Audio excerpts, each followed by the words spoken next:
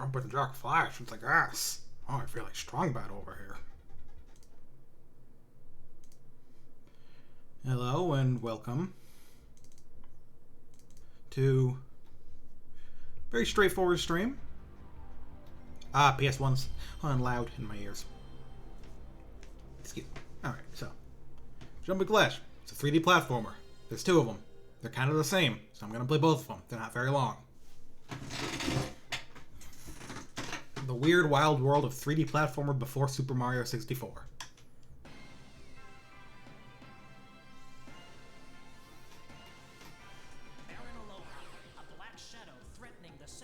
Excuse me a moment, it's a bit hot in my room. Scientist who frightens children and is bent on slavery. A giant robot has seized a peaceful world and carried it off. Aloha's evil plan is to turn it into a huge private retreat for himself. Universal City Hall, here to help the people. Robert can do the job. Let's go, Robert. Jump and go. Alright. And with that little intro, we're off. You can just jump right in at the start.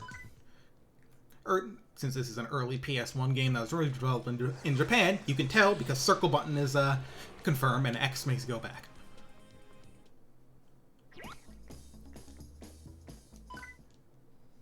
Bing bang boom, we're in the game. And it's a bit unusual for a 3D platformer, or more, like I said, it predates Super Mario 64. As you can tell, it's in first person.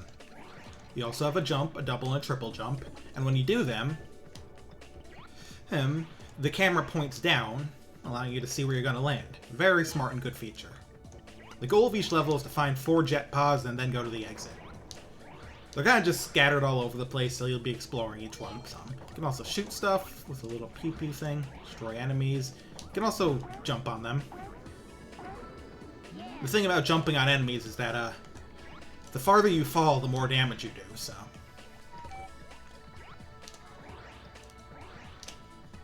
You can do that if you really like to, if you really want to hit hard. I'll jump to a bonus stage. I won't do a ton of these, but they're fun to show off. Pop all the balloons, get a 1-up, and then they'll also drop some items for you. Such as these various special weapons you can use. Healing items that I don't need. Eat the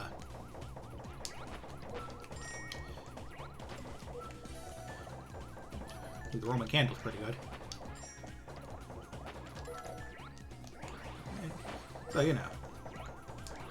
Pretty straightforward. You can use your radar to see where stuff is. White dots are enemies or balloons in this case. Red ones are items. So there's also orange ones, which are either jet pods or the exit, depending on you know which one it is. The blue dot on the radar just north, I assume. Oh wow, there's an invincibility item I didn't need right there. A couple other items, a time extension. There's one that freezes all enemies, but doesn't actually freeze time. The timer, rather. Not that the timer's too much of an issue, at least on the first loop. I'll get to that later. That's everything. That means we go to the exit. And that's how Jumping Flash works. You now understand the entire game, and also the entirety of its sequel, because it's kind of the same.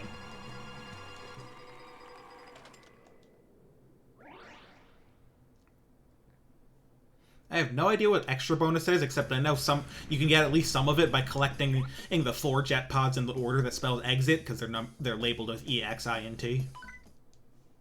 But I don't know which is which, and I don't care enough, so. Ready to go? Okay, volcano. Oh, volcanoes and shit. Watch your step. Probably shouldn't have gotten that power up because I was already at full health and I might need it for later. But also, this is not a hard level. I do not care. Yeah, see, this is T. You had T first. That's a little backwards. This game's got good music. Kind of poppy soundtrack, some energy to it. Oh, there's a time stop. I'll grab one of those. Time stop is useful for like freezing enemies and stuff, but it's more useful for making the radar show you where all the jet pods and the exit are.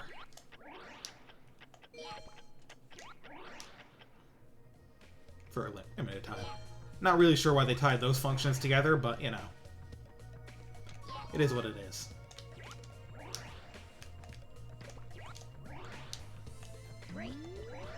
Oops.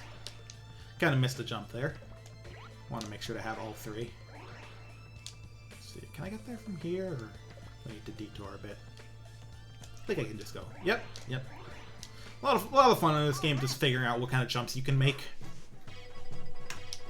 Because obviously you can jump very high.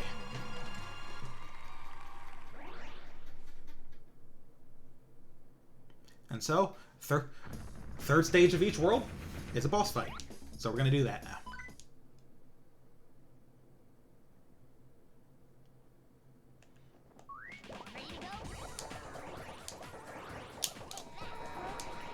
So the boss fights are a good place to unload all those special weapons you've been picking up. Especially if the boss decides to sit on the ground for a bit so you can jump on him a lot. Bouncing on enemies resets your jumps, by the way. Very useful.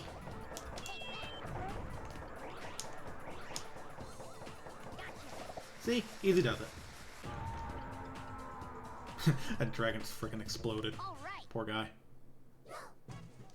Hope we don't love him too much, because he's gone now.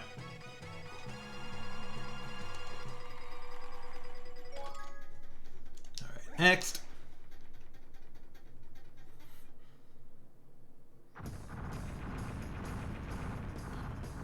Yeah, the plot here is that the evil Baron Aloha is taking chunks of planets for whatever reason. We gotta get him back.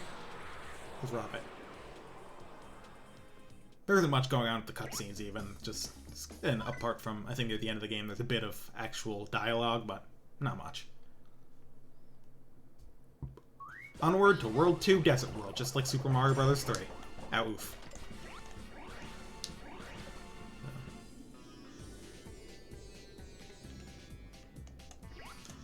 Keep an eye out.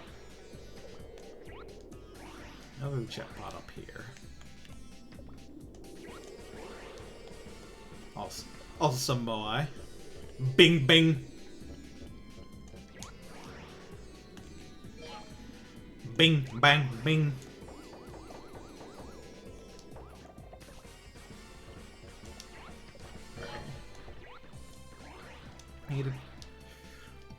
I've played this game a good amount, so it's usually not too hard for me to remember where things are and how to get them. At least in this playthrough. Again, you'll see what I'm talking about a bit later. So.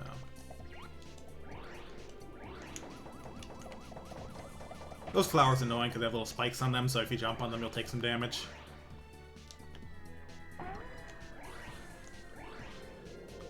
Like this. It'll still kill them, though, so... Or damage them, rather. Again, damage when you jump on things is based on how far you fall. Which I think is cool. Because otherwise you just, like, want to rapid-fire bounce on the bosses, but... Generally better to get some big jumps in there. One little odd thing you can do is... If you just tap your third jump, you'll actually get a fast fall.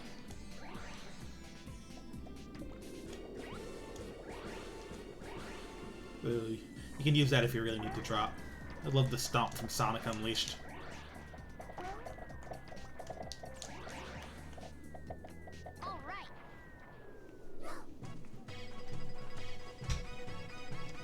Alright. Next stage, gotta mix it up a bit. Well, this game's in first person, and you can shoot. Does that make it a first person shooter? Well, right now it will. Huh, I didn't know that. Ready to go? Sometimes the second level of a world is a little different. This one's more kind of a mazy level. Not much room for platforming, just more about running around and shooting and finding things. Yeah.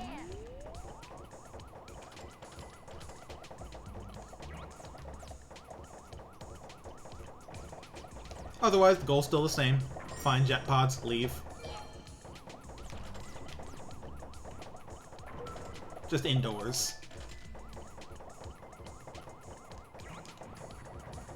You know, indoors, where SpongeBob hangs out with Chip, Penny, and Used Napkin.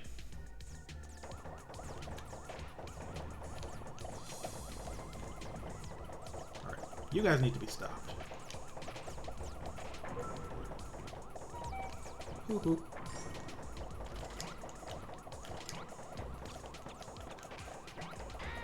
Now, with one fun thing, with by holding R1, you can actually look around.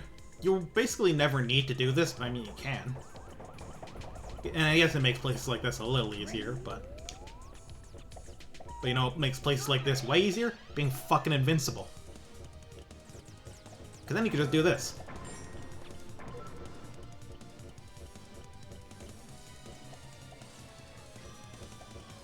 Wait, it's based on how long it takes to hit the enemy, so you can hit the damage cap but the Sorrow Gaze by doing a fly kick and then use the ability. That rules. That's game design. Oh, here's the one I need. Here's another jet pod. 2 more to find. I believe the best way to find them will be going this way, if I remember properly. Yeah, this is your Doomensteins.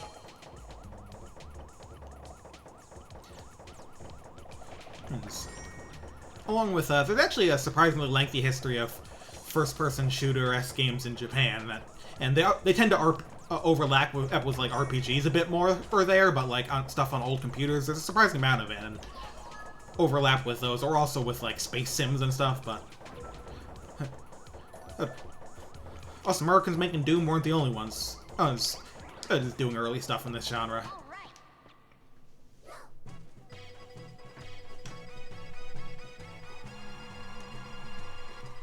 The main thing about Doom in particular isn't even that it was like the first-person shooter, or even like, I mean, it wasn't even the first one from id. It's just that the main thing is that like, whoops, wrong button.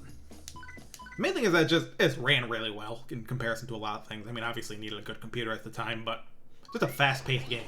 All right, time for this scorpion snake thingy. I'm gonna drop bombs on him.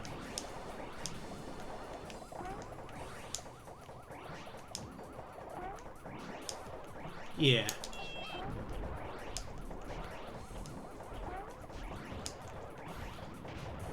Granted, I think a lot of them were less typical, like, you know, guy with gun on shooters, but that's because Americans just fucking love guns, dude.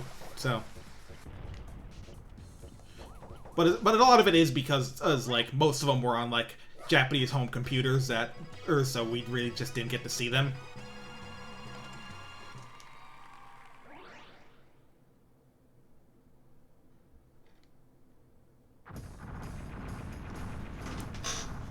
It's interesting to see all those bits of gaming history that like the very US-centric mindset tends to push down. Hell, a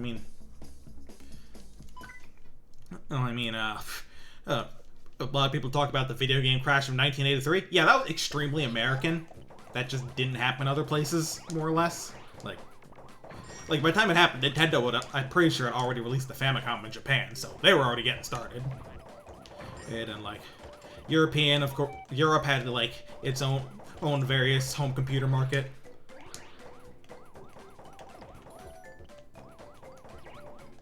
Yeah, Dragon Quest really was just, like, kind of meant to make a more console-friendly version of Ultima, which I think is really interesting. That's even where that old, like, a command menu that came from, because Ultima used text commands for things. And so it would have you type in, like, to talk or eat or use item or whatever, or pick up. And a Dragon Quest menu is basically just, like, the original one, was basically just, like, a list of, like, the most common verbs you'd use in the game like that.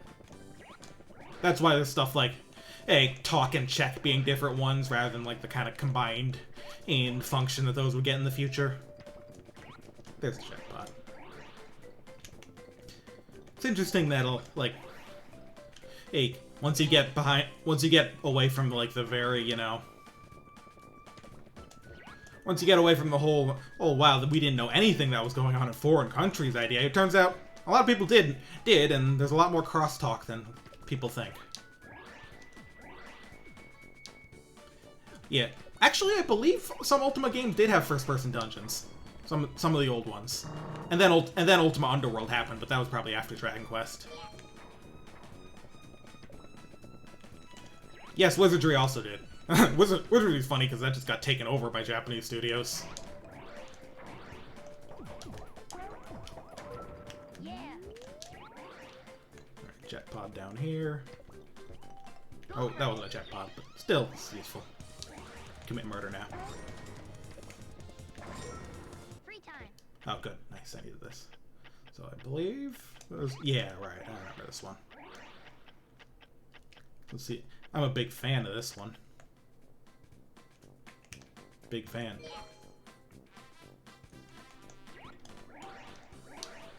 Yes, I believe there was some first-person stuff in early Ultima, but...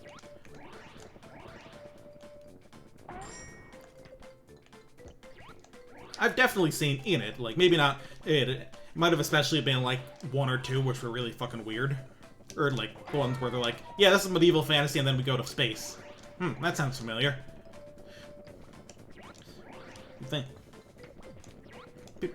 Or, like, that doesn't sound like a twist that would show up in Final Fantasy or something, now does it? Once again, justice for the original Flying Fortress from the NES version of Final Fantasy 1, please. Still wild that the only, like, game after the original NES version of Final Fantasy 1 to actually go for, like, the high-tech aesthetic of the Flying Fortress was fucking Stranger of Paradise. I mean, I believe they also... Like, I know it's also a reference to whatever other Final Fantasy game it is. Is that the one that's the Mako Reactor? Or what? I don't remember. Right. Okay, it's this way, because the exit's this way, and then I believe the last, jet pod's a little beyond it. Got a little forgetful there. Here we go. Let's get my ass out of here. All right.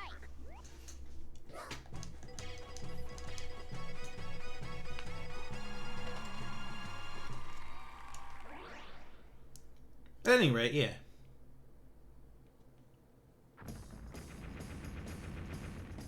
Yeah, I remember seeing the shard thing in Stranger of Paradise, so. Ready to go? This level's got a bit of an interesting thing too, because I believe that this was actually the level that showed up in a demo of the game that was on some demo disc, so a lot of people remember it even if they never had the full game. Also, this part's weird because, like, you can't move while you're on this, while you're being pushed around by these roller coasters, so you have to, like, keep kind of jumping backwards to get the jet pod that's moving. Yeah, this look. Is it? That's neat.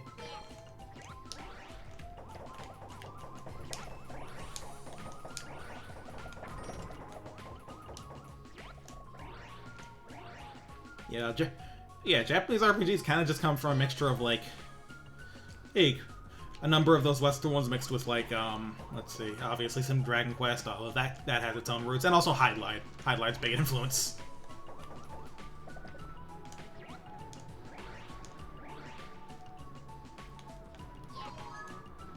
Oh, that was all 4. I almost feel like that went too fast. Where the hell's the exit in this place? Right there.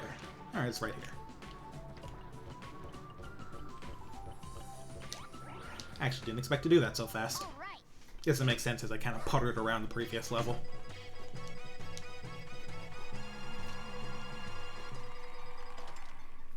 And this next boss is funny. Funny like a clown. By that I mean it's a clown. The boss is a clown. It's a clown boss.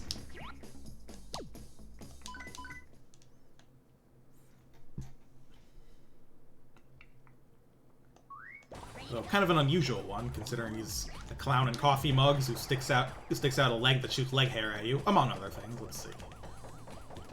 That arm will bash the Also, this is like one of the only boss fights where items show up, so you can do as you destroy these coffee cup looking things.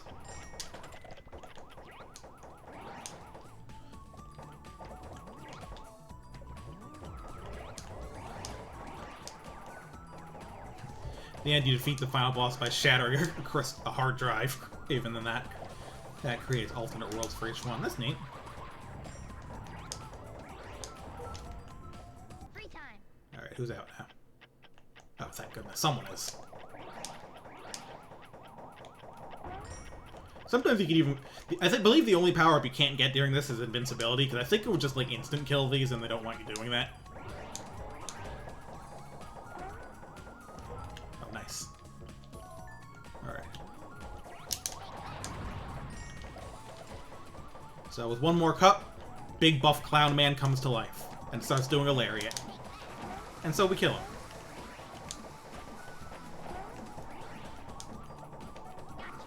Gotcha.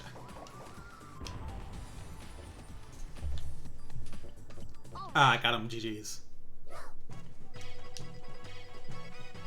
Yeah, this is another place I don't know what the extra bonus is. Nintendo did not know there was such thing as a fear of clowns. Yeah, I believe they said that when they're talking about Lola Pop and ARMS. They just hadn't heard of that. I remember the guy talking about said, "I learned a weakness of Americans that day."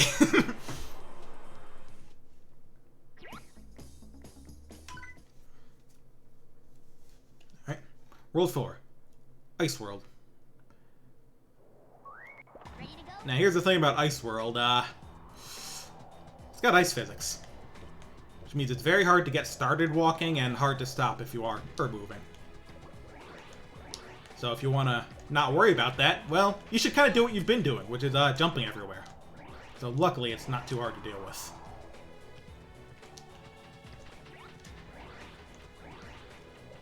Oh, the giant clown, the clown stage in that game. Yeah, it's a silly clown. The big silly man. So, how's the best way up here again? Yeah, that platform is moving, huh? Okay, got on top. Hey, oi. Out of the frickin' way. Alright, that's 2 left. Alright. Time to bomb the crap out of this seal. See it. Oh! Yeah, seals kind of skid around, and you gotta be careful to jump here. And I believe the last one's gotta be up this tower.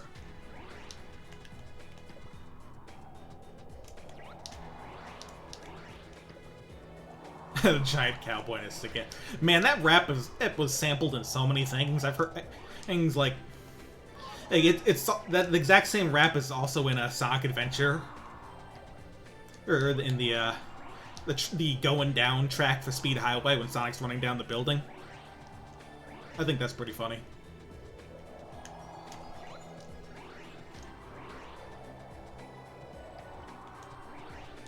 It's all... A lot of those samples that you hear across, like, multiple Japanese games of the 90s and 2000s, basically all of them are from the same set of zero-G data file discs, which are just these big sample packs. Thing about them is that a solid number of the samples were definitely not cleared. All right. So what's funny is that Zero-G actually still sells sample CDs to this day, but they're all actually like cleared legally now. So you'll actually hear like a good number of the samples that were on those discs, but there'll also be plenty that aren't aren't anymore because they just kind of collected them back then. Kind of hate how cracked down sampling became. Also another shooter maze level. This one is surprisingly a bit more linear than the first. There's like obviously there are a couple paths, but most of them are just kind of dead ends with items or things that connect in the same way. Hoo-hoo. Does this game have Yoku blocks? I forget. Actually, you know what? No, it doesn't, but I forget if the sequel does or doesn't.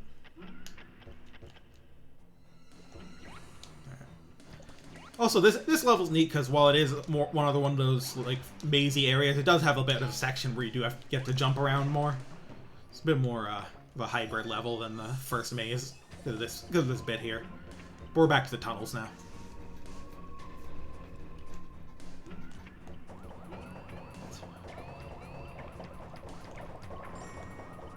First person underwater area. Listen, it's not the same when the whole game is first person.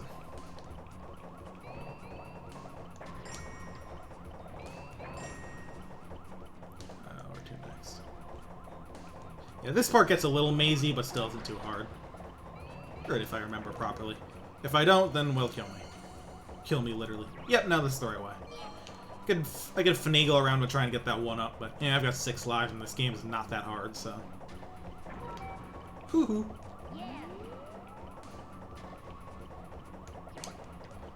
Yeah, I believe that the last one's just gonna be down this elevator. Wow, the game really wants me to have twisters, which sucks, because twisters aren't good. There are many better weapons than the twisters. They're just kind of unreliable. Yeah, build engine underwater. That's some wild stuff. Was kind of experiencing it in blood the other day. All right, and this should be the end of things. Just gotta drop down here. Want to make sure I landed there to have a slightly better weapon. All right.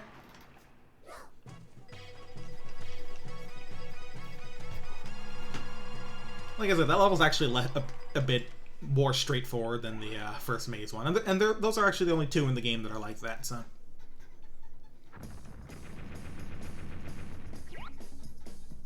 Yep. That is how it works. And there's actually, like, certain things that can cross that barrier, but certain things that can't. They kind of do an okay job at making things transfer between more than you'd expect, I believe.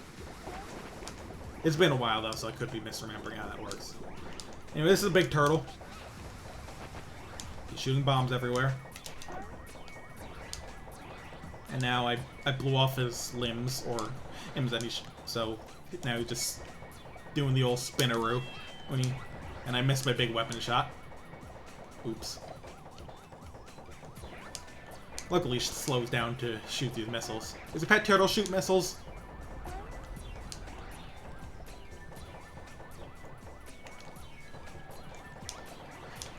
I like this slightly more energetic remix of the previous songs, because it's still like not super crazy hyperactive, but there's a bit more to it. Another one down. Pet turtles not shoot missiles. That's fair.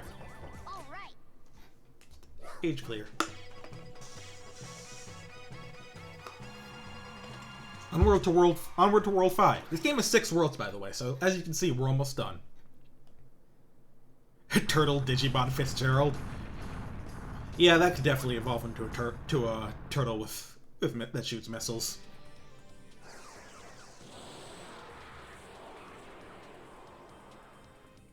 Or just like a human person. I don't know. It's funny, like you look at some Digimon, you're just like, that's a human person. This is where the game does kind of scale up the difficulty a bit. These levels are both bigger and more treacherous at the jumps they expect you to make. Actually, this is probably the hardest individual stage in the game, 5-1, I'd say. It asks a bit from you, but we're entering Corneria City now. It does kind of have that look, doesn't it? Because of the fog. This game actually runs pretty well for such an early PS1 game. What's funny is that the game's frame rate is uncapped, and it can actually reach 60 frames per second if you're looking at like literally nothing. Like if you're just staring into a corner. I think that's funny. But yeah, there's gonna be some kind of treacherous places to go. Oh, here, let me just make sure I find that.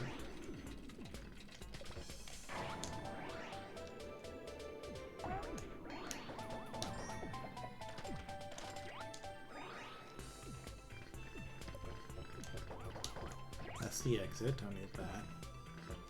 I like how the icon for the exit is like flashing orange and white because it has an enemy right on top of it. Alright, so.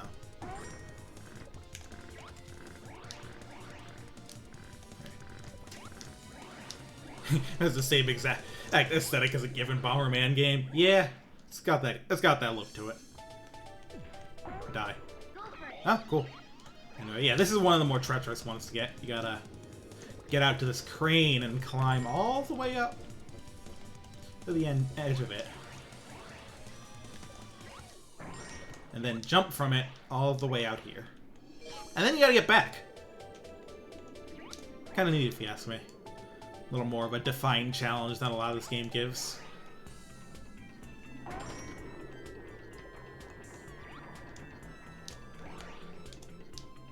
Alright. Go for it. Classic Mega Man without the stuff it took from Astro Boy. You mean like it doesn't have? So you're saying it doesn't have Mega Man in it? Oh, nice. I needed this. 'Cause I forgot what the last one was. I know you mean other aesthetics things, but Mega Man he's like Astro Boy with the gun hand. Wait, Astro Boy has that too. Shit.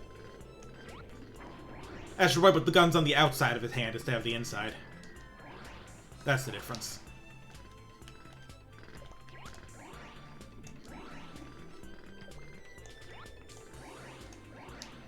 If you wore clothes. Hey, Astro Boy wears underwear. That's a clove.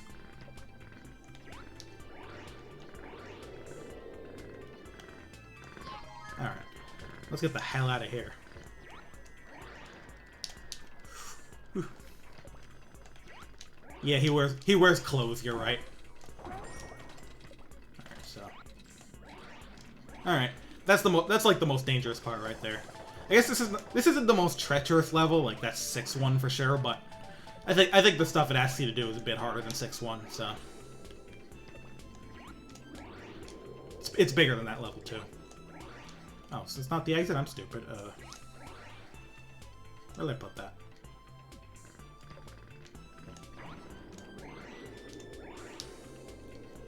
This a time stop? Yes, good. Yeah, it was this way. Alright. Alright. Die, idiot. Here we go. Alright.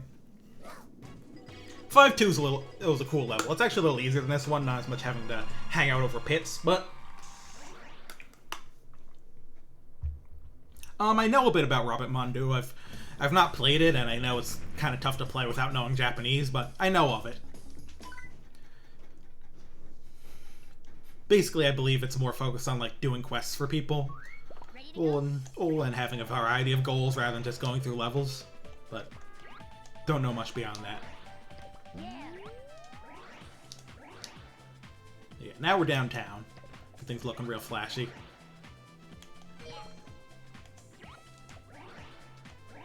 Exits that way. Check pot over there. If we want to make these jumps safer, let's just start here. And yeah, if you stand on the exit, it'll tell you how many jet pods are left and say, hey, go get them. Alright, that's 2. Oh god, oh god. I was saying this was the easier one than the previous one, and I almost die on it. But I don't. Because I'm good at video games. Alright, what are the other 2 again? Genes. That's a sign for genes. And a sign for games. Really, what else could you possibly need? That really just encompasses the entirety of the human experience, you know?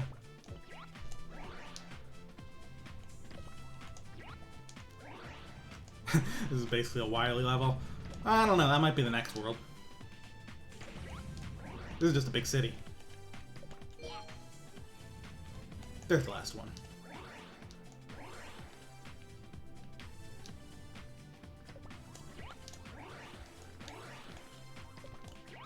Well, I guess you do fight a big robot at the end of it. Spoilers, so maybe it's kind of wily. I don't know. How do I get up there?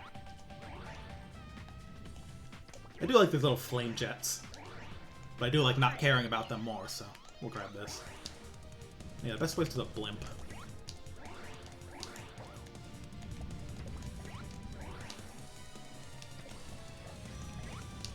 Here we go. Up. Alright, I could have taken that kind of highway. A path. Alright. What I do now is find where the old... where that exit was. I did see it earlier. I forget which direction it was. I think this way, though. Oh, right. It was above that bridge. I remember now. As long as I remember the best way to get there, which I certainly don't, but not going to stop me from trying. Alright, there was a sign for genes. Okay, yeah, the bridge is this way. There it is, right up there. Does it still say Bin Paw? Alright, look at that. All right. Thank you. There's always one text I forget to change somewhere.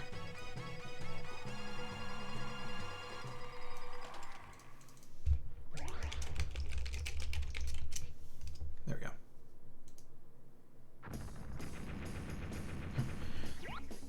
Oh, it's not that hard to figure them. So it's only like 3 words it's hard to figure out. Game's bizarre, more about the vibes. Yeah, I can understand that. Makes sense. I guess they're kind of moving away from the arcadey style of these two. I do want to give it a look sometime. Ready to go? Anyway, giant transforming robot time.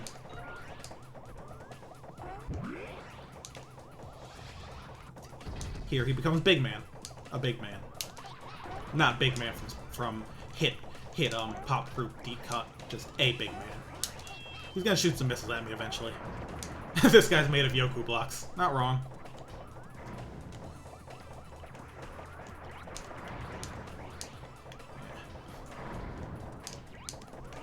Yeah, you can't hurt him while he's transforming, so. You gotta wait for him to go back to another form.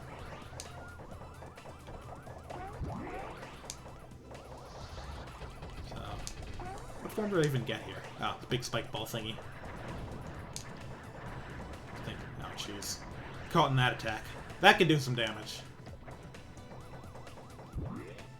Doesn't stay in that form long either, so. He threw the campaign mode at deathmatch. Let me tell you. Alright.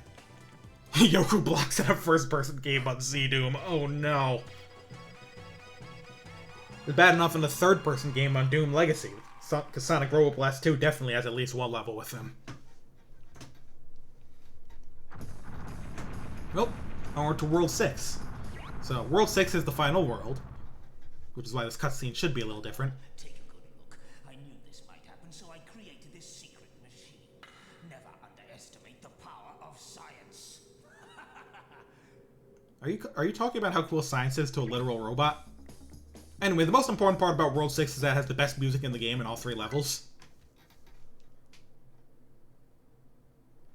So, Ready to let go? that wash over you.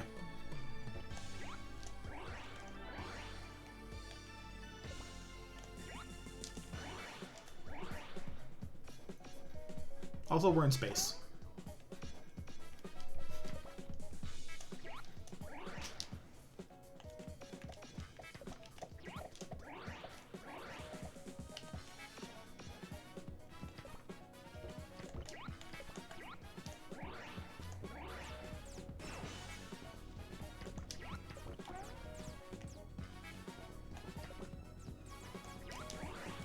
This level can be a bit scary, but I feel like it's a bit smaller than the previous. This world's levels, or at least 5-1. So that can make it a little easier. Also, I'm not getting the time stop because I want to listen to this song more.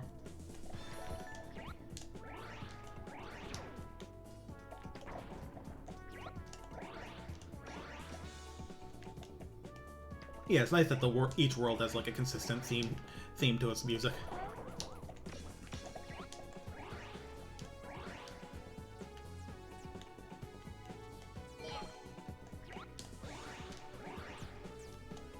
Yeah. 2 more to go.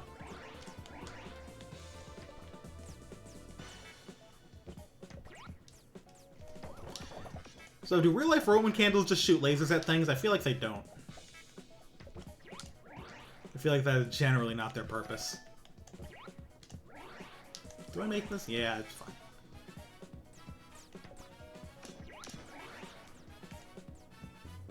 Yeah, it is. Just a more energetic version of this song.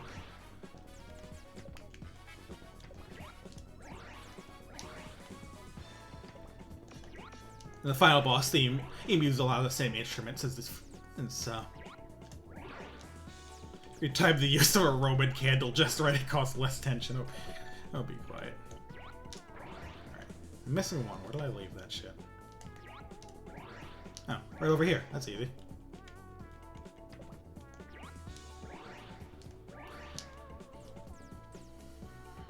If you do it too late, be careful. If you do it too late, you'll get a purple Roman candle, and that just uses more tension and has a lot more recovery time. Sometimes it's the only way to save yourself, though.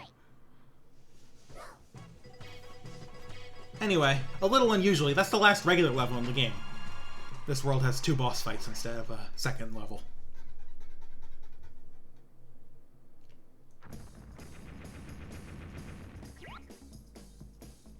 Let's jump to the stadium. Ready to go?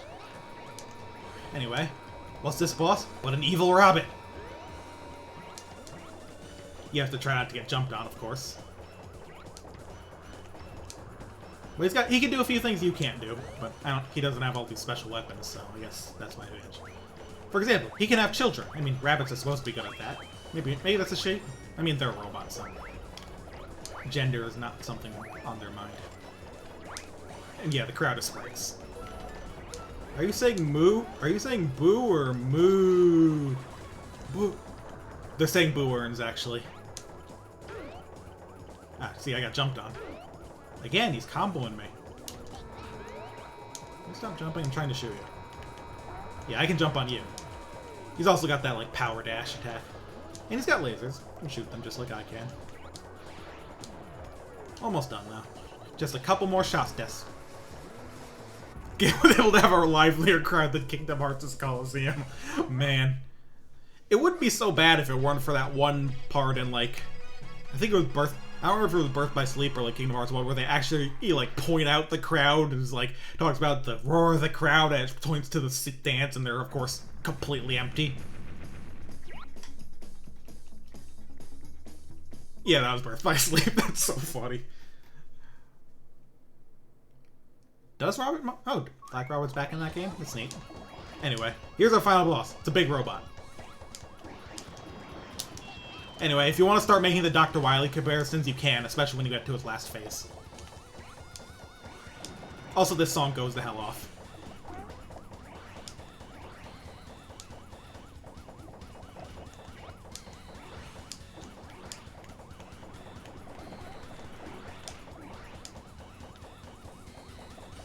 I mean, it makes sense, yeah. Oh, he's about to do the jump. No, I'm sorry, I'm the one who jumps. I'm the rabbit.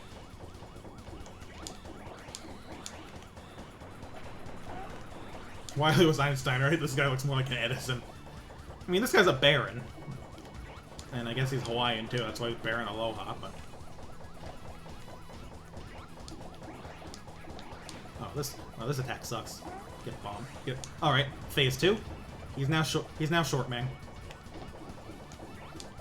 This just means he has less attacks. We just got a new one with these little explosives. Those are little bombs that'll blow up soon. And then he's got a missile attack as well.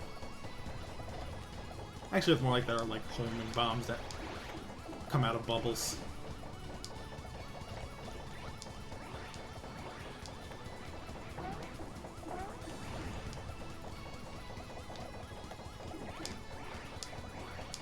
Almost there, almost there.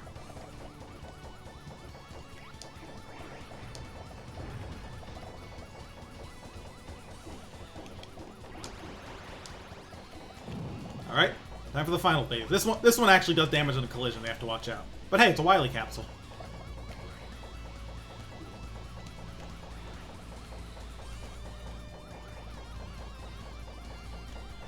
How is he alive after? Well, it's just a robot, you know. It's probably got some backup systems that can fly ahead around, I don't know. Like, I'm pretty sure this is just like a giant robot that's shaped like him. There we go. Definitely easier than Wily Capsule 7.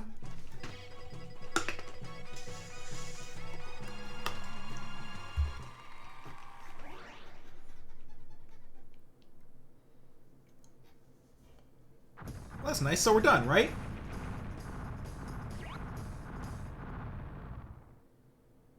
You've only damaged my base slightly.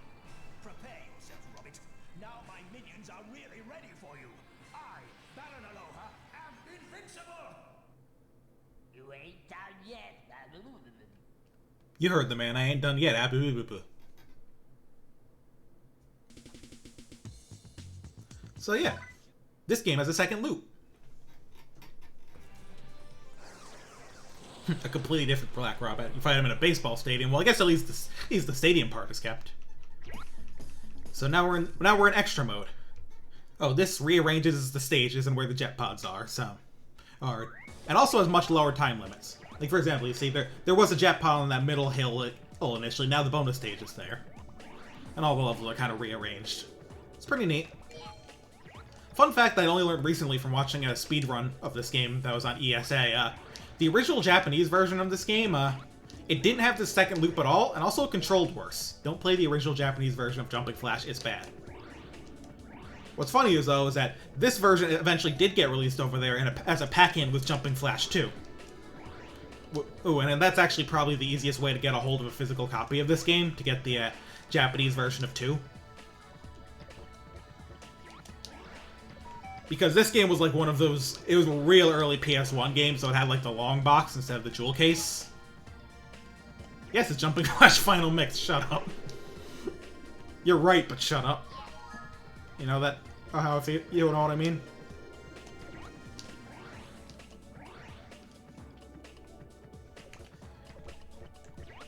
Jumping Flash International. Alright. But other than, yeah, things being rearranged, it's more or less the same game, so. But some of the levels do some clever things that they're rearranging.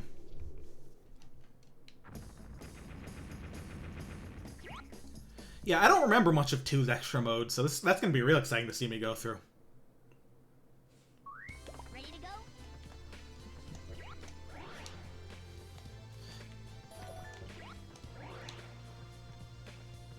So.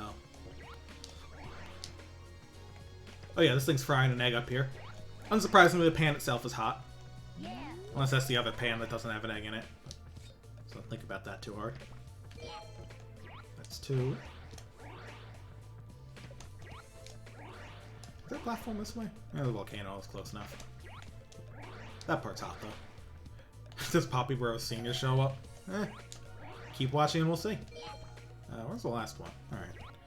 Luckily this level's still small enough that you can like frequently just look around and see stuff. Let me grab this for this. Time power-ups can actually matter a bit in this. Oh yeah, here's the hot pan. It's kind of tough to pick that one up without getting hurt, though not impossible.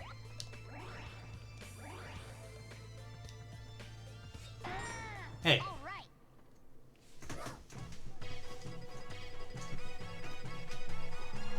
Alright, up next is the first maze, and that level actually kind of screws me up on extra. I always forget the layout, so hopefully I can get through here pretty quick.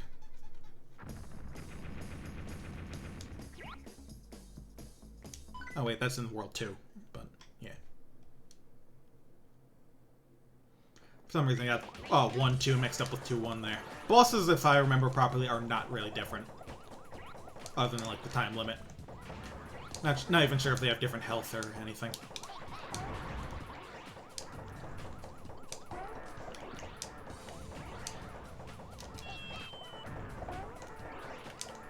Yeah, no problem.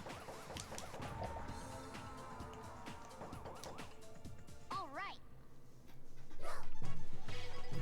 Onward to World 2. But yeah, World 2 will have the first maze level, and that could be a struggle, because I'm bad at finding my way in games a lot. But hopefully it'll be fine.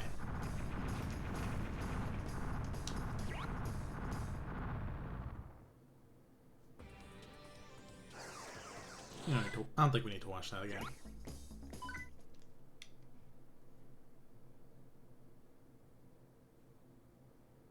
Yeah, the bosses in this game are pretty neat. Like, it helps that this is a game where you can, like, shoot things. Like, part of the issue I have with a lot of platformer bosses is that the characters are not really made for combat, and most enemies are things you, like, jump on the head of or smack out of the way with one move, and so you end up just getting these kind of tedious challenges. In a game like this, since you have guns, you can have actual combat.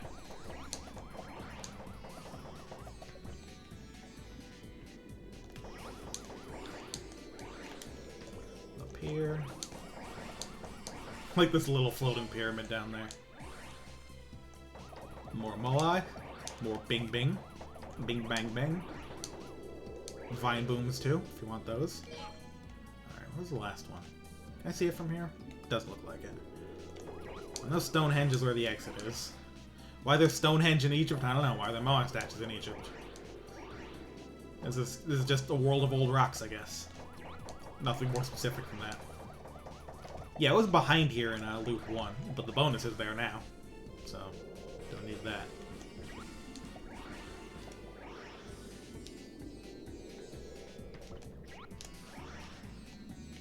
Alright. Keep drawing this way a bit. Where the hell is it? Mario boss design, yeah. I think the saddest example of that is one of the few games that escaped Mario boss design was I mean, some 3D ones, yeah, have a bit more are going on, like, but others kind of don't. It's more like later Mario stuff actually that bothers me more, or that gets more repetitive. A lot of waiting. Super Mario 64 was a bit more to the point, and they just let Mario punch stuff. Where is that last one? I think it's like hanging off over the edge in one of these platforms. Yeah, like 2D Mario included. Like, I actually think like the Super Mario Brothers Bowser thing is kind of clever because you don't even have to fight him; just run past the guy. Yeah, Nazca line. I think this level is just all, like, the ancient stuff mixed together. There's pyramids and the Sphinx, there's Stonehenge.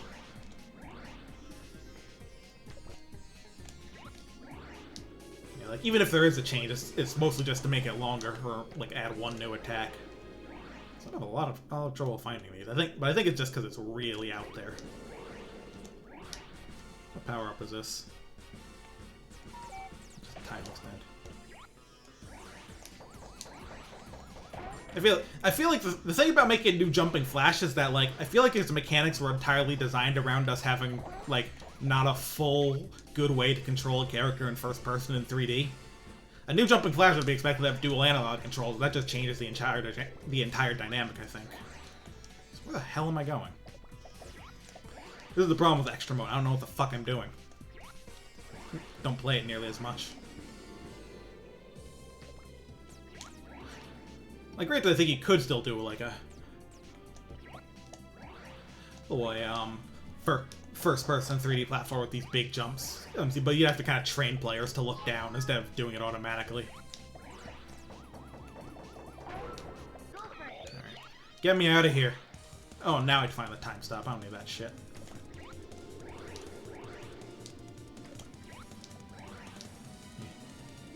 Yeah. Mario doesn't do it except for the fact that, like, sometimes it does, like, if you miss the hit, which usually isn't a problem. They usually give you enough time to edit. But every now and then, like, there's this mole boss in Mario Galaxy. The last hit on that is a weirdly tight window. And that one's a little annoying.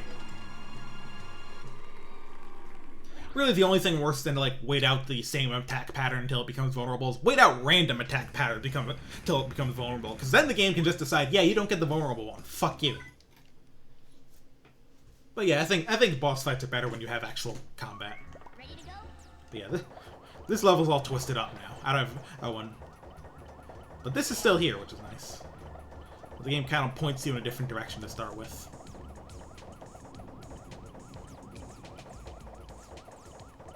Okay. Also, this one's got a bit longer time limit at 5 minutes. Again, X6 gate. There are a lot of things wrong with that fight. And that game has actual combat mechanics. What the hell were they doing? I mean, they were making X6 is what they were doing.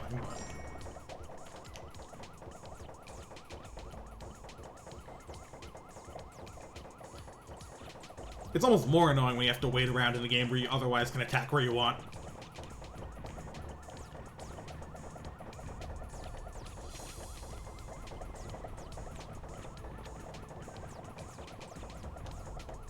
Yeah, a lot of this stuff's a bit arranged now.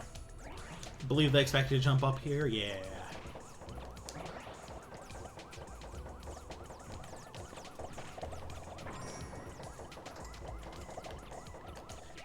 Oh man, there's prototype builds of that game out there? Oh, that sounds nuts. You can tell, discover the Gate Stage 1 in Nightmare Mother and all collectible placement was done in the last month. That explains a lot, huh?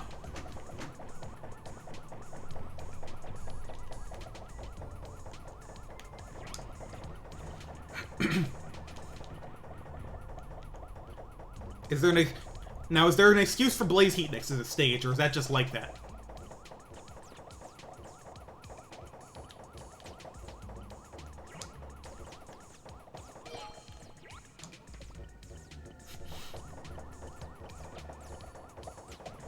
Just fucking the land of the 5 of the same shitty mid-boss. Yeah. So, how do I get to the last one again? I forget. Yeah, that's probably all. Yeah, the whole game was developed in less than a year, like. Honestly, considering that, it amazes me that, like, another Mega Man game with a really short development cycle is, well, Mega Man 7 came out as well as it did. And I don't even like that game much, mostly for, like, aesthetic reasons, but, like, it's not even bad. Like, it's not like it's not like X6 bad. It's, like, ain't my favorite, and Wily Capsule 7 is a war crime, but other than that, it's just not my style. It's not like it's bad. Get this out before Inafune notices we made another Mega Man X game. Where the fuck was I going for this last one? Because I know I want to go down. Oh, this is the beginning of the level, so that's the wrongest I could have gotten it. No. Alright, so we're at the beginning, so go up here, turn the corner.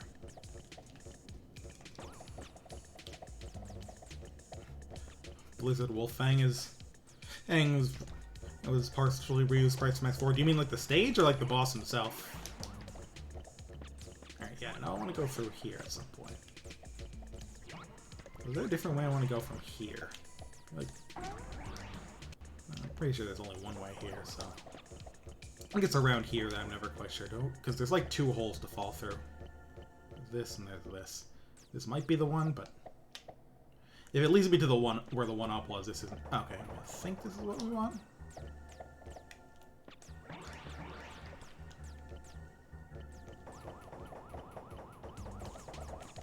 Okay, no. Oh, not that way. All right. What? Feed the stage. Oh, the avalanche sprites are the X's charged ice attack rotated. That's really funny.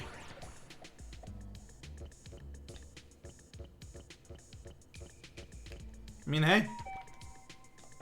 Ice is ice. Oh, was this just a hole to find a timer? Ugh. As Ice Knack once said, ice is nice.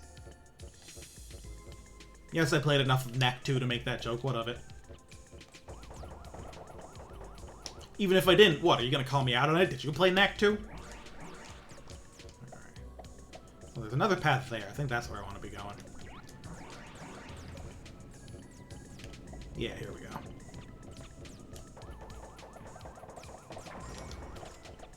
Honestly, Knack 2, in my opinion, is like... Oh, the only difference is that the donuts didn't even shoot at you. That's pretty funny, like... I mean, that makes them even more of a waste of time, but also to make it less of a pain in the ass, so... Where's the way out of this? Is it this way? Yes, alright. One to go. One to go. All right.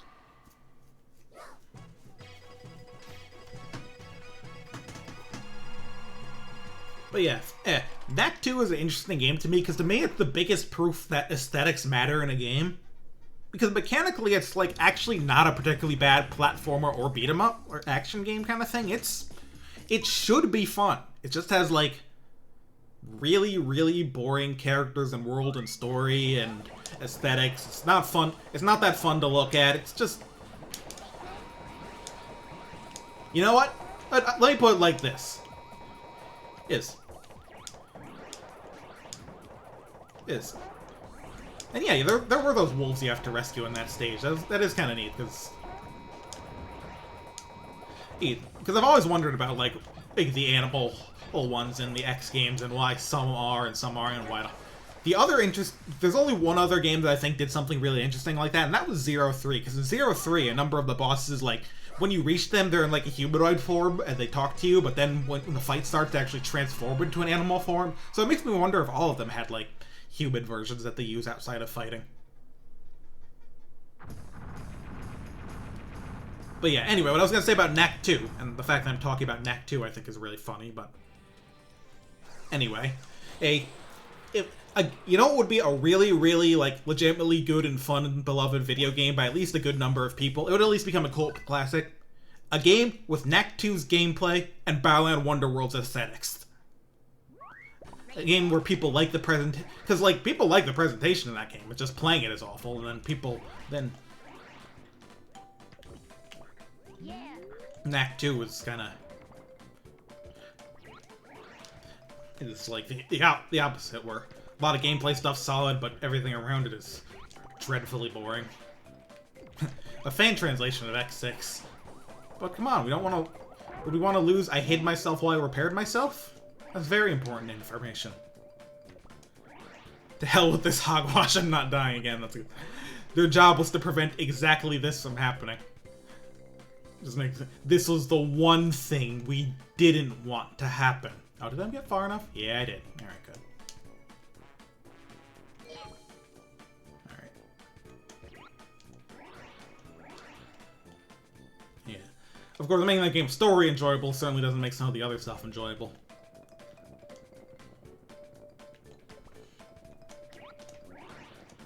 You know what bugged me about, X6 specifically, and like... You must be tired of dying so much. That was pretty good, too.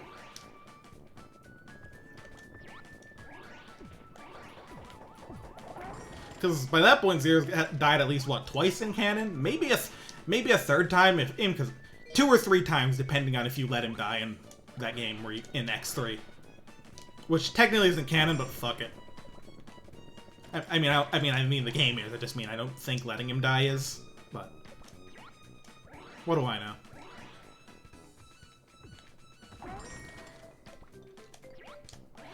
What's also really funny is that I remember hearing... Yeah, like, Balan is not awful. It's just... Awful was... Well, it's messy in some ways, and also that bug it had on launch that was seizure-inducing was pretty bad, but, like... Other than that... it's eh. Like, that's really all it is. It's got some nice character designs.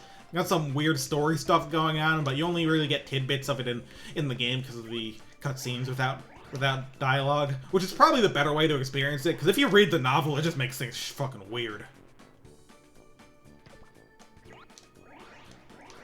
But honestly, people kind of ragged around the sort of vague story with cutscenes with no dialogue. I kind of like it. I think it works. I don't think it needs to be like super explicit. I mean, like, you can see the influence of Nights into Dreams in there. That series is certainly better without explicit cutscenes where people tell you everything. Isn't that right, Journey of Dreams? A game where a fucking owl tells you, like, literally everything. That one really bugged me. Yeah, I don't think there's a level you can be soft-locked by being unable to jump. I think that, not being able to jump in certain abilities is kind of bad and feels weird, and I think that's kind of too much commitment to the one-button thing. But, like, the game doesn't, like, ruin you for it, as far as I'm aware. It's just, again, weird. All right. And hell, I don't even think the idea of one-button controls in a 3D platform are impossible to do, but I think there has to be a bit more care put into it. And a bit put into that and how to vary the powers that you get. Like, I don't think its concepts are as bad as people say, just some of the execution is iffy, and it's ultimately, like... Ready to go? Really what bugs me is that it's not too fun to move around in that game. I think, like, you kind of just waddle around and jump and you're all kind of slow.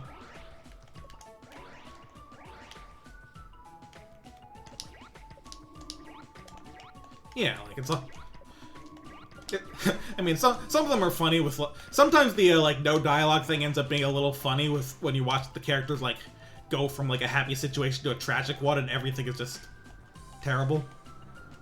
Well, instantly it's almost like, what the fuck? How did that happen so fast? But, yeah, it's like, it's certainly not confusing. Everything's pretty clear. Yeah. Even if there's some implications that go unsaid until you read that novel, which, again, the novel is fucking weird. Like, ends up being, there's like time travel involved or something. I don't know. But, oops, that is not going to make that. Movement in this game is interesting. Like, obviously, Robin just kind of walks, but, being able to gauge your jumps takes some real practice, I think. What's funny is that I think this was the entirely wrong way to go about this, because this track leads here, so I was supposed to find the other end of that and ride it, but I just kind of jumped to it. I love that you can do that sort of thing in this game. And because, as it turns out, Robin jumped good. Now, where are the others? I kind of zoned out because I was looking. Yeah, alright, so over here. If you guys will excuse me a moment, it's actually cooled off a bit. Put that sweatshirt back on. There we go.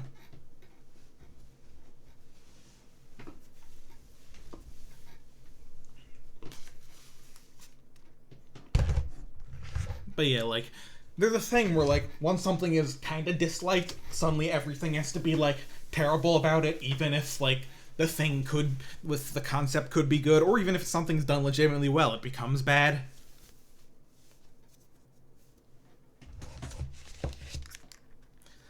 It, like, that's the kind of that's the kind of thing you hear when you're talking with Sonic fans about Sonic Forces. Ugh. This is like, that game is like the most 5 out of 10 game on the planet. If the word mid was in the dictionary with that sort of definition as we use it now, it would literally just have a picture of Sonic Forces next to it. Like, that's what I think about that game. That's kind of what it is. But like, if you're a Sonic fan, it's a game that that would just kill you. A third playthrough that doesn't have harder layouts but gives you more mid-air jumps? That sounds funny. Alright, let's go for a ride. This part's a bit tricky. It's a little... Here's what you gotta do. You gotta go off the edge. Oops. Go off the edge and then, like, back up. Till you're on this. Alright, we're good. So, where's the exit? Yeah. I feel like it was kind of in, like, the upper areas, but in the middle of the stage. But, I saw. There we go. No, it was on the ground this time. Main thing to be careful with about those tracks is that they actually turn you around if you stay on them. They turn you to face the direction they're moving.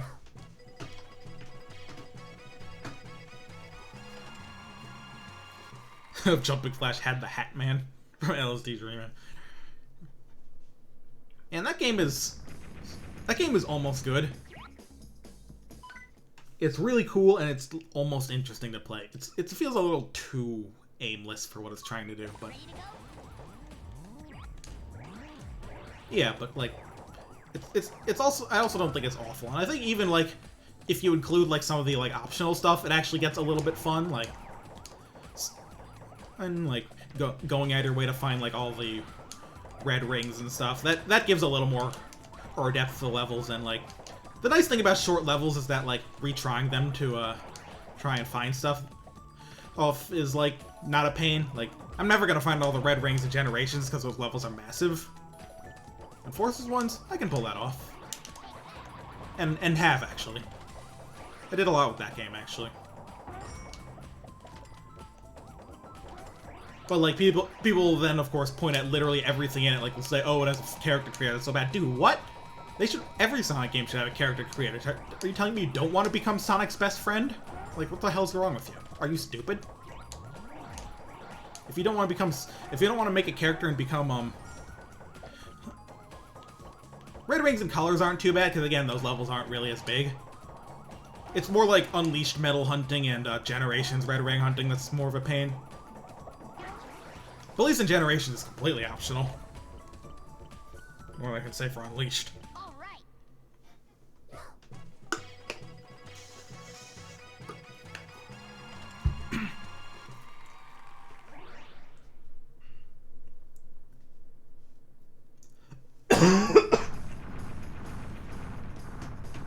Yeah, like, imagine not wanting to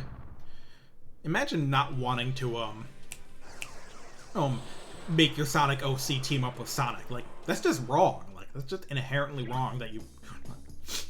Red Ring's like you. Oh, there's so much Sonic music you don't hear in the game. I actually saw, like, a video that was just uploaded about songs that you either don't hear in game at all or parts of them that you don't hear. That is the best jet pod location ever. Literally right above you as you start. I love video games so much. Yeah,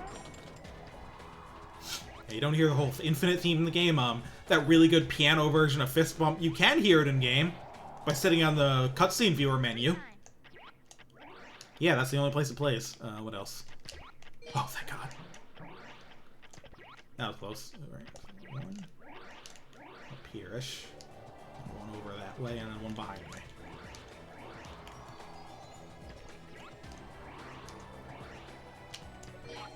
What else? What other, like, tracks you don't hear? There's some that like have done what some other Sonic games have done before, where the track loops in game, but there's an ending. Or there's an ending to the track on the soundtrack version. But there's also others where, like, ended up used in such a short level where the song is just twice as long. I mean, the biggest example is Red Gate Bridge, which is basically a prank, because it starts like a level, but then it, like, 6 seconds in, it throws you into, like, a quick time event with its own music, and then after that, it's a boss fight with its own music. Which is, like... But, like, the actual song that you only hear in those quick breaks in between the, at the beginning before the QTE and, in between the QTE and the boss fight, so you only hear a couple seconds of it. That song is, like, 4 minutes long. And it's actually really fucking good. It's insane. And you will never hear it in-game. Other than the first, like, few seconds. Very obviously, they either meant for this game to be more than it was.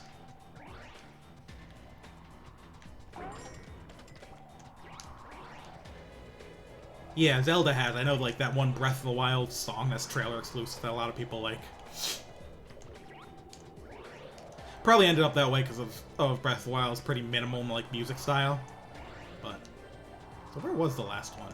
Shoot, I hope I can get another time stop soon. I'm a little lost, but... This way is where the, exit is.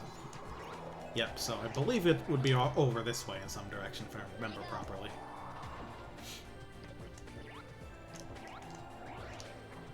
Because, like, I feel like, oh yeah, there's those platforms way up there.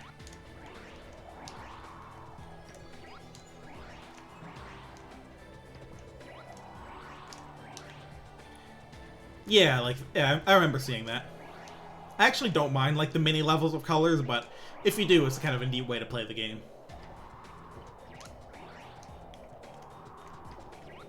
But yeah, it's basically every Sonic game has had stuff trying to be like, okay, Sonic goes through all this content really fast, and we can't make that many assets, so we need to figure out a way to slow things down and kind of stretch out all the assets. That's why the different characters were in Sonic Adventure 1 and 2. They let them reuse a lot of level assets. Sonic Unleashed Metal Hunting and the Werehog in general. You spend just so much time in his version of the stage, it's pretty clear that it's a thing that makes the game last longer. X4 trailer music that ended up getting used in Battle Network 4. Speaking of lost or sort of lost Mega Man music, all the vocal themes that are only in, like, Japanese versions. You can't listen to the entire title theme to Animal Crossing GameCube unless you open the disc tray before pressing start. That's interesting. Alright. This level they do some neat stuff too. For the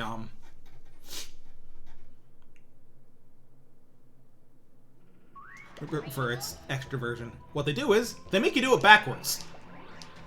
See, this is the pit the exit was in the original level.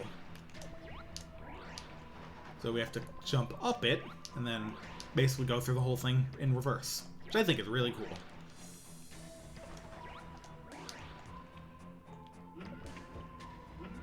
Yeah, the X collection doesn't have the vocal themes either. Yeah, so I actually don't know many of them. Like, the only one I actually remember how it sounds is the one from Mega Man 8, Electrical Communication, which I fucking love. That song's amazing. But yeah, we lost out on a bunch of those, sadly.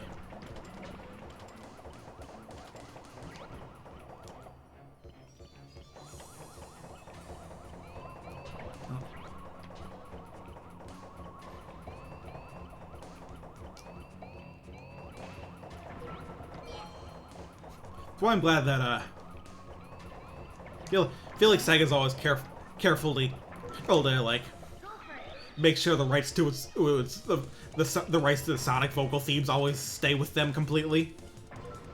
You're like, I don't believe we've ever lost any of those. I think the only Sonic music that ends up getting moved around because of rights is like just like Sonic 1 and 2 stuff that doesn't always get reused because of the whole thing about the creator having rights to them, and of course the Sonic 3 thing. You know, the thing. The thing. I forget that time stop is completely useless here because there's kind of only really one way to go through this place, and I forgot what it is. Did you drop anything good? No, wrong candle.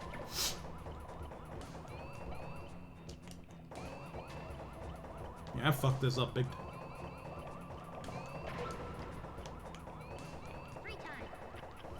Mega Man 8 is... It ain't bad. Like, I think people kind of like go against the not 8-bit ones for being not 8-bit, including me. But that's kind of just as like I don't like the aesthetics of Mega Man 7 and 8 too much. I think they're a little too cute.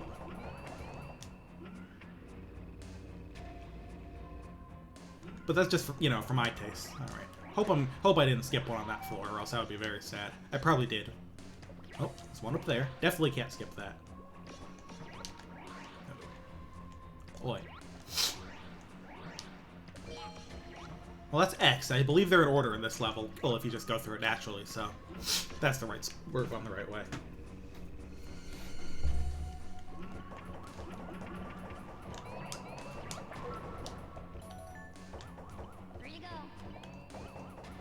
Yeah, like that's like that. I feel like is what's going on with some of those later classic games. They're trying to figure out, okay, what makes this not Mega Man X? Because Mega Man X is very directly the same formula, especially when playing as X.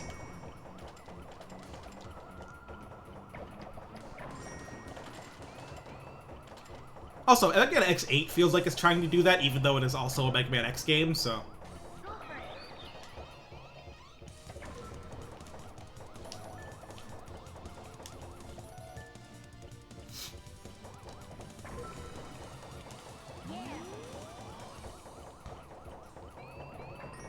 Yeah, I like, because I do always find it interesting that they did every now and then try to keep the classic series around after making X.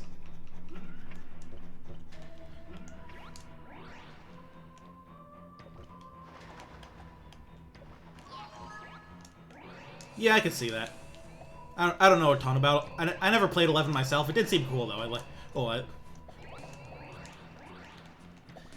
like the way the like power gear could affect the Robot Master weapons, because it reminds me of like charging them in the X games, which I think makes them way cooler. All right.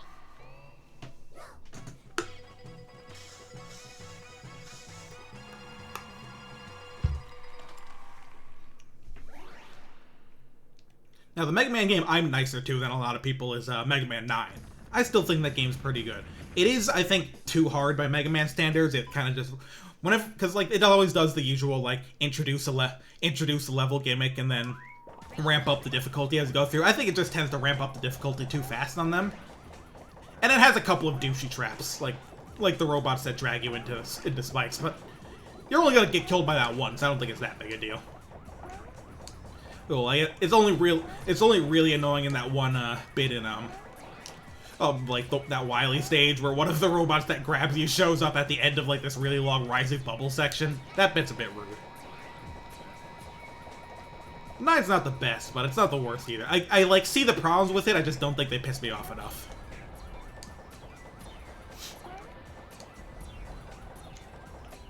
Like, it would have to be way more bullshit to be a problem for me. But what do I know? I play shoot 'em ups. All right. I also think 9 has fucking excellent weapon design, especially with regards to how you use them in the Robot Master fights, so that gives it a lot in my mind.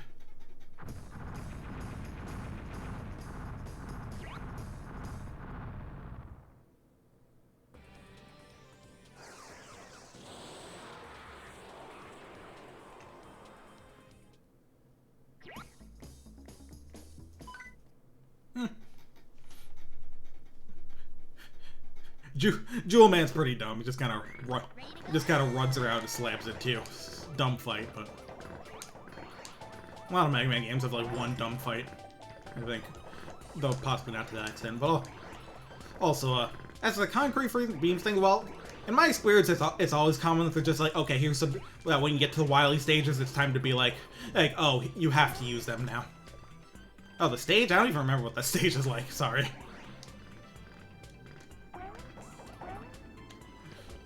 I think it's the one with, like, some stuff that jumps out of pits, but, like, that's kind of common, too, isn't it? At any rate. Oh, that's the exit. That's on the radar there. At any rate, I think the reason the concrete beams thing didn't bother me much is because, like, because, like, every time you get to a Wily stage, it's like, okay, now you have to use the special weapons. Yeah, I want to play 11. It just never was quite cheap enough for me to bite on it, and I always want other things more. Can I get to here from here? No, that's a very high jump. But yeah, just from what I've watched of people playing it does look really cool. Very good Mega Man game. Because recently, just this year, I played through all 4 Zero games. Now, those are fucking good. Like, holy shit.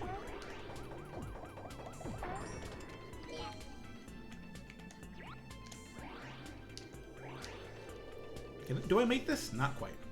Do I make this? And yeah, these are bouncy. Very good info, so... Die.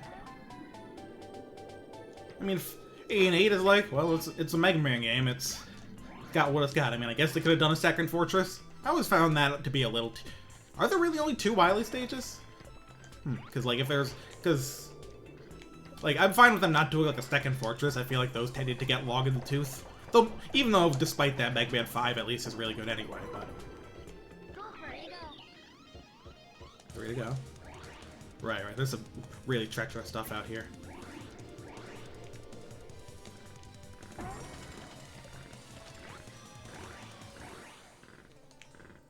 Yeah, I believe this one I have to just go back to that crane and then go even further from it, so...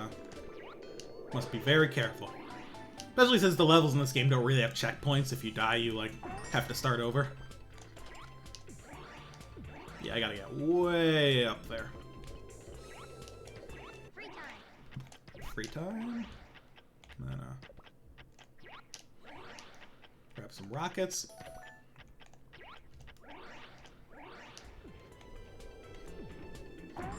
Zero One is a touchy one. I think I liked it a lot better than most people. Like, there's definitely some BS, but see, part of the thing is that, like, okay, there's one thing I really like about Zero One over the rest of them, and that's the fact that when you die in the stage, you could actually just choose to load your save game instead of restarting and using a life. And I would much rather do that because I want to do the whole stage without dying to get a good rank.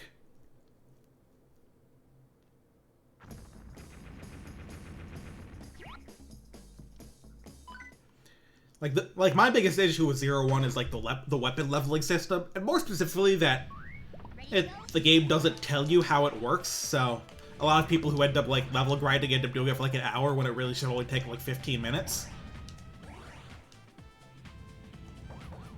It like there's like all the level grind, the level system in Zero One is like weirdly complicated, and there's like with a bunch of different things affecting experience yield, including both hitting with certain attacks and then it's different strength attacks both give you different amounts of experience, and also like leveling up, unlocking different moves first. It's a whole system kind of thing. It's really weird.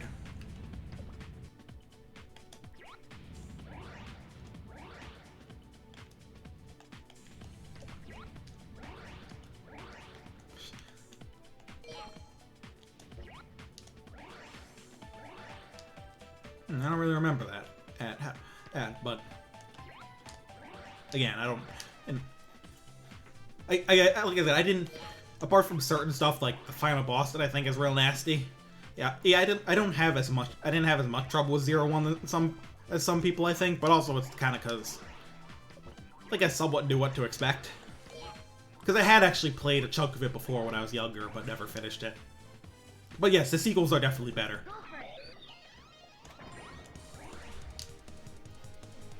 Here, two's better than 1, 3's better than 2, and 4 is still good. But even despite having a few more issues there. Also, 4 is probably like the single best Mega Man story. Like, holy shit, 4's story is like legitimately really good.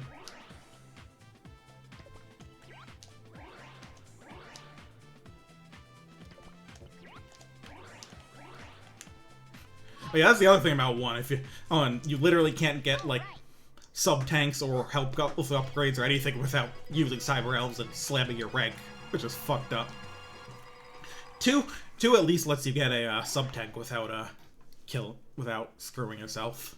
But and then 3 has a couple kinds of upgrades that don't ruin things, and 4 has its own whole system that's just way better.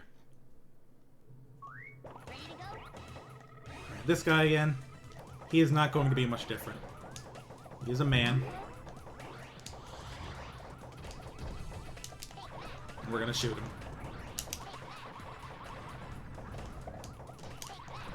I tried replaying ZX this year. I still like the game, but I didn't have as much tolerance for its issues this time. It really does feel like the whole like connected world was not thought out. Because the thing is, people compare it to a Metroidvania, but it's really not. Like, there's nothing you unlock, very little you unlock from getting new abilities apart from finding some secrets like you always do in Mega Man game. It's basically just, it has Mega Man levels, but they make your ass walk to them. And it's like, yeah, like, the idea of the world is kind of cool, and I like seeing it, but it's just kind of pain to navigate and doesn't have much gameplay benefit. The only good thing about it is the vibes. And the vibes are impeccable. It's not the Mega Metroidvania I want. You know what? I get you. I doubt ZX Advent is either, but I hear it's at least better in a bunch of that stuff. My secret machine is restored. You cannot stop me. I, Baron Aloha, am all-powerful. Science will prevail. Yeah, whatever. Alright, let's go to space. Hear the hot jams.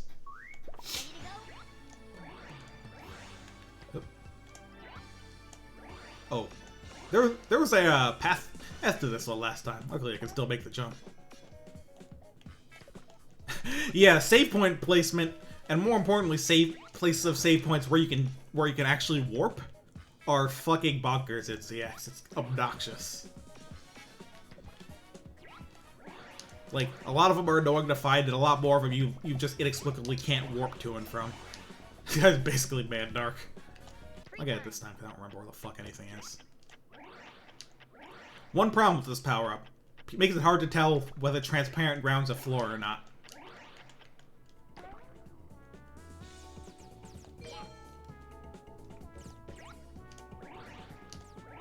Yeah. ZX is definitely a warts and all game. It does have a fucking excellent soundtrack, though. Give it that. And I do like the biometals. They're fun. Again, I think it really just should have been more generous with warps. Because traveling is not wonderful.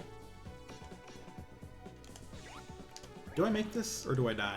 Well, oh yeah, it's either, actually.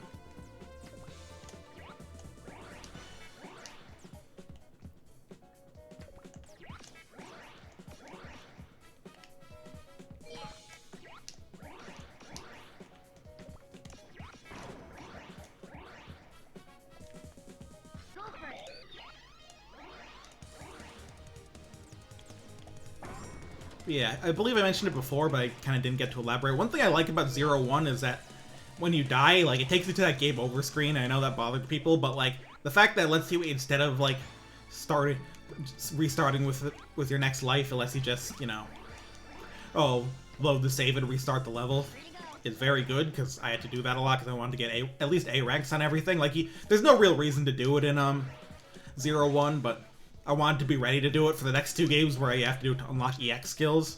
Free time. Which, yeah, that is kind of stupid, but also, getting good ranks feels really fucking good, so it's not too bad. It's just that the further you get in the series, the longer the levels get, so it gets a little tougher to retry stuff. Because Mega Zero One's levels are actually really short. It's kind of nuts. Most of them, anyway. This. So where was that thing? Yeah, it's just there. Pretty sure it's like this way-ish, but... No. Is there any platform in that direction? Yeah, there we go. Alright. Let's get out of here, and we're done with all the levels of Jumping Flash. Yeah. Luckily, 04 doesn't require, doesn't require A ranks for anything, but man, its levels are pretty chunky.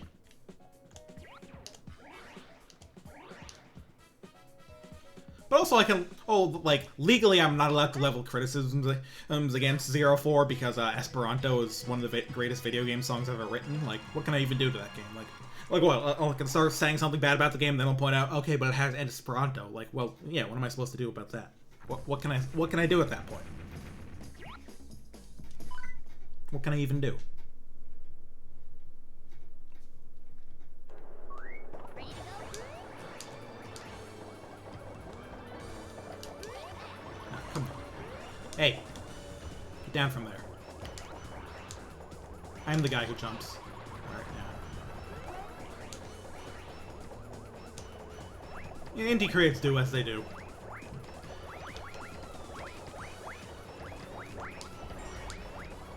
I haven't played, like, any Gunvolt games past the first one on 3DS.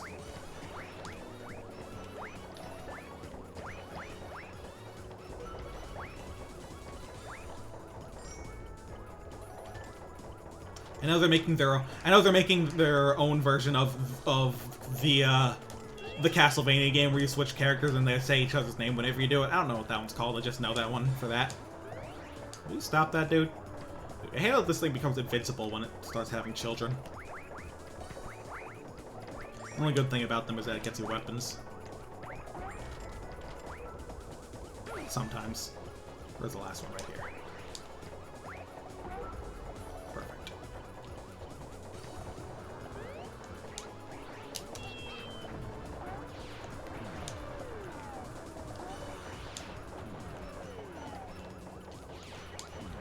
Ah, those big chunky orchestra hit samples. That's some classic video game music stuff.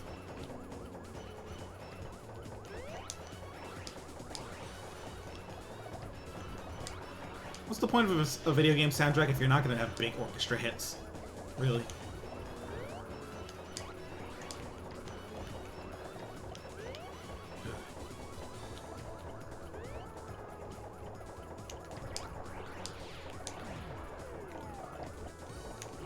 Being very mobile today. Yeah, like I mentioned, I watched a speedrun of this game a bit ago, and they say that boss really can just give you a bunch of random trouble. Does whatever it wants. They actually use, like, all their weapons on it. They don't really need anything for the final boss. I'll keep them around just for safety, because, you know... Final boss sometimes give me trouble, and it just has a lot of health.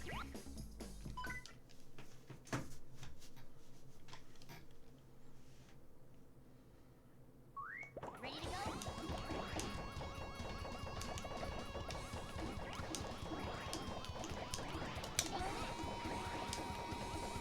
Yeah, I can shoot some lasers. Why not?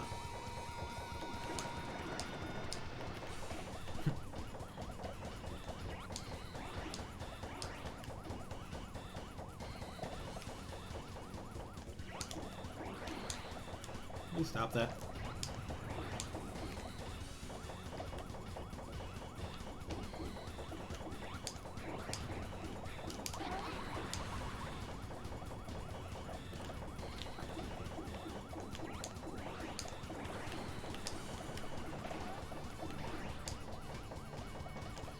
I feel like his movement is somewhat made to be a little smart, that if you jump over him, he'll try and get out of the way rather than starting an attack, usually. But if he's already in an attack, well, fuck him then. And sometimes you won't pick a particularly good direction to jump to. Run to, rather.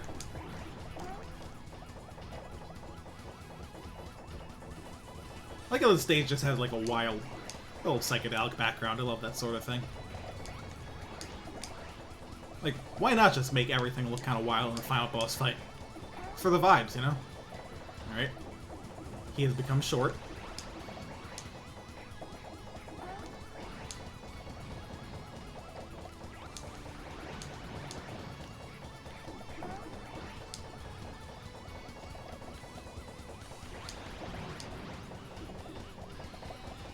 Melee Final Destination. Yeah, good comparison.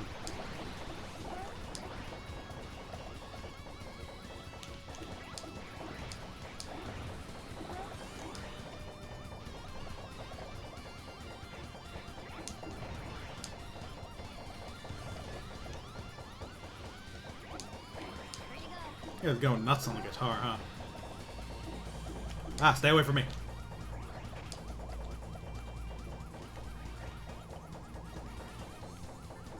What the hell are you doing? What the hell are you doing? Like he's taking a piss.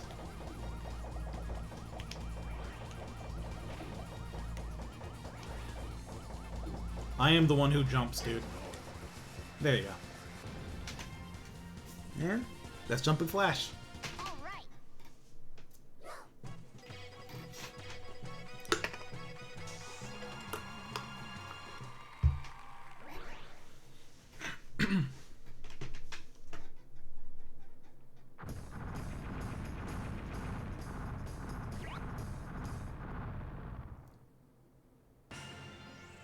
Curses! My base. I've lost another battle.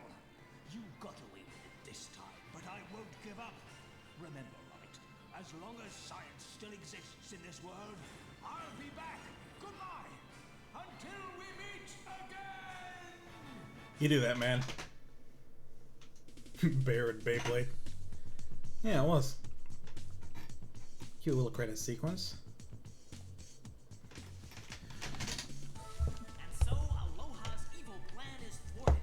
The cratered planet is rescued, and the first chapter of our story draws to a close. Stand and stretch a bit. Free to live in peace. Now our time is up. So long, everyone.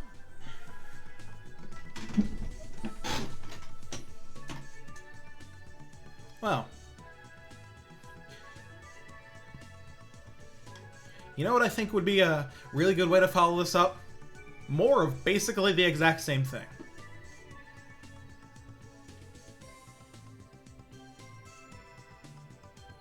I think that would be pretty fun.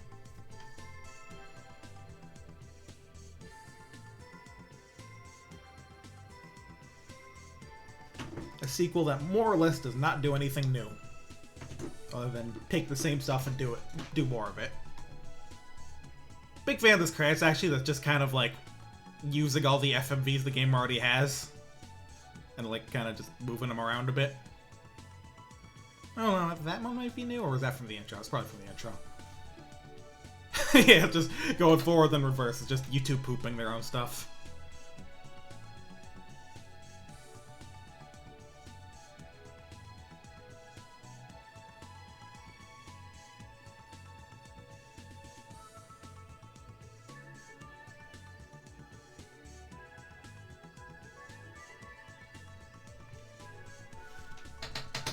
I don't think there's really any other reason to watch this, so if you'll excuse me a moment.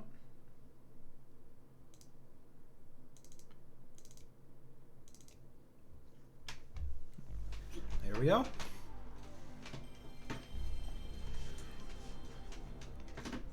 Should be able to smack this out in a similar amount of time, maybe a little longer because I don't know the game as well, but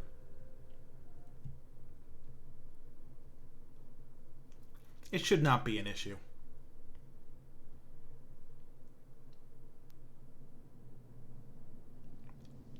Once again, there's an intro detailing the exciting plot of this series.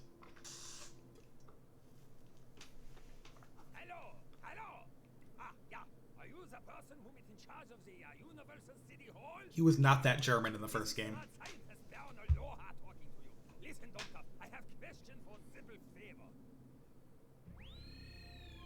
In the backwater reaches of the galaxy lies a tiny planet known as Little Moo that is used by Baron Aloha as his secret hideout. The Baron returned to his home away from home to rejuvenate from a recent beating he took at the hands of the feet of that heroic battle buddy known as Robert. He was in the process of inventing a better, stronger, more absurd way to overthrow the universe when Little Moo is visited by a stranger. In fact, there is nothing stranger in the universe than the creature known only as Captain Kabuki. Tipping the scales at a whopping 220 bazillion tons, he uses a kung fu grip larger than metropolitan Chicago to shred Little Moo and add it to his fantastic collection of bottled wonderlands.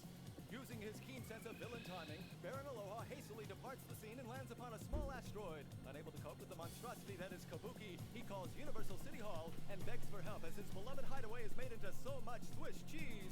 After listening to the Baron's plight, the interstellar dispenser of justice decides to send the only being capable of dealing with a menace such as Captain Kabuki, the freedom-loving, robo-heroic Robert.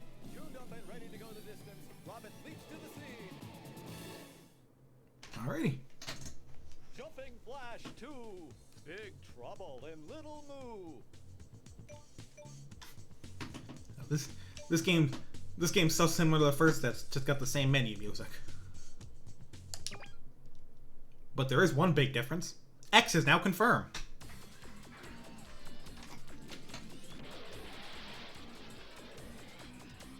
Probably the biggest difference gameplay-wise. But probably my favorite difference is, yes, everyone's voice changed. That includes our friend Robert.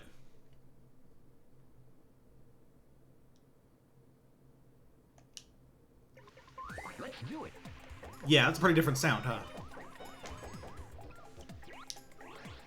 Now, there is one little quality of life change, and it's that meter on the right that shows like basically the energy of your jump, or the height of it rather. Once it reaches the top, you're about to hit the max, and then it comes back down.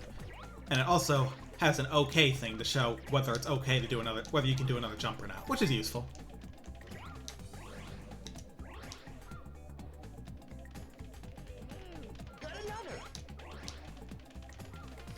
Other than that, though, basically the same thing gameplay-wise.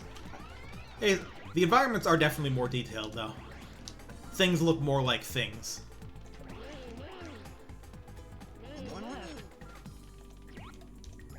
Yeah, that actually makes sense. I believe this game even gives you like a menu option to switch navigators once you unlock the extra one.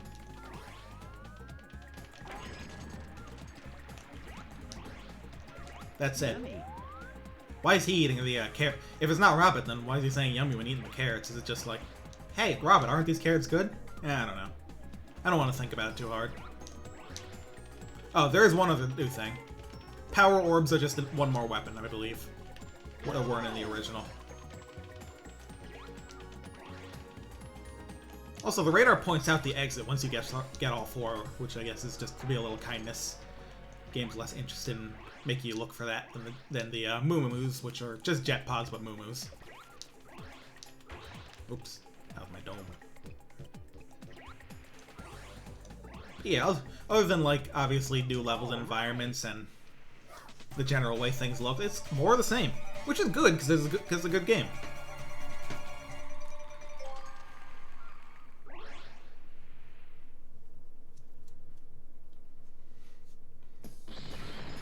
But yeah, if nothing else, I do feel like the environments are a lot more well realized.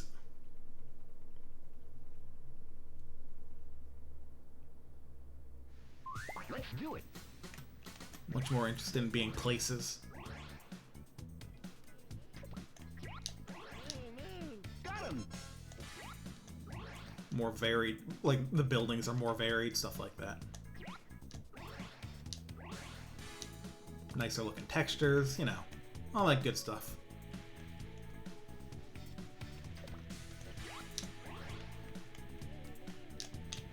Oops.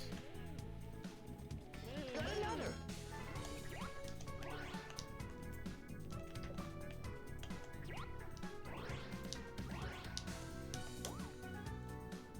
Invincible. This doesn't even have different music for it, Yummy. which I think is pretty funny. What the hell is that?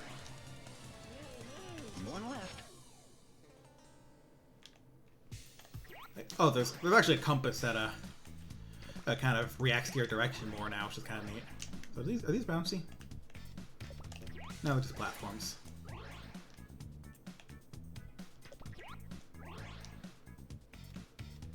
Oh.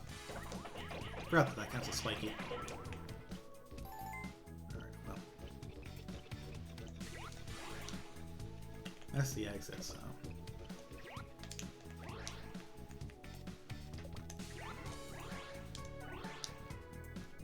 Yeah, there's some nice tracks in this game too, I think.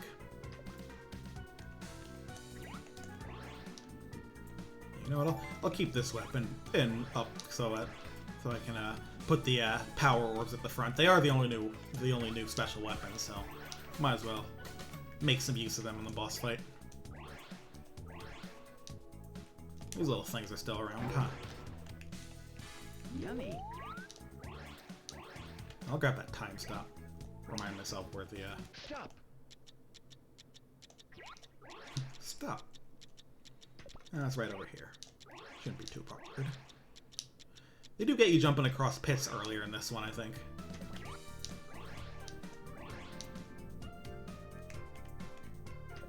Making tougher jumps and landings. Really does kind of feel like they figured you played the first.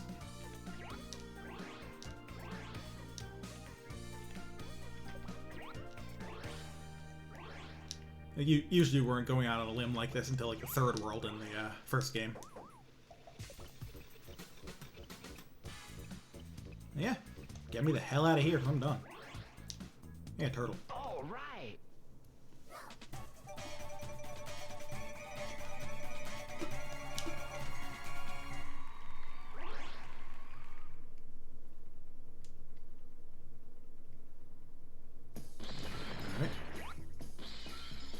Love Captain Kabuki just like looking at it. So goofy looking.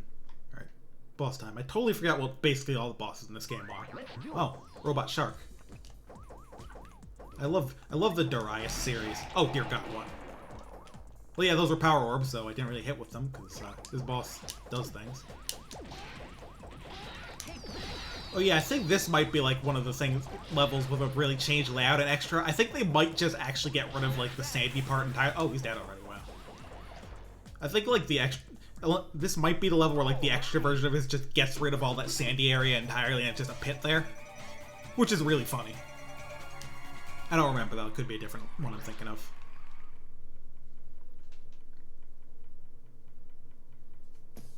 And then I especially love this. They drag this off and he's like, "Hey, come back." Oh my, what a revolting development this has turned out to be. Hey, Baron. Robert's here. We're saved. Just because he's the hero don't mean you gotta root for him, Axel. Jeez. What a grouch. There's a bit more going on in the cutscenes here. Still silly stuff, of course, but it's stuff. Word too. I am glad the level themes are all pretty different from the first game. Like, hey, this is kind of Japan themed.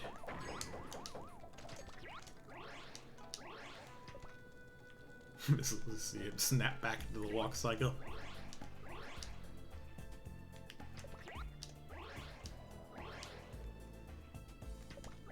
This big ladder is kind of neat. Moo there.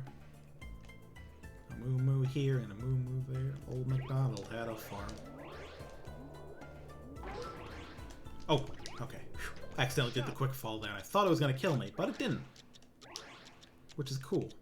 I like not dying. Got him.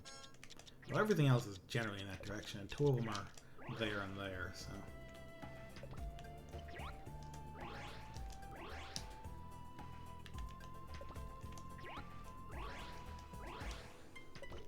Oh, just, no. Let's try and go down some, but safely. Oh, the other one's kind of across from here? Yeah. What's the best way there? Probably not what I'm doing, but... it is a way. One left. There's the fourth one. Now, all we really have to do is climb up for the exit. Got 'em all. Well, that helps. That's it? Yep. That's an easy level. All right. Now the next stage is 2-2. You know what that means.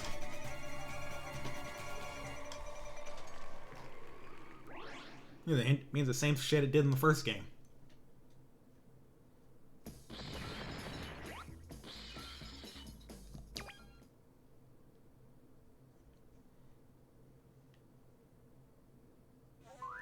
That's right, it's an indoor stage. These get a bit more complicated than they did in the first game, if I remember properly, so... Expect me to take a bit of time to figure all this out.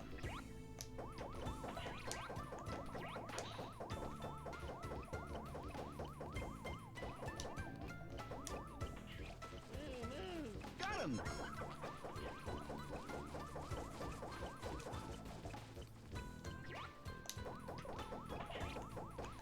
Other than that, though, it's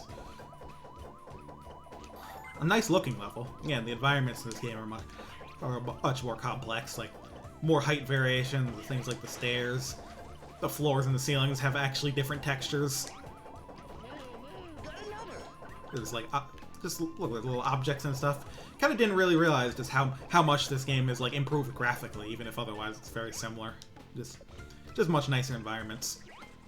And still runs about the same, too.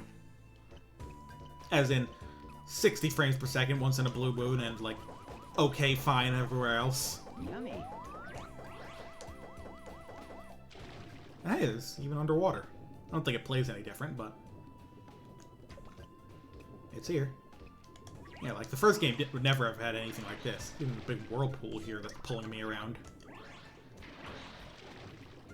Though I would love for it to not be, actually. Can I do something about this? I want that.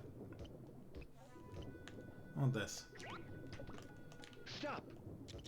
Hopefully this stops the whirlpool from pulling me. No, it doesn't. Isn't that something? Yeah, even though this doesn't really do anything with the base gameplay, it does just a bit more with its levels, which is kind of neat. Problem is, I don't know if I got turned around there or not. Don't think I did, though. It doesn't look familiar. Yeah, alright, we're going with it. I also like how the moves make noises now. Well, I mean, there were jet pods in the first game, but this one they made them boo-boo, so they can make noise. The exit is that way. Probably in this building. Oh, now there's a moo-moo here. Got 'em all. But yeah, a little more...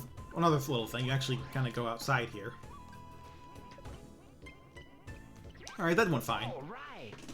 Really could have gone worse, I think. So, World 2 boss.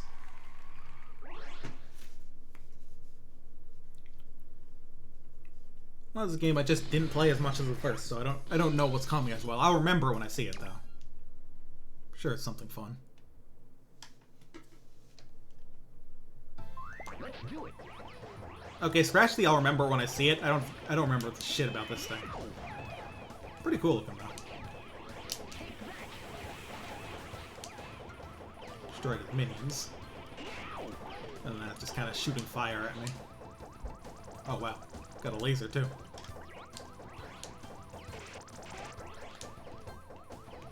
Yeah, this is kind of a neat fight.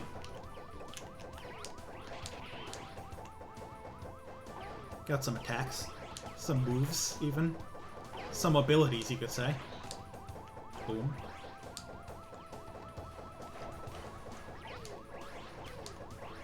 Almost done. That's that. It's so funny to me that the first game you had that kind of high voice that you could kind of imagine sounding to like a weird cartoon rabbit. This voice is just like a guy. This is a dude. Some dude talking. A dude, a guy. Alright, so we're out of there. Naughty, naughty, naughty little space bunny. Oh, I could give your tail such a nasty tweak.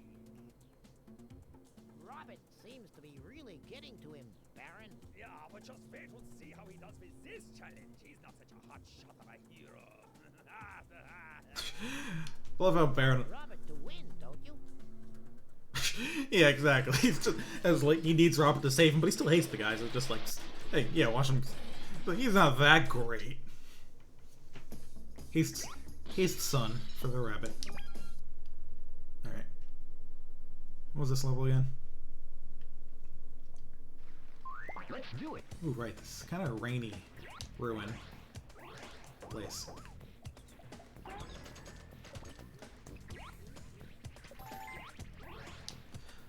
Man, they still keep these kind of like pig-looking things around, huh? Yummy.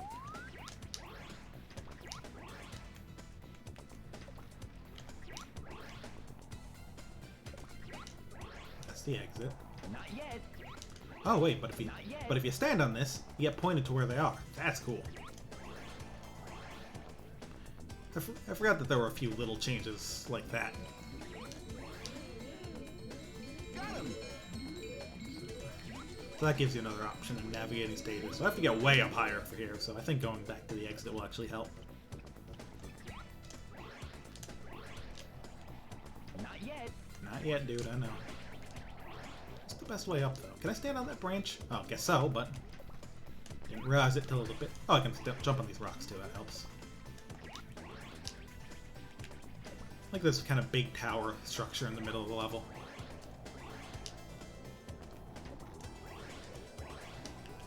What's this? Invincible. Alright, that's the exit, so... And this direction, maybe? Yeah, I know there was one way high up, so... And there's one then way down. Way low down. Alright. Ooh, it's on top of the tower. That makes sense. Yeah, they definitely are trying to structure these a bit more like places, rather than just like arrangements of objects. Got another. So it is nice to see like some difference in like the level design, even if gameplay-wise it's very much the same thing.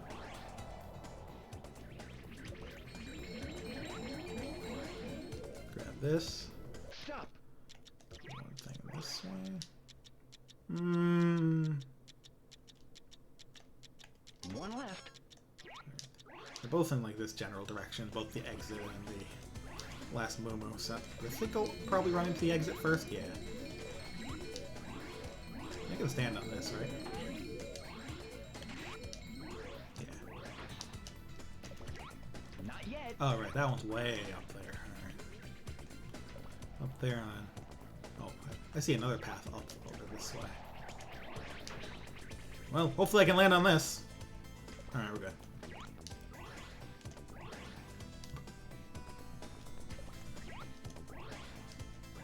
One thing nice is that you can always tell if you can land on something if your shadow appears above it.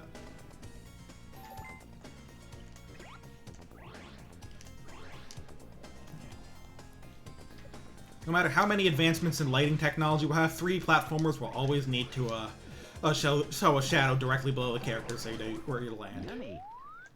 You hear that, Sonic Unleashed?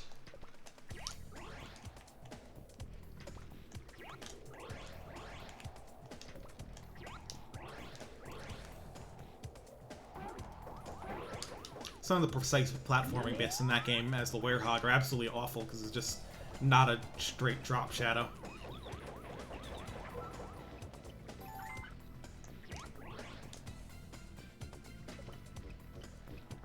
Alright. Huh. There's a little structure here. I don't know if it is. But... Yeah, but like... Hey, Day Sonic doesn't really do nearly as much precise platforming anyway, so... Even if it is, like... So, even whether it is or isn't doesn't matter so much, I think.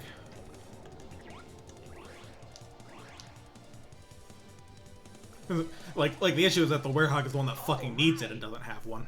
Whether, I mean, obviously it's dumber if regular Sonic has it, because then it's like, what the fuck, why doesn't? But, weird games.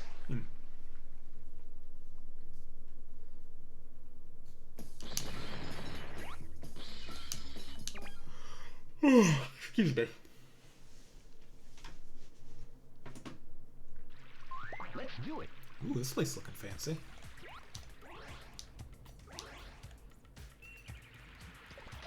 Oh, okay. That's what that does. Nah, I shouldn't have picked up Twisters. Twisters suck ass. Alright, I'm guessing this is gonna send me up. With a very up-looking construction.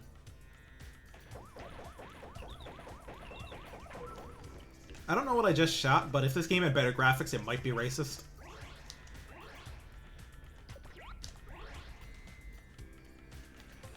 Stop.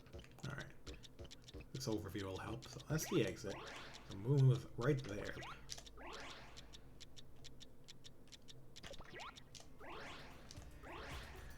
The other two are kind of Got another. in the corners of the other direction. Here, orient myself. Stop. Yeah. Oh, well, that helps. So the question is, which one's closer? Knowing my luck, probably the other one. Well, we're going this way, so. Fun new sound effect for the time extend. Power orbs. One left. Really didn't want to call them power balls, huh?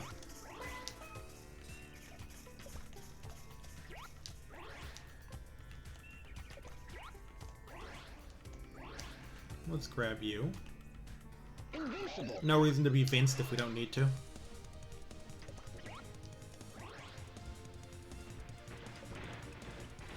So it's got to be somewhere in this general direction.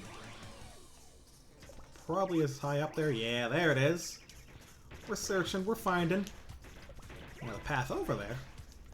Bit of platforming to it, but... Okay, those hurt you if you land on them. I'm just being an idiot and not caring.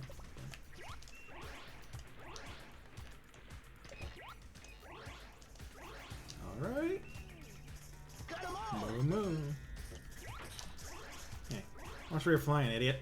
If you block my jump, it could hurt. Someone could get hurt. Wouldn't want that, would you?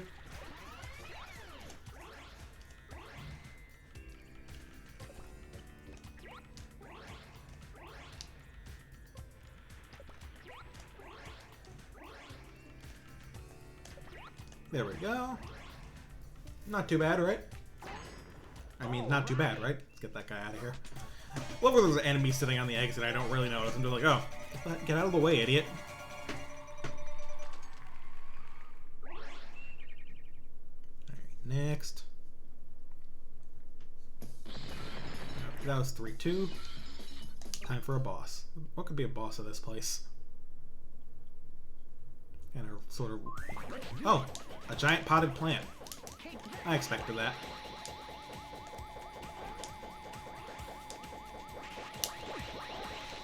Oh, jeez, I'm actually taking damage. Wow. The Roman candle lasts a while in this game. I feel like it's longer than in the first. Okay, you really have to get up there to hit the... Yeah, right. Oh, that I think... Actually, I think it's just because, like...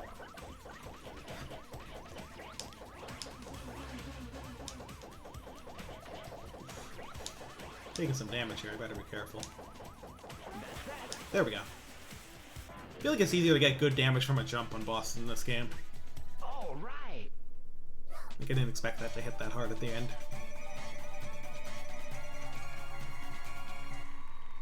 Onward. Yep, that's halfway through our first loop.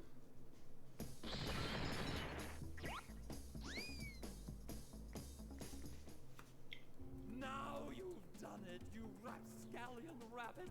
I'll make you into a dust bunny. Dust bunny.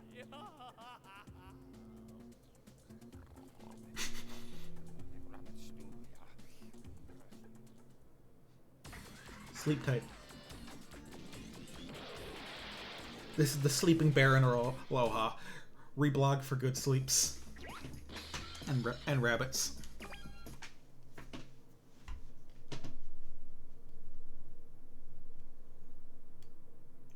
Let's do it. World 4. Right. This industrial place. Oh, this music's cool. I mean, I have to stop it for a second to find stuff, but... Stop. So what's over here? Here it is, in this direction. This is gonna be a, Mumu or the exit? Oof. Jeez. Go all the way out there for something. Sure hope it's a Mumu. Although I'll just have to do it again. Yep, it's a Mumu. E.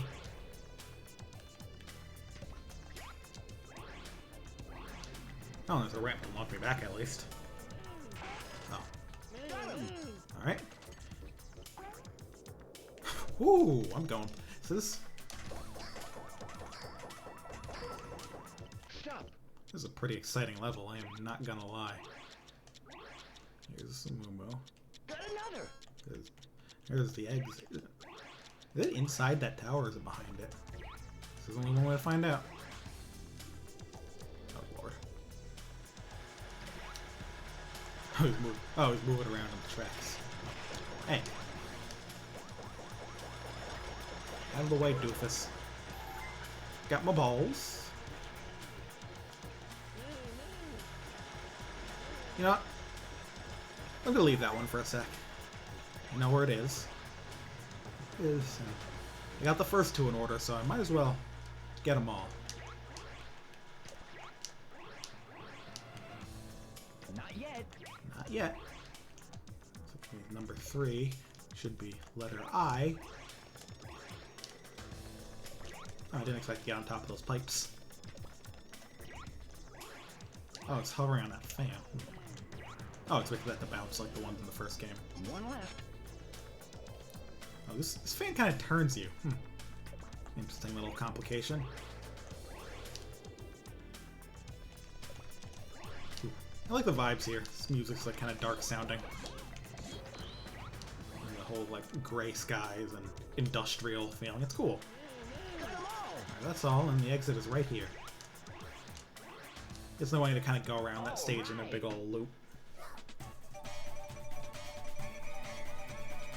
But yeah, I don't know everything that affects extra bonus, but I'm pretty sure that at least one of them is collecting them in the order of the letters that spell exit. But I feel like there's other things related to it as well. I've definitely got an extra bonus without that. Oh what? Oh yeah, this is floor 2, so I believe this is going to be indoors. This game might break the pattern here though. I forget. Ah, nope. Factory level. So how do we do this crap?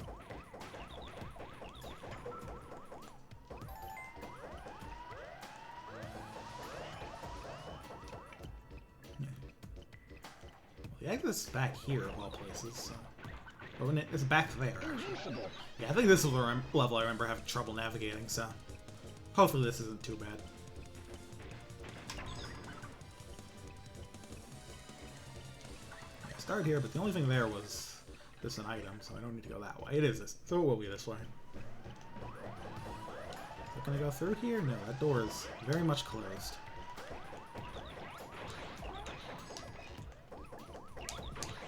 Elevator there. I don't want to start going down elevators until I've exhausted the what feels like possibilities on the floor. Can I shoot this? Yes. Useful items, but no path. Well, next floor it is.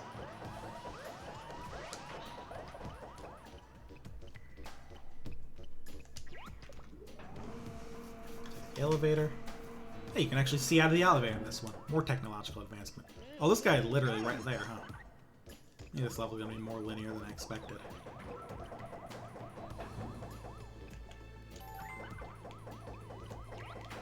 It's funny that 4-2 in this game is also filled with these TVs. Ooh boy. Gotta watch your step. There's a Momo.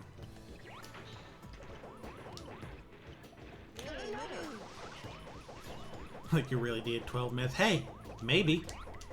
You don't know how good I am at getting lost in games. I'm pretty good at it. I would have hit something back there. Maybe in loop 2 though.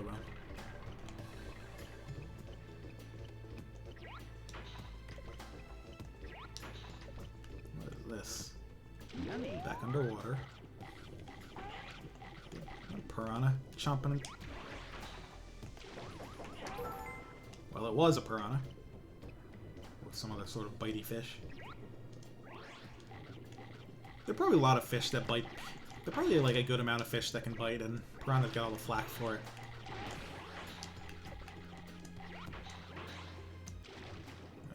Missed the jump there.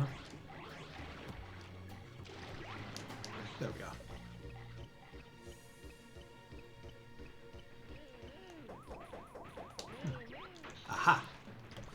Got a vent here.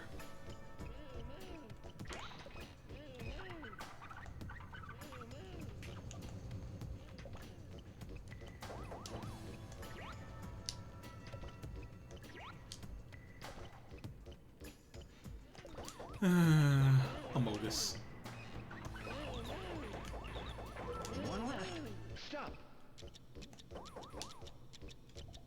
Is that an elevator? That's the vent I came in here from, so yeah. No, it's just a path. Here's the elevator. We're going back up, which I guess makes sense. The exit is on a similar level to the start. Ooh, the skylight's kind of neat.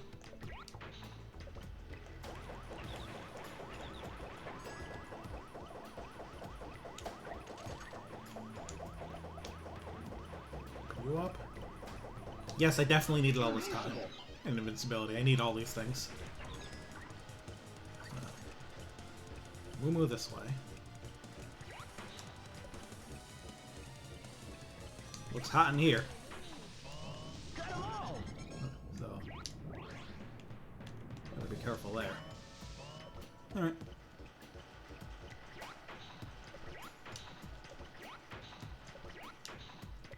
That should do the trick. Out of the way. All right. Alright, that went nicely. I totally needed 12 minutes.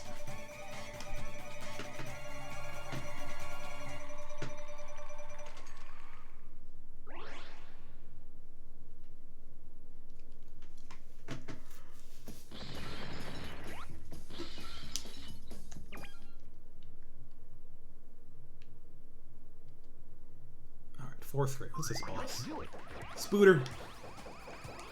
Big robot spider.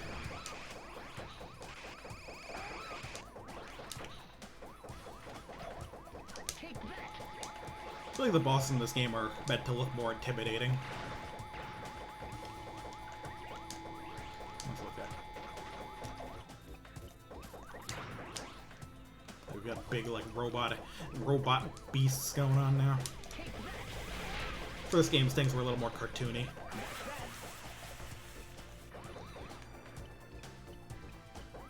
It's okay, they died. All right. That was 4, yeah. Oh, World 5. Good amount of ways through this game once again.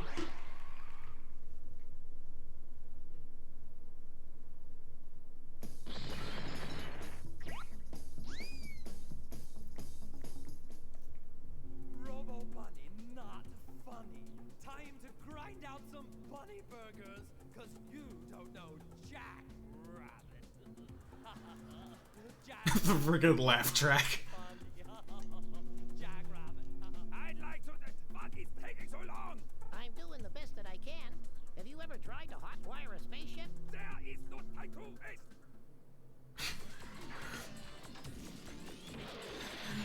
You know what's worse than a villain? A villain who thinks he's funny. So what the hell is this?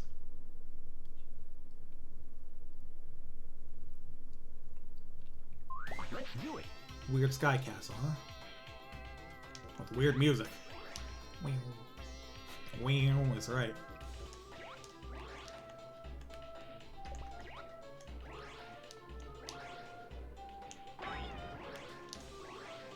Is that a magic carpet? Nah, I want to take a ride. No luck. Let's get a good look at everything. Guessing stuff's gonna be pretty high up.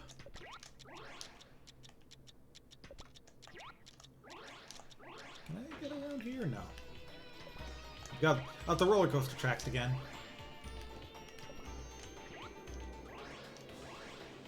Oh, this guy's on that carpet. Alright, well.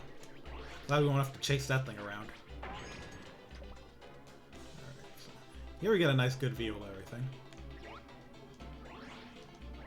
And this is going the direction I want it to right now. Alright. Got another. Another one this way. Ow.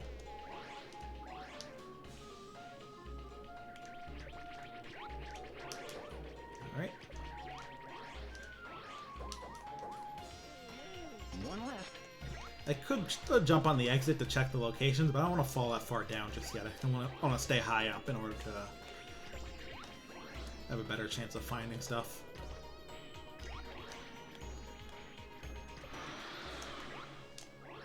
Like the X's there, that track just ends. Do I land on this? Yeah. Take a nice little ride.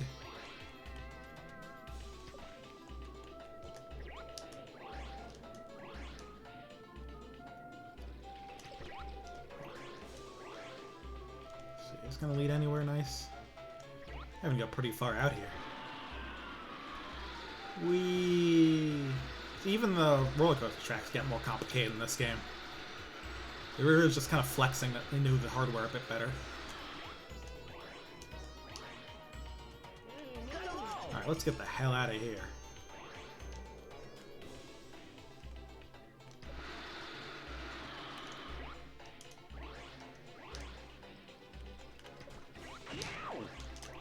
Yeah, I was right. Don't do that. Don't do that, man. It ain't nice, you know? Yeah, give me that. Jerk. Yeah, this is... yeah, because it's right here. As long as something really stupid doesn't happen, I'm fine. All right.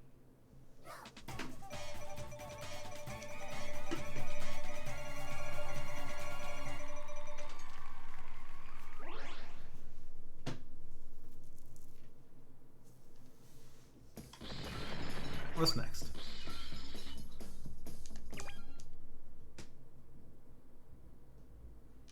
Also, you notice those little icons between stages on the screen? I think those, I don't know what those are, but I think they might be like some sort of weird achievement system. Ooh. Moon. This is quite the stage. Alright. Oh yeah, this stage with the cards and stuff. This is pretty neat.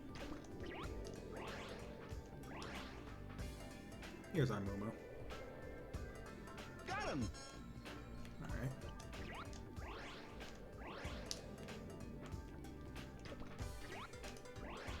This place is big, huh? Saw an orange off in this kind of direction. It's a Moo. Feeling I don't want to jump on the knives.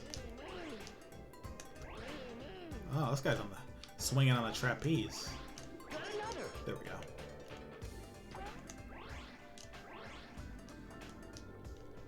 I think that generally jumping on knives is an undesirable thing to do. But it's not something I've tried, so I mean, I can't say no for sure. Just kind of taking some guesses here, you know? Making informed guesses.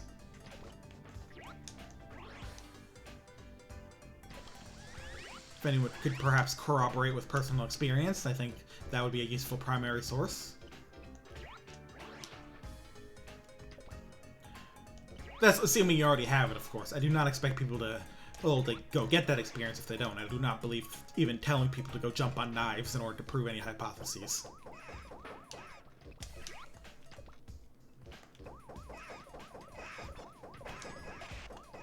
Stupid birds, I'm fucking balling.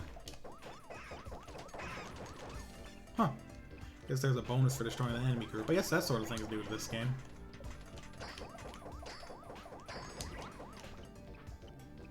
Aloha Circus. Alright. Doesn't make sense. This stuff's all from Baron Aloha's home planet, or at least where he likes to hang out.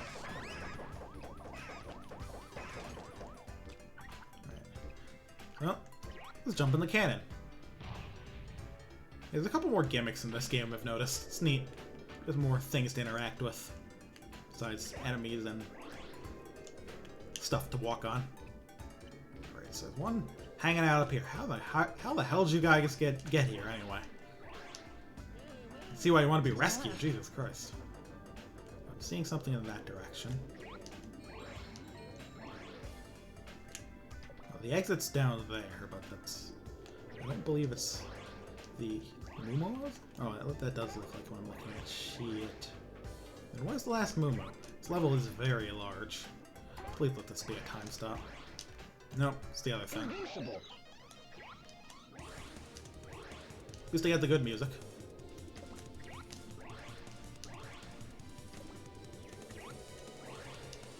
Jeez, this place is huge.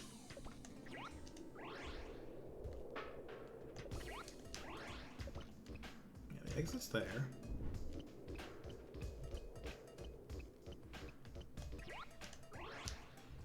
Grab this. Yummy.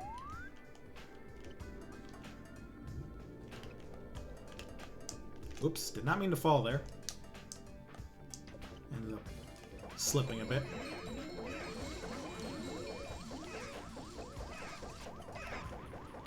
Hoping to get some weapon drops because they don't have many, and this is the second stage in the world. Ooh, this place is big, huh?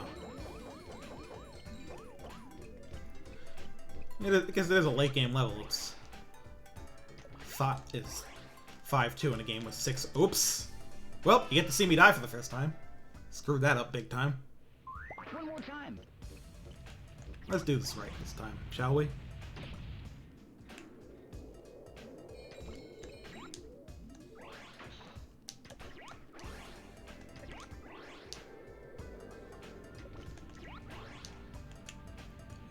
Alright.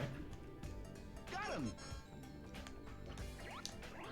Let's try and point back towards the beginning a bit, perhaps. Sure I didn't miss anything.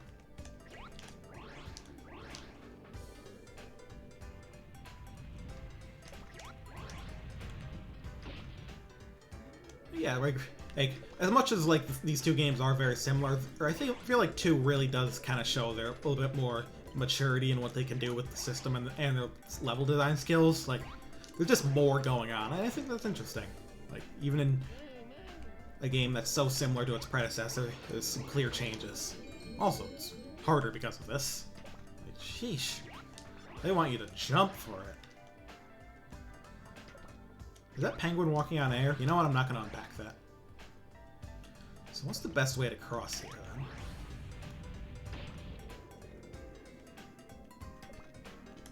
Gonna be this way? I want to get to the other one of those towers there. Walking a literal tightrope here.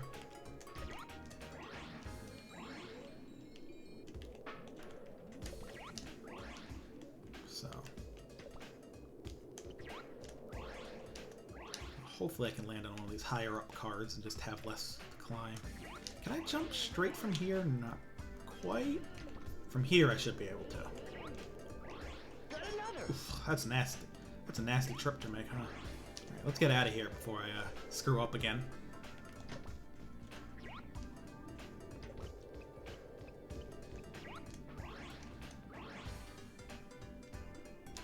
Die to death. Alright.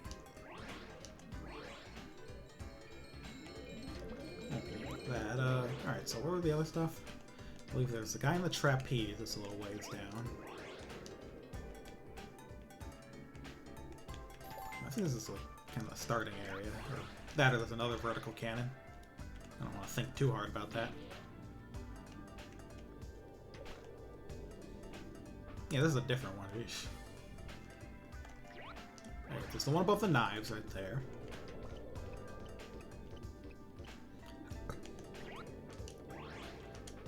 Did I make this? Yes. One left.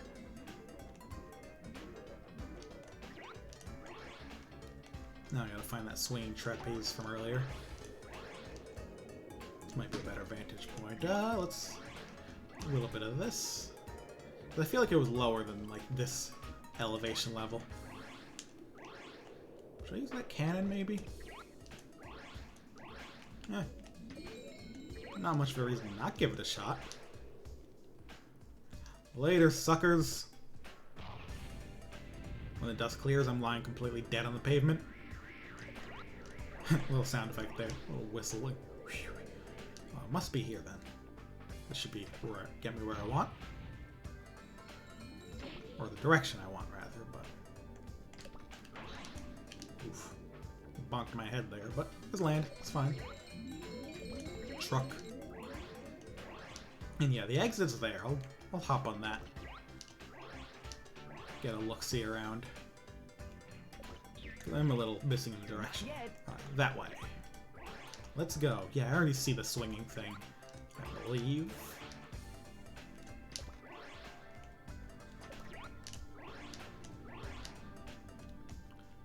down these stairs. Whew. Made it.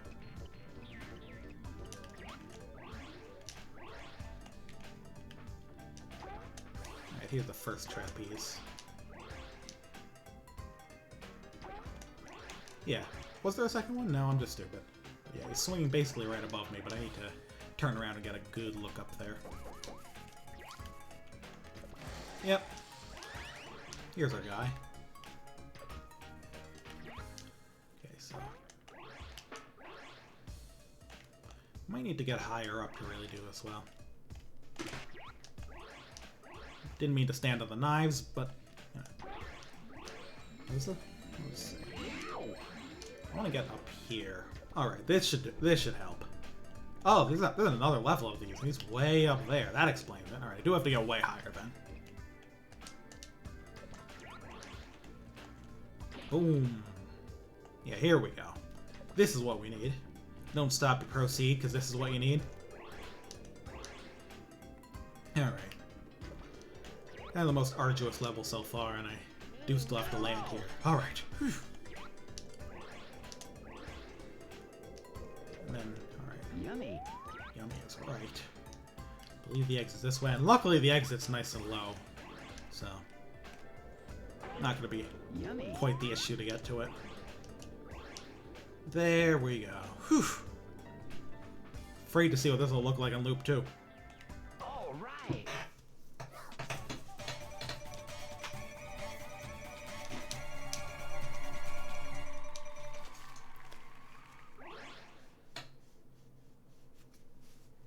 Second loops are a fun concept. They're like other things that kind of arrange the existing parts of the game a bit.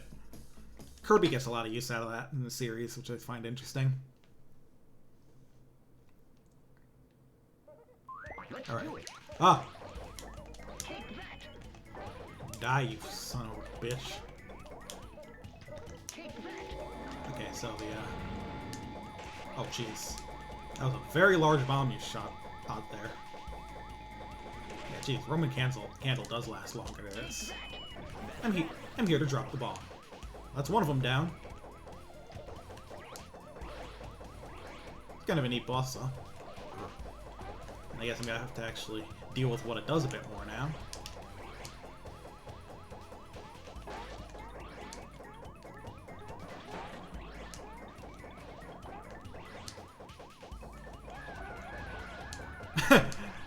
Yeah. There we go. Dead as hell. All right.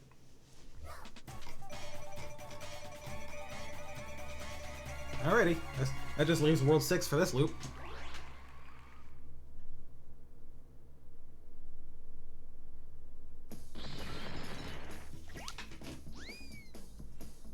Hey, come back. Here, bunny, bunny, bunny, come to Papa. Time to wrap you up like a big bunny burrito. Hippity hoppity hippity hop kaboo! I think the spaceship is all ready to go, Baron. Listen, you, it better be, or I'll use you as my next footstool. Atomic power to engines, turbines to thrusters. Now we'll show that Robert who's who and what's what with the heroics. Yippee-ki-yay, Kabuki. Here we go! Well, this is wonderful.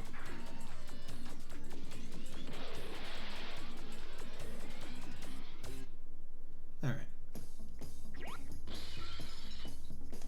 I bet this game just does the double boss thing again. Probably does. But first, it does a space level again. The music is not as good. Let's do it. Also, it's weirder. It's pretty good, though. Got a nice beat.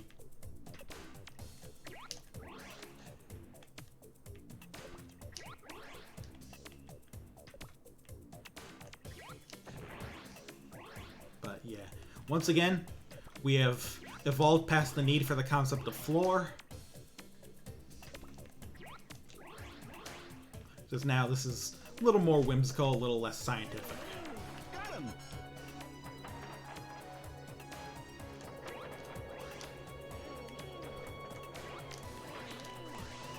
Oh, there's something right up there. That's why I stopped.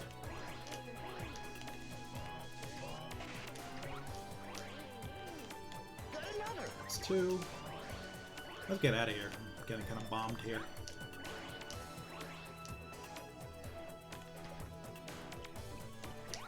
Ooh, one way over there. And the exit's here. I'll keep that in mind.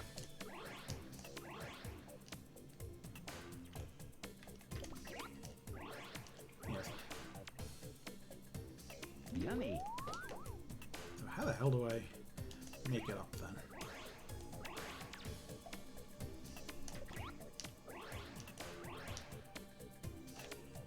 It's gonna be a tricky place to navigate.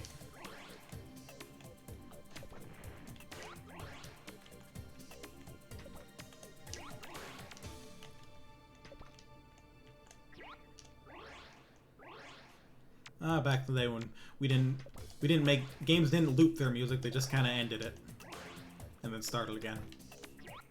That's early CD audio for you. Should probably try and grab some of these.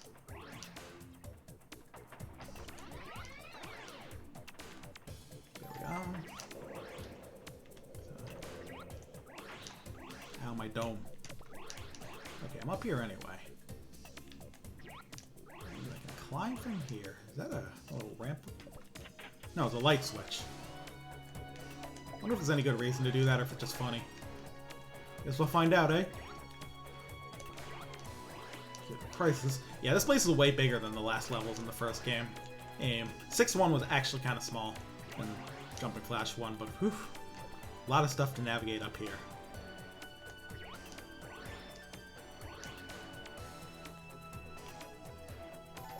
Grab that.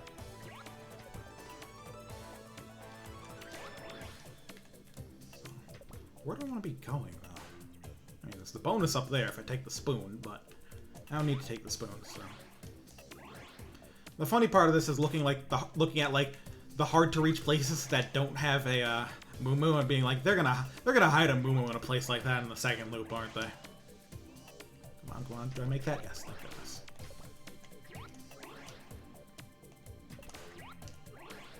Right, let's grab this. Big old faucet here. Right, the Moo way over here. Hey, die. Invincible. Oh, sweet. Lucky me.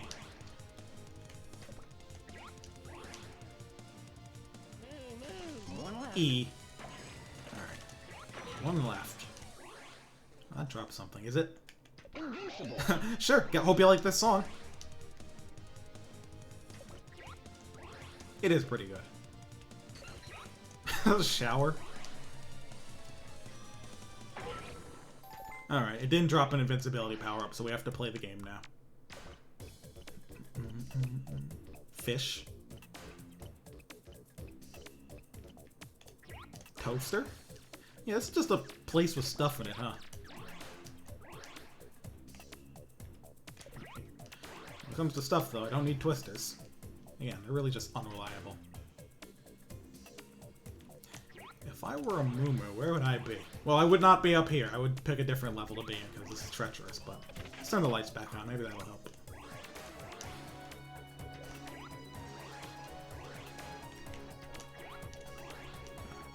I guess this is the last level. Assuming, again, we're going to do boss fights. Get why they'd make it tough. Can you get up to, like, that globe way up there? I wonder. I think I should just try and find the exit again.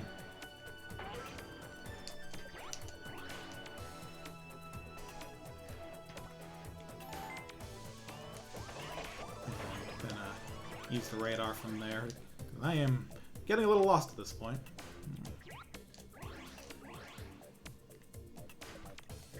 Well, the exit's here, so I can go jump on that and figure things out a bit. Not yet. So, to the right some, huh?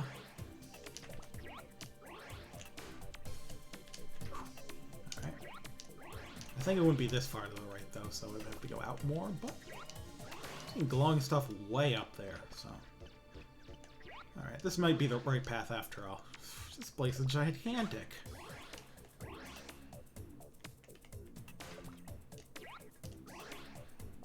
Yeah, this music is a groove, like, even if I don't love it as much as the first game, 6-1. It's cool, so... Ah, there we go.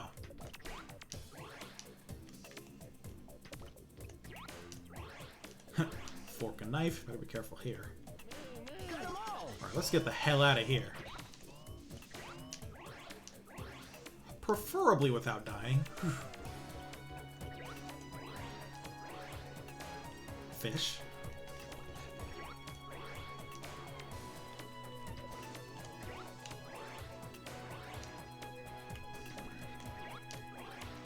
He was pointing out the exit for me. I forgot it does that once you get everything. Thank goodness. Whew. What a level, huh? What a week, huh? All right.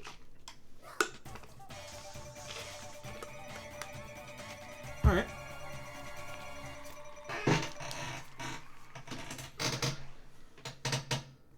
Again, I'm pretty sure they do the 2 boss thing, so.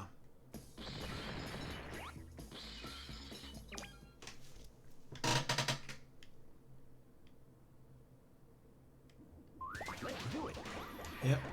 Big ol' robot. That's gotta belong to Baron Aloha.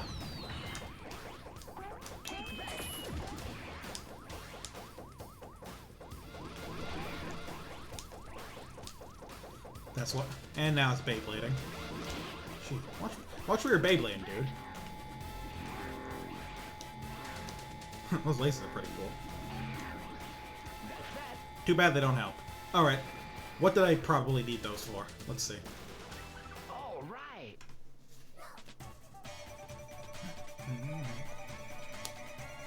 Yeah, totally forgot that I probably shouldn't use all 3 weapons on this boss because there's another one right after. Whoops! We make mistakes here on Twitch.tv. Alright. Time for the showdown. Let's do it.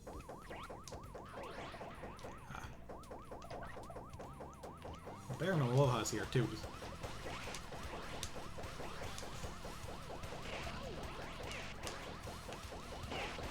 Okay, that's kind of like really similar to an attack the final boss of the first game had. This sounds like a boss fight theme from a freaking Konami arcade beat 'em up with all the orchestra hits. In fact, I'm pretty sure there's a boss theme in Violent Storm that sounds almost exactly like this. To the point that, hold on a second. Now I'm curious.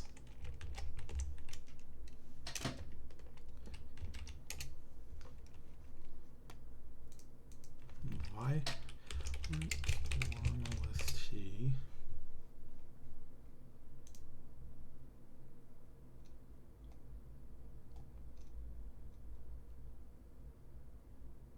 I forget what the boss themes are actually named on this frickin' soundtrack.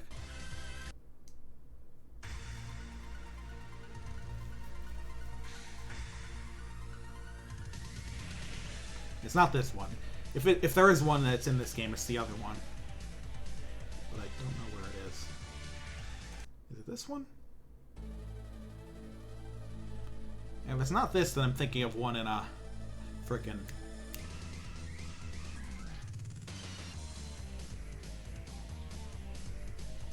It's not this one. Well, this one is really similar to like Super Shredder's theme from Turtles in Time. But yeah, if it's not those, then it's one I'm thinking of in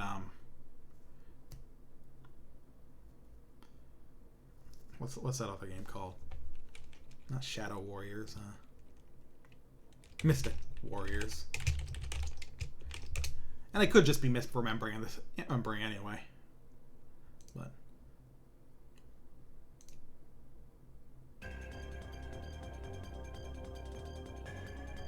Oh, you know what it was? I think it's because I was trying to remember which Konami beat 'em up that song was from, but it's from this game instead. But either way, you could hear the style, right? All the orchestra hits slamming. Like it just sounds like it's for that same sort of thing. Unless it's this one.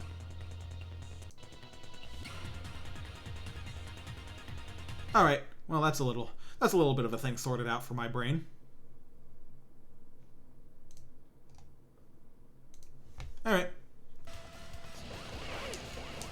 Sorry about the interruption. We return now to Jumping Flash, and Jesus Christ, this guy's better at shooting than the first guy was. Okay, not better at shooting that attack, at least.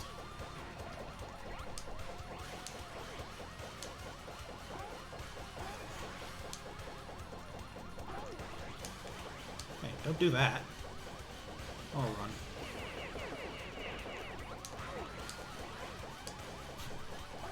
I love the little ow he makes when you hit him.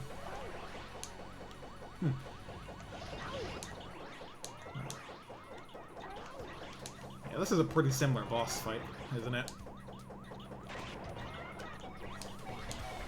Not identical, but similar.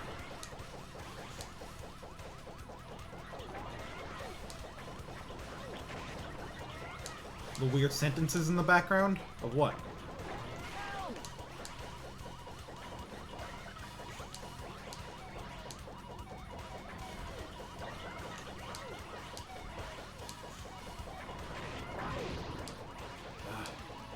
Yeah, geez, they really just kind of redid the same boss fight, huh? Well, one of us is gonna die. I sure hope it's him. Oh, on the screen, your dog is very big. Thank you. I don't have a dog. Wonder what it'll all say. Certainly not the time to look at him. He's just fat. Hoot, hoot, hoot. Yeah, that fits. And I like how they double down on the psychedelic stuff, too. Giant twisting, like, vortex we're in. Right. Cutting it close, but... very close. Like, I'm still not sure if I can jump on this thing, but I'd rather not risk it at this point. There we go. That'll go a little better if I save some weapons, and also if I don't take so many risks in the first phase. And we're out of here.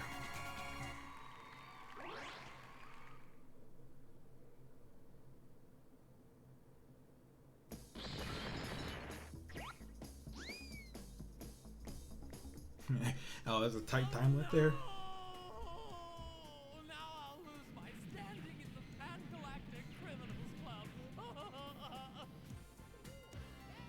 Way to go, Robin. You sure kicked that, Space Green Pop. With feet like yours, you'll definitely go places. Ja, ja, gut butt kicking here, Horsenpfeffer. Then why don't you stick around and have a cup of soul? Perhaps you'd like my Robert Smasher. Let's hear it for our hero, Robin. Robin! Will you all please be quiet? And so we leave the story with the knowledge that no moves is bad moves. The intergalactic threat to good taste and steady real estate values, Captain Kabuki, has been duly humbled by Robin. He'll think twice before reaching out and touching a planet again. As far as his membership in the Pan-Galactic Criminals Club, well, let's just say that Kabuki's standing has been reduced to that of a disgruntled Regillian slugbat. And as for our hero, Robert is off to new adventures in a cosmos crazy enough to need a high-octane, multi-dimensional, heroic Robo-Bunny. Hey, this one gives you an actual ending on Loop 1. Ha! You overrated Humpty Dumpty! You're working for me now, see? No more solo bad guy stuff for you! We're teaming up to stomp that Robin once and for certain! But I don't want to hear no complaining out of your faces neither. Oh, pooh!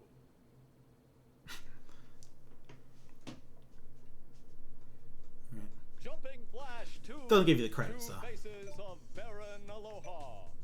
They even changed the subtitle, it's funny. Now before we do anything, I'm gonna save since don't want to lose stuff. The first game I already had a complete save, that's why I didn't bother saving. Before we do anything else, Let's do it. Let's do it. Let's do it. see there's a different, you get a different AI here. I think they might have a different voice when I get started. But also, performance is what I want to see. And yeah, these are achievements. So door prize, I think that's just starting. Bunny of Steel, full health maybe? Systematic salvation? I think that's if you get exit all in order at least once. El Dorado, I don't know what that can mean. Penny Pincher, I'm guessing that's about collecting coins. And that's about beating the first loop. So yeah, this game has achievements, isn't that neat? Alright, how do I get out of this damn menu? Here we go. Well, let's start Extra 1. So, we meet again, Mr. Fancy Pants. Now it's my turn to capture the world. First, it will move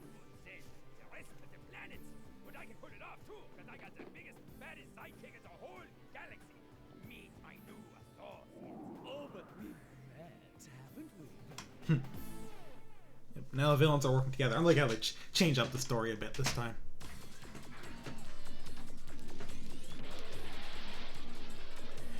Alright.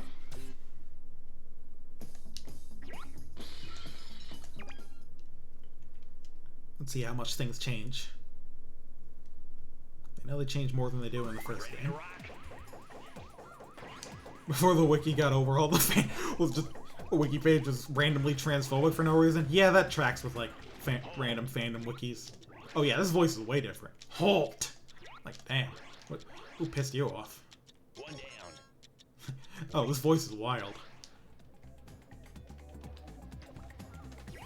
And I love how neither of them are anything like how he sounded in the first game.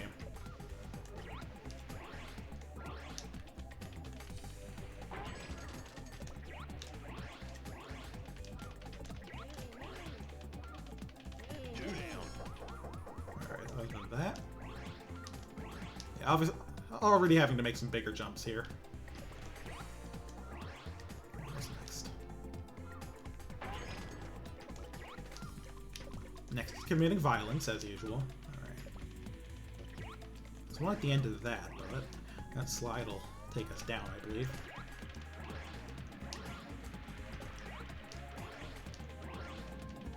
Yeah, they just made him German. How localization happened. None of the voices are the same, and yeah. Very much sounds like whoever was in the office at the time. I'm localization combined with a hey, you know what would be funny localization.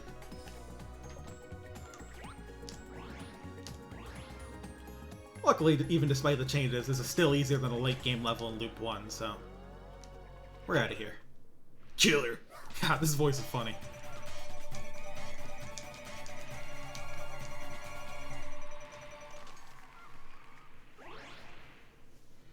Alright.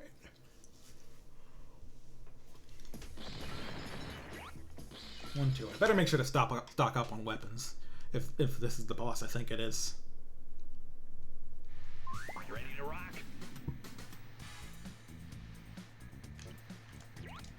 Ooh, wow, this place is way different. What the hell? Yeah, this is the place where they just cut out the ground, huh? Maybe it's just them starting somewhere different, but still. I feel like a lot of this stuff had more ground. Tasty. Alright, there's a Moomoo over there.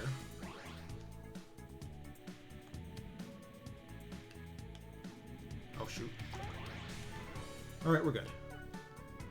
One down. Alright, we're good.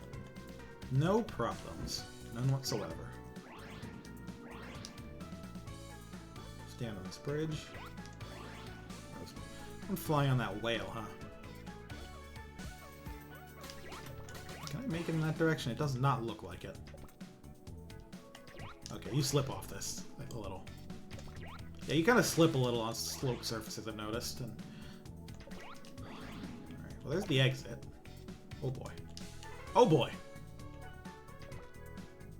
That was mean, I think. Don't do that again.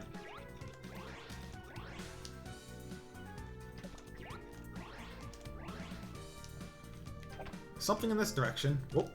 Whoop! Do I land on this? Okay, I make this.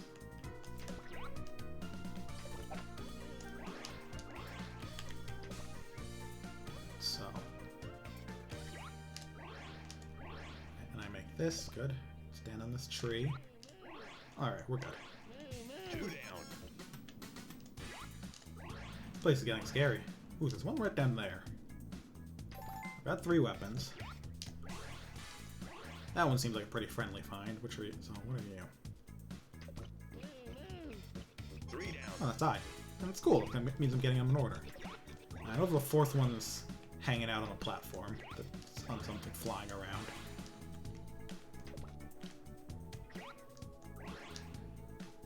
So what's the direction I should... Not quite! Man. Completely forgot about this voice. Here you are. Let's boogie. Let's get the hell out of here.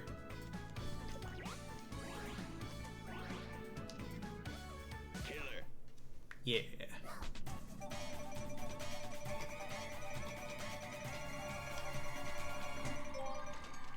Hey, I got an extra life already. Alright. Let's see our boss. The big old metal shark player. I talked about X6 enough today. I don't need to go back there. Yep, this is the level where they did that. They just completely took away the entire sand part of the fight. This is just a pit now. That's so mean. I love it. Is that gonna hit at least? Alright, yeah.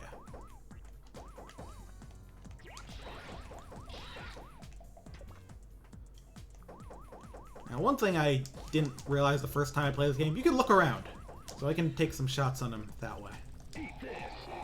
Ooh, those did not go far enough. But yes, alright. Ooh. Hopefully those will hit him. Oh, yeah, they did. I saw damage.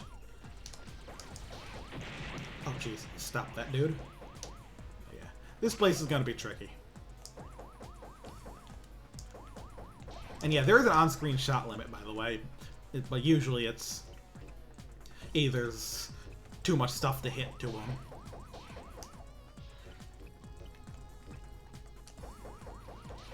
So he's a prayer because he's... Someone figured that out probably in like Shark, probably would have come up with Necromancer Shark or something like that. I mean, you'd lose the battle part, but you get the point across of him bringing dead Mavericks back. Eesh, this is going badly. So can I make this jump on him? Oh, maybe not. Alright, he's going for this. Alright.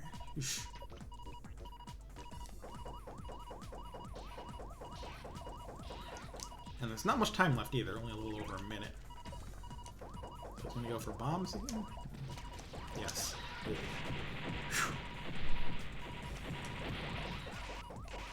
Oh, I didn't realize there's still some left. Tick-tock. Yeah, I know. Later, dude. Gee, I thought Darius bosses that are less annoying robotic fish than that.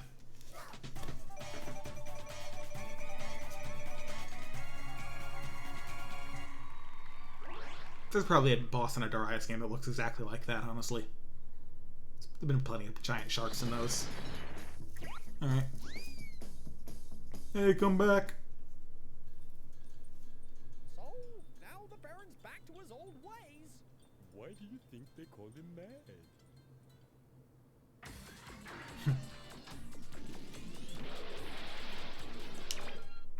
Alright, let's keep going. Back to Japan.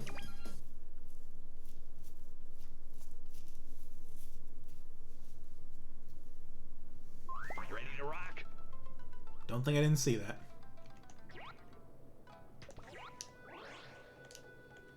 That orange dot literally reverse of the start of the stage, but of course I gotta figure out how to get up there. I wonder what the best way up there. Well, there's something up here. There's some ice here, complete with ice physics, so gotta watch that. Oh, I can stand on that thin red line, huh?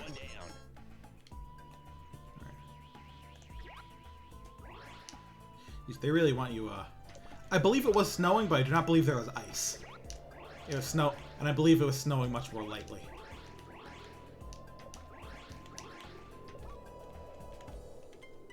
Oh yeah. Oh yeah, alright. You thought this could get me where I was going, but kinda just got me nowhere. How's this gonna treat me? Alright. Yeah, it's... Alright, this is where I need to go, then. So who's in that thing?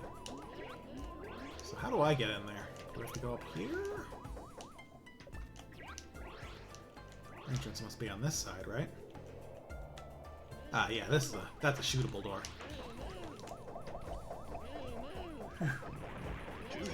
Alright. That problem's been solved. And where's the rest of the level? This way. Alright. We'll move there. Watch where you push it. 3 down. Alright, one more then. The exit's down there. But again, I don't want to drop that low unless I really have to. Especially since it looks like my salvation is here. Oh, no, that's a time extend, darn it. Misread it, thought it was a time stop. Alright, so. Stay on nice and high.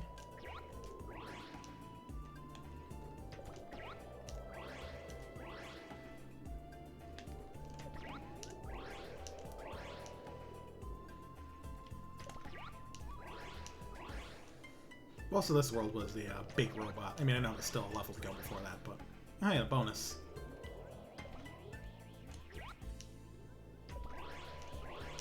Okay, so you can kind of stand on these things, but you'll slip off, so gotta jump quick.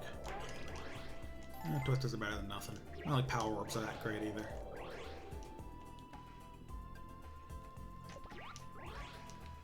Oh. There's like nothing out here, huh?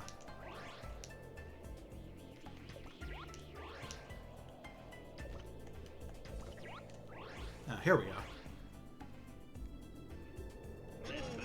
Alright, let's get the hell out of here.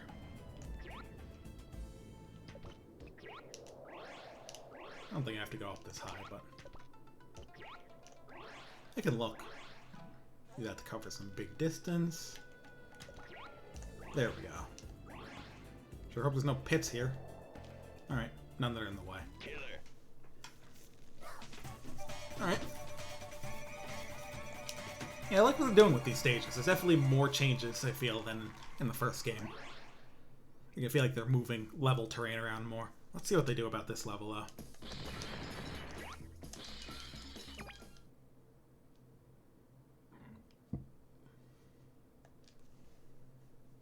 Ready to rock?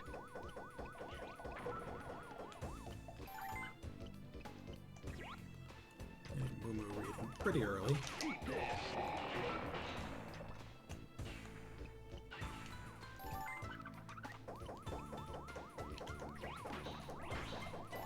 Might as well stock up on weapons.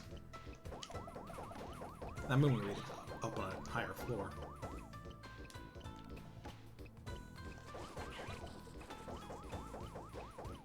Alright. E. One down. Alright. Alright, stop it.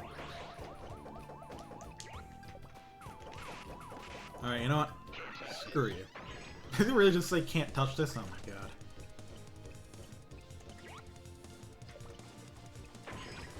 Oh wait, I want to try something here. Oh, I was hoping that would bust the door open just walking into it. Huh. So dead end up here. Unless... Okay, no.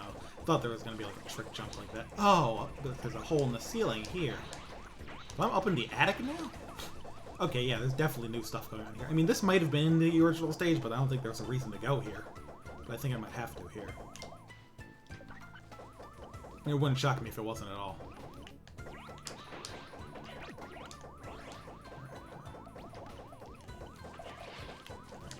Here in the Mumu. And that is X, so... I think I'm going in what they think would be the intended order here. But... yeah, this place is just big now.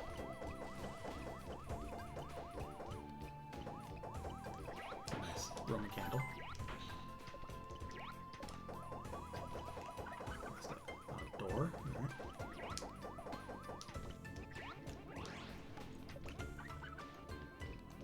Must be this way then.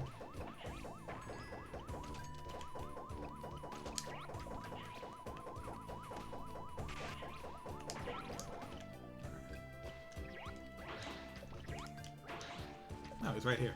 That's easy. 3 down. One more to go.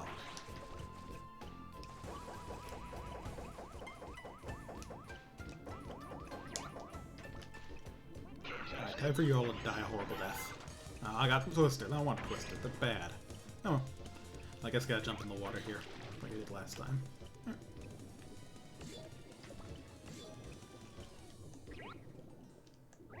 Once again, funny whirlpool is affecting movement. Oh, it's up that way.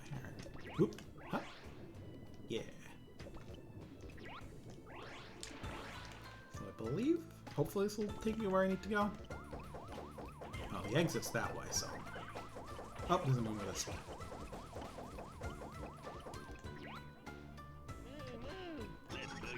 That's all 4.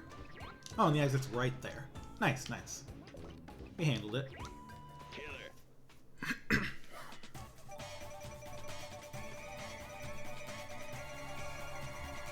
Water left in this thing? A little.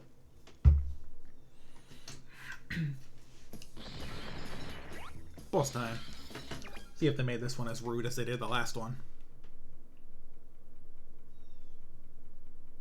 Alright, so we're still indoors, so that helps. Huh, the boss's colors changed this time.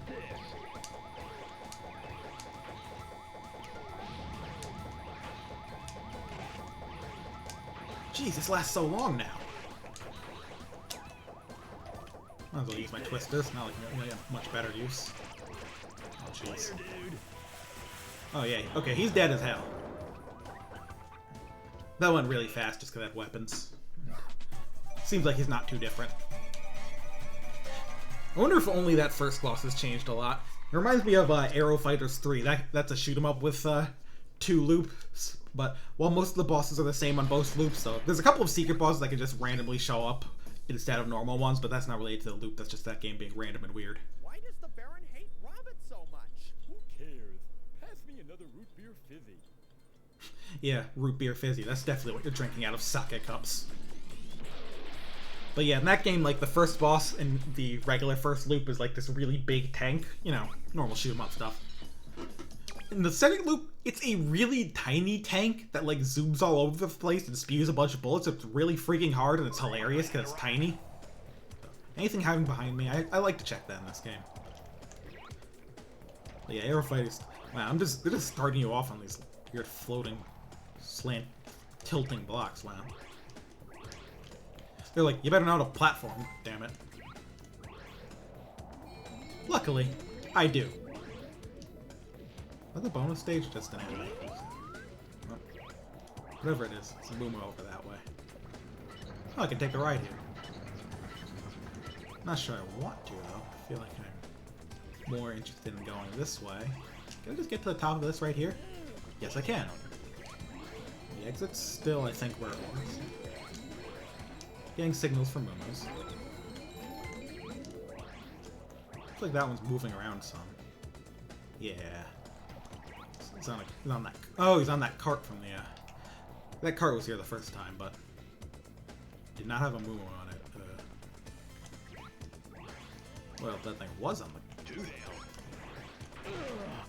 cart anyway. Did it fall off somehow? Did I knock it off of that cart?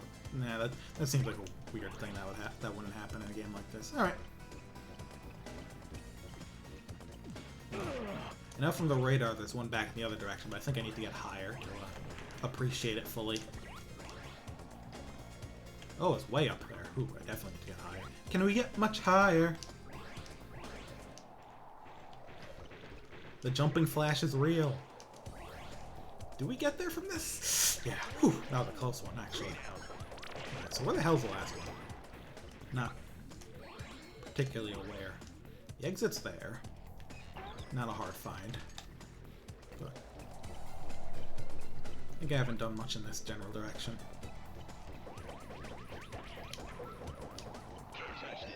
Ooh, perfect. Tasty. I can make this.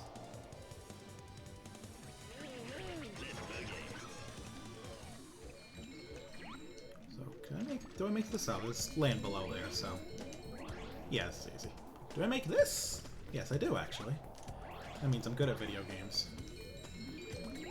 I believe the exit is not entirely on the ground. It wasn't in the first loop, but it looks like it is here, so.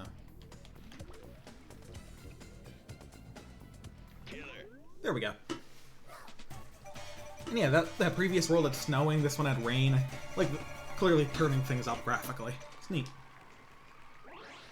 But yeah, as much as, like, ultimately, mechanically, this is kind of the same as the first one, you can definitely tell a difference you play in how they, like, design the levels and things, which I think is really neat. I don't think I really committed that to memory last time I played.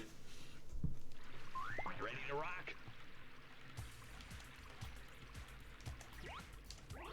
don't think there's anything good over this way.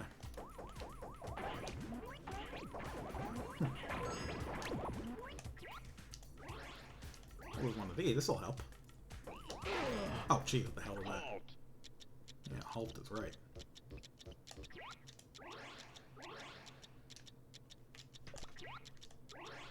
Here's a funny little guy. One down. E. Stuff over this way. Can't make that full jump, but I can totally just do something like... You know what, I can just do this. Oh, they're moving way down there.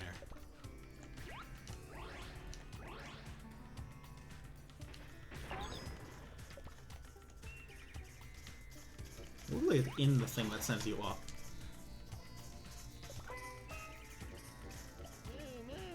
Do people really think that way about that game? Like, yeah, it's similar, but it's still very good, and it did a good job, like, building on the first in terms of design. It's very fun. Like, the thing is, like, sequels don't always need to reinvent the wheel if they have something good handy. Like, sometimes a game's just good, and you just need more of that. Though I guess it may all, at least at the time, I could understand as, like, kind of the shifting landscape of games in general. Like, home games were becoming, like, bigger. Or like, much longer. And this is still a pretty short game for the time. And at least for a home game, of course. Again, it still has that, like, kind of arcadey feel to it. Anyway, though, I think it is very worth appreciating.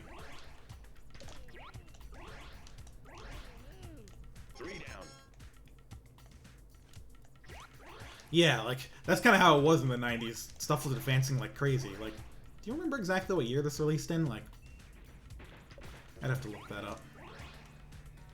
Oh, yeah. Oh, yeah.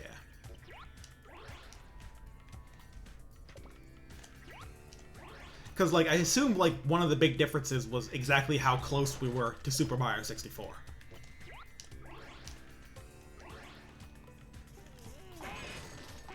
And to a lesser extent, the first Crash Bandicoot. Alright, so how do I get out of here without fucking dying? Probably not that way. Wait, how do I get out of here without fucking dying? Where do you want me to go? Whew. Oh, here we go. This was closer than I thought.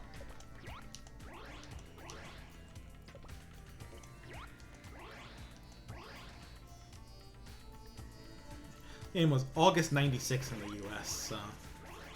Do you happen to know when Super Mario 64 came out? Oh, off the top of your head, or...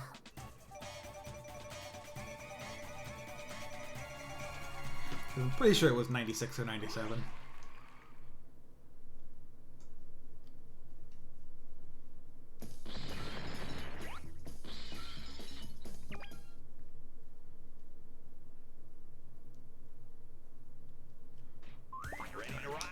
This boss, right.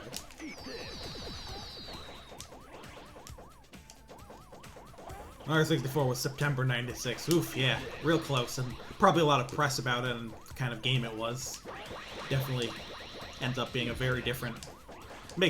Definitely makes this more arcadey style of game feel a bit more quaint. Does that thing just heal?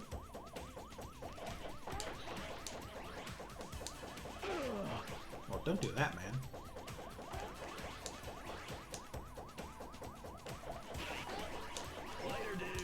Okay, I don't really understand how that worked, but I got an extra life, so. But yeah, there's probably just, like, much bigger, more impressive things going on in the consoles. Oh, wow. Robin Wandu just sounds really out there.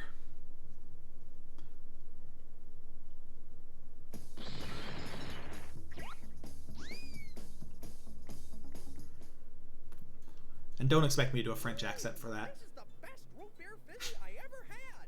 I make them fresh each morning. God, I love this localization of the root beer fizzies. Like, bro, these moo-moos are getting drunk off their ass. Stop trying to hide it. It's just blatantly like a traditional Japanese kind of bar. And no, root beer. Ready to rock? Ooh, this place is at night now. That's actually very cool looking. Alright. It would be really funny if this monster just fucking killed you in this loop. Something in here? That's the carrot stash, I guess, so I don't need that right now. apparently something near here, though. Is it moving? Or am I moving? I guess it's way above me. Well, I think the exit's actually real close. I can just stand on that. Yeah, it came out a month after, like, or like not like a year after. Granted, it also came out after this and was way worse. Or also, rather, also came out after the first game, and it's way worse than that. But yeah, there was definitely. But yeah, Bubsy 3D like still would have been kind of a mess had it not had both like. I have to look up when the original Crash Bandicoot came out because I know it was actually around a pretty similar time to ooh, weapon build. To Super Mario 64. Like they were both like at the same game shows at least. These like events being shown off. But yeah, I gotta figure out how to get up in this level. I need my uppies, you know. Time limit's actually pretty long for extra, at least.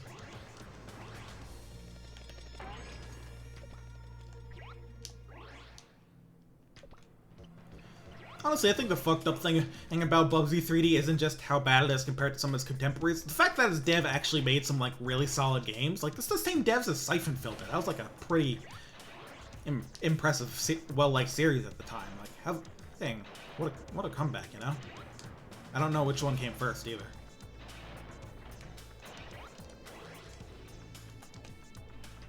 Where the hell do I go on this level? Jesus Christ. How do we get that freaking high? Can we get much higher? The Saturn early launch, a great idea at the time. Oof. That's pretty surprising to me, because, like, could have sworn that I guess I'd have to look it up more and see if anyone realized, like, hey, you don't have any games for this thing because of that early launch, you idiot.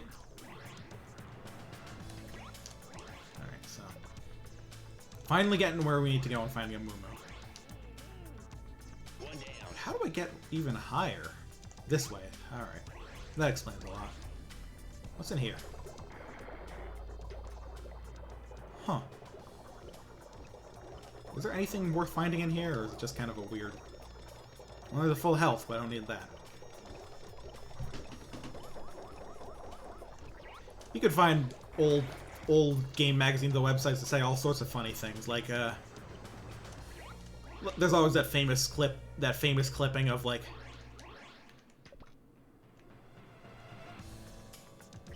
the European Saturn mag just tell you to region mod your system. Yeah, I mean honestly, for like an enthusiast Saturn magazine out of Japan, yeah, you fucking should. What else are you gonna play? You just gave up on it everywhere except Japan. You also just advertising the other systems like shit. They probably needed money, huh? Now I'm way up high. There's a Moo Moo down there, but I believe there's also one in these upper echelons here, so I don't want to drop down just yet. Yeah.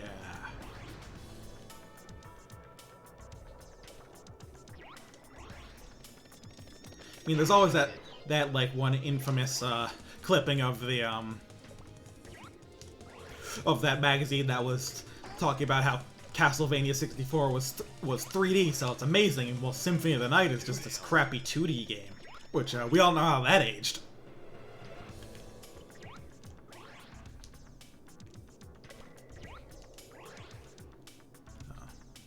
Can I climb up this? I can, kinda? I can enough. I guess I could have left that for last since the exit's right there, but, yeah, whatever. Hindsight's 20/20. Actually, hopefully there's another good way to the exit. Oops. Ooh, very close on the edge there. Alright. But we're fine. We are fine. There are no problems. Now, let's land on this.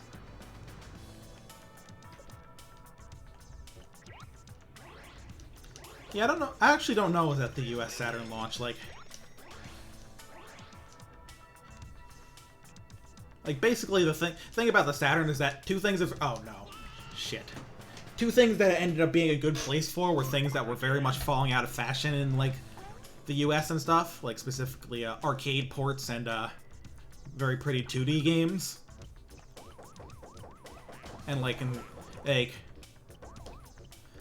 both in Japan and, but more so outside it. Like, no one wanted any of those.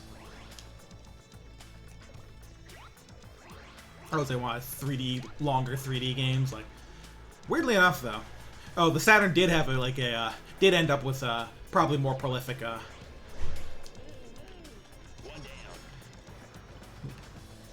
Did have probably more prolific RPG library than like the N64. But it was late enough that a lot of them weren't bothered to be localized.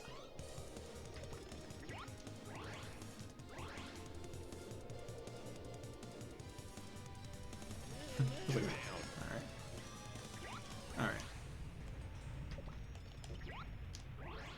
But yeah, I actually have a Saturn. I've played some stuff on stream. It is a neat system with cool stuff, and Sega's usual trend of having some pretty forward-thinking features.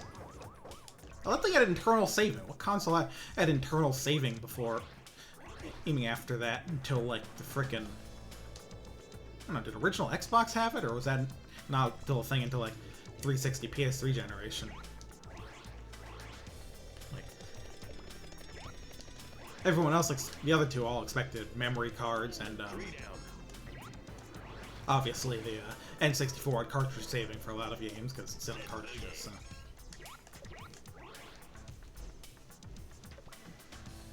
I mean, Saturn also had memory cards, of course, but it did have like built-in saves.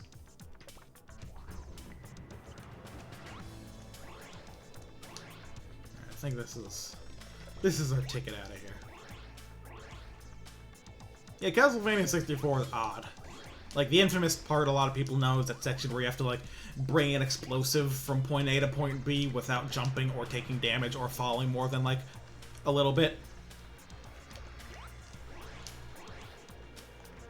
It also has its most well-liked feature, which is skeletons on motorcycles.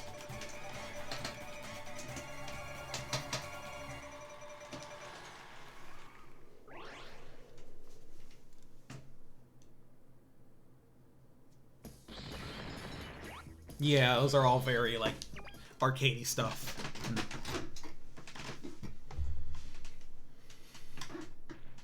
Ready to rock?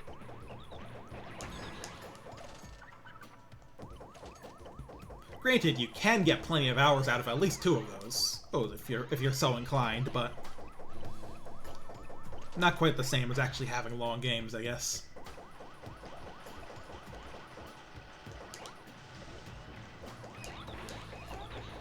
Probably doesn't help that Sega never really managed to get a Virtua Fighter to be all that popular in the States in the first place. Compared to Japan. Which, I almost wonder if that was like related to the whole fact that Sega, Japan, and America always were at each other's throats. And like the fact that...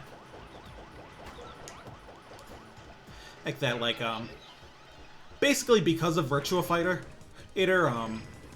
what's it called? Sega of Japan basically just shut down Sega of America just trying to make more Eternal Champions. If you remember those games? So I wonder if there was bad blood over Virtua Fighter because of that.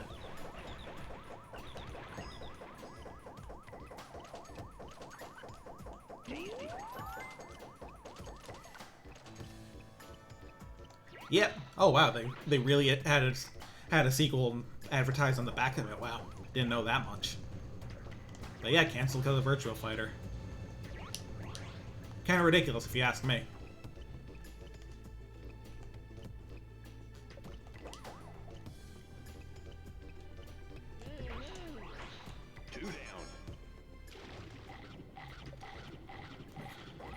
Like, I knew that, like, that sort of thing kind of happened, but I didn't realize it got that far as to, like, actually advertising one on the Saturn box. That's wild.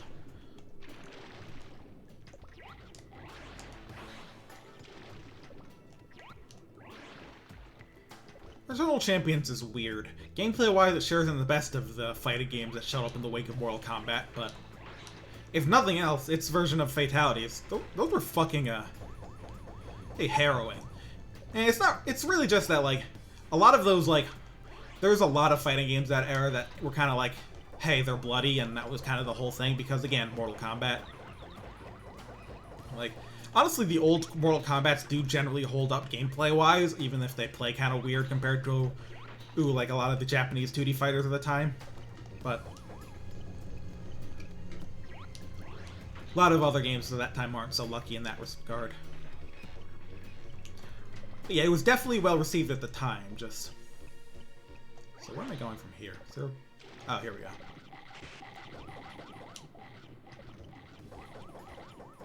Oh, I remember reading a bit about, like, the whole thing about, Gunstar Heroes, like, and how it almost didn't get localized, because no one at Sega of America, like, had any interest in localizing it. They thought it had no chance of being liked. Except for, like, the one guy who ended up heading up the localization of it. Basically, they're like, alright, we got this game. His boss told him, like, hey, we got this game here, it's Gunstar Heroes, no one really wants to localize, to have us publish it, but we'll let you try it as well, and, if you don't take it, then it's not happening. All that. So, the guy who ends up heading up the localization, he gets his hand on, like, the version they had in the office, plays it for 5 minutes, basically throws the controller on the ground and just says out loud, "This is the game of the year." And everyone else, they basically laugh. They're like, hey, don't say things like that. And it's like, just like, this game's amazing. Are you guys insane? And so, ultimately, he got to localize it, but Sega of America did nothing to push it at all. And it still ended up being a million seller, by the way. Basically, but yeah, Eternal Champions is a good point of a lot of the reason they had no faith in it. It's because the player sprites were very, very small. No, seriously, that was the reasoning. Because at the time, you know, bigger sprites were like, you know, better graphics. Like, it was the era of Street Fighter 2, you know? All these big characters on screen, as well as, like, sports games, like an example that they localized that was more in their wheelhouse was, like, a baseball game where, like, the batter was all big on screen. I mean, never mind that yeah, I mean, the player is small, but, like, have you seen the bosses in Gunstar Heroes? The reason it's so small is they could fit those wild fights on the screen, but I guess they didn't play for more than, like, 3 seconds. I mean, it's weird. How do you play Gunstar Heroes for more than a few minutes without running into a boss? It's fucking Gunstar Heroes. But I guess it was a mixture of, like, that and also the game just being, like, weird a little, like, because it's a little, like, whimsical and in that Japanese way that American executives would look down on.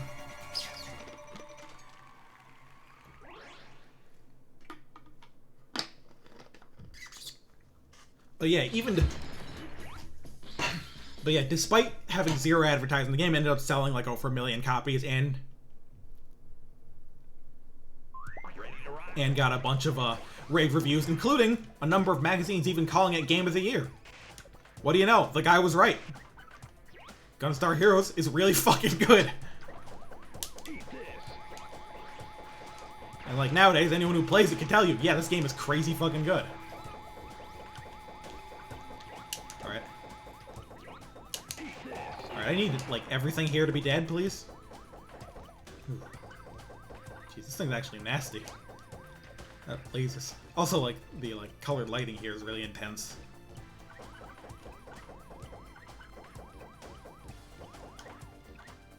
Panzer Saga having a fucking South Park reference. I didn't know about that. Yeah, this is hard to... Oh god, the explosions on those little spiders are so big. Really annoying to deal with. This boss is nuts. What the fuck?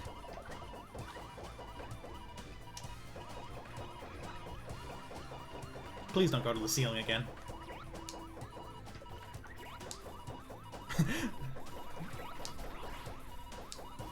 Oh. You stay the fuck away from me.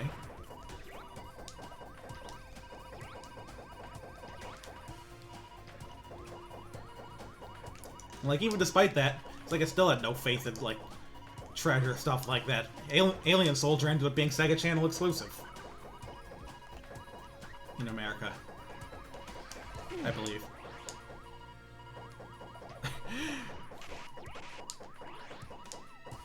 They were yeah, that's basically it, yeah. I mean, there's literally a Genesis game called Booger Man. Like... So, something shooting at me? Dear Lord, it sure is. There's so much stuff in this fight. Ugh. I just gotta pull out the laser soon, too.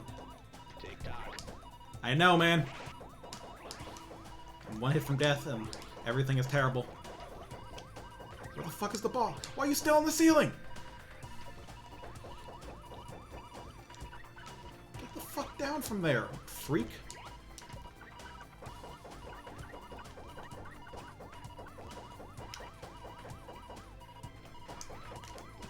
Piece of shit. Oh, I'm dead. No way I dodged this. Get going. Working on it, dude.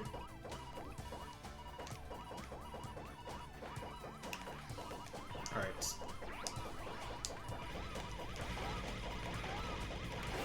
Whew. That was way too close. Killer. Literally no problems at all. Easiest fight in the world. But yeah, it's a shame because Sega of America basically Sega America started getting Genesis wrong because they got it right. Like they're the actual successful ones. They thought, oh, everything we're doing is right, but it wasn't. Perhaps the Baron will remember us if he beats Rabbit. You know, I mean... Yeah, right. And I'm with the Nubian slime worm.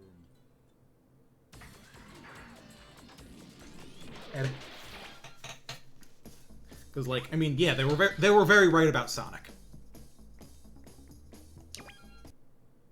Yeah, like the 32X. I don't even know who wanted the 32X, but whoever did needed to be a little bit slapped. Wild Woody wasn't until 95. Oh lord. Hell, I think Vector Man 2 was like definitely some time into the Saturn's lifestyle. That wasn't even an add-on game. That was just on Genesis. I actually really like that game.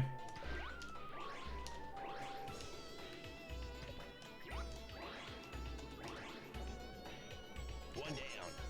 Alright. Look at Wild Woody. That's not a name anyone needs to be reminded of, I think.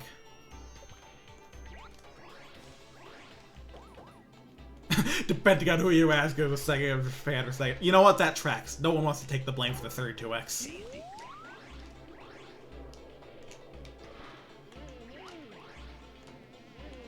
Two down. Like, who would? Like, wait, where the hell is it then? If it's not in here, it's under here, huh? Three down. That was a surprise. Amazing hiding place, I'll say that much. Yeah, I guess there. Stop that. Hey, stop. Okay, I didn't know if that was counted as land. But it does. Yeah. Whoever it is, someone wanted the 32X and someone else didn't, and somehow the one who wanted it did. Something to do with like the weird situation involving the Saturn as well. It was all a mess.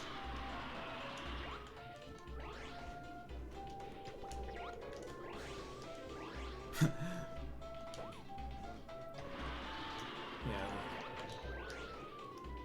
Whatever the case, I know that they discontinued the Saturn the Genesis way too early.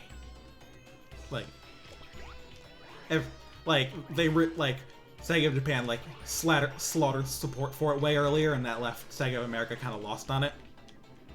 Oh yeah. It's a shame. Like, okay, the Sega CD is like, I sort of get it because their competitor NEC were seeing a lot of success with their CD add-on to the PC Engine, but like the 32X, man.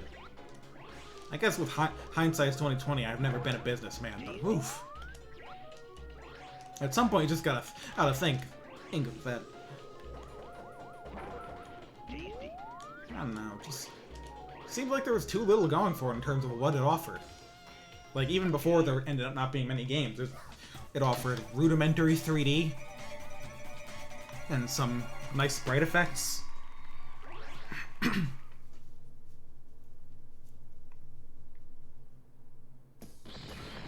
Oh, the jumping flash devs made that Ghost in the Shell game? I never knew that. I knew of the game, but... I'll have to look into that. Ready to rock? I know the game you mean. I've seen it before. I've wanted to give it a try at some point. And now this level isn't at night. That's interesting. Alright, so... Actually, you know what? I flew right over the exit at the beginning, so I'm just gonna... Please don't die. Not quite. Yeah. There's one way off that way, but I don't know if it's on Not quite. this level or higher up. Other than that, they're kind of spread all over here. Yeah, like... Can I stand on this? Yes, I can, baby. This 32X is just, like... It's... Like... Apart from 3D stuff, it just feels like... It was just this way to make the Genesis a little generally better. Like, again, like, look, compare that to the Sega CD. Like, that had issues too, but at least what it was doing could be more clearly... Oh, fuck. It could be more clearly quantified. Hey, like, because like the advantages of CD media were already kind of obvious. Video and audio. There was video and audio stuff. It could hold more data. Like that's what the Sega CD was theoretically for. Or showing video, having better audio, more space on the disc. Like that's easy to figure out, you know.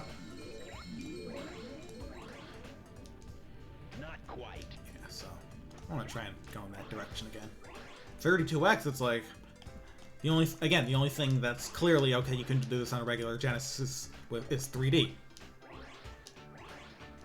And yeah, FMV games were not the play. Hey, but I guess to them it felt like the most obvious way they could show off, hey, this is what it can do that the Genesis can't. But yeah, there's like inherent limitations to that kind of game that I think they were not taking into account. So how the hell do I do this without fucking dying? Alright.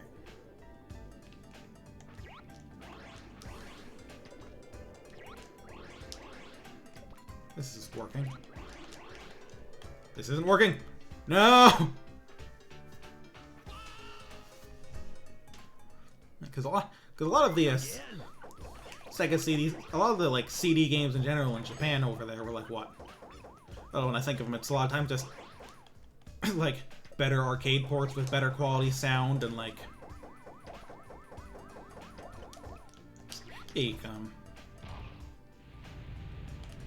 and like better Genesis games, like either literal like actually enhanced ports of Genesis games or just like Genesis like games, but with using the CD. But yeah. But at the same time, I guess they felt like if that's what we had, then like it's not a big enough thing that the CD can do and the Genesis can't. But I think in general, like, America was less primed for the pump on hardware add-ons. Like, we never got the Famicom Disk System. The TurboGrafx 16 was not as popular as the PC Engine was in Japan, so... Oh, we didn't have, like, those add-ons in our... I mean, they were around, but weren't really focused on, so... I think in general just kind of seen as a weird thing, like, we were like, well, we already have the console, why do we need to get more hardware? So, like... Maybe it was just the market not looking for that. If at anything, Sega were the ones who...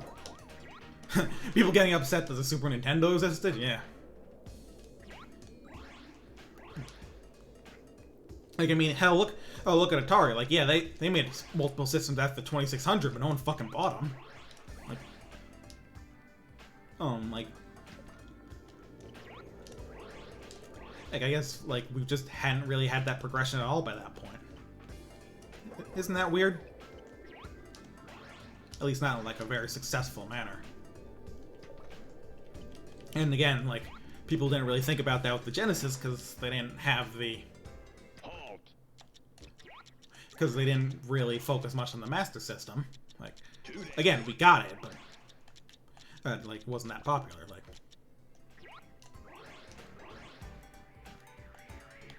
Like I guess that's when you put it that way. The NES really was the first popular system by a big company where we were eventually expected to leave it behind for another system by the same company. Like again, and even the Game Boy, it went like a decade and a half to almost 2 decades before it got its actual like hardware successor that could play anything exclusive.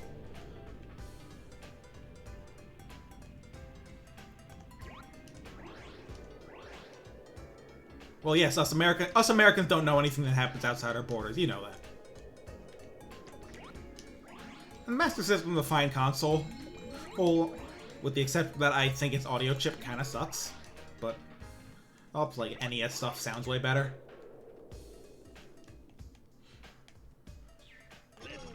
But luckily, Sega turned that around with the Genesis, which obviously is way better at making sounds and music than the Super Nintendo, and we all agree on that, of course, for sure. No one would ever disagree with that.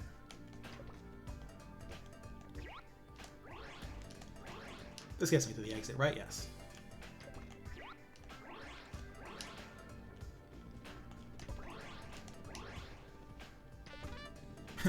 Love the little tube. But yeah, Master System's got some pretty big international popularity.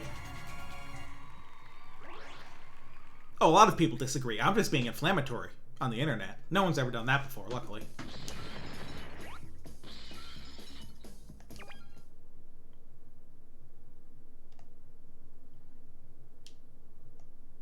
But I do love good FM synths. Yeah, there's stuff on the Genesis that sounds bad, but there's plenty of stuff that sounds bad on the Super Nintendo, too. And again, like, the thing is that, like, again, it's the American focus that kind of gives that, because, like, a lot of times American Genesis games are kind of the ones that sound worse for a handful of reasons. One of those reasons is that, basically that a lot of them were like, how do I put this? Oh. I feel like American developers were the ones most likely to be making stuff for both the Genesis and the Super Nintendo because they were both, like, close to equally successful for most of their life. And so, a lot of times, someone would make a soundtrack for the Super Nintendo version of a game, and then just try and convert it to the Genesis version, but they didn't really have, like, proper experience with FM synth, so they use a lot of presets in, like, the sound driver that was given to American companies called GEMS. GEMS gets a bad rap. It's a fine sound driver, it's just that its preset sounds are kind of poor. But what that led to is, like, a lot of games using those preset sounds, and so sounding kind of farty or overly grungy.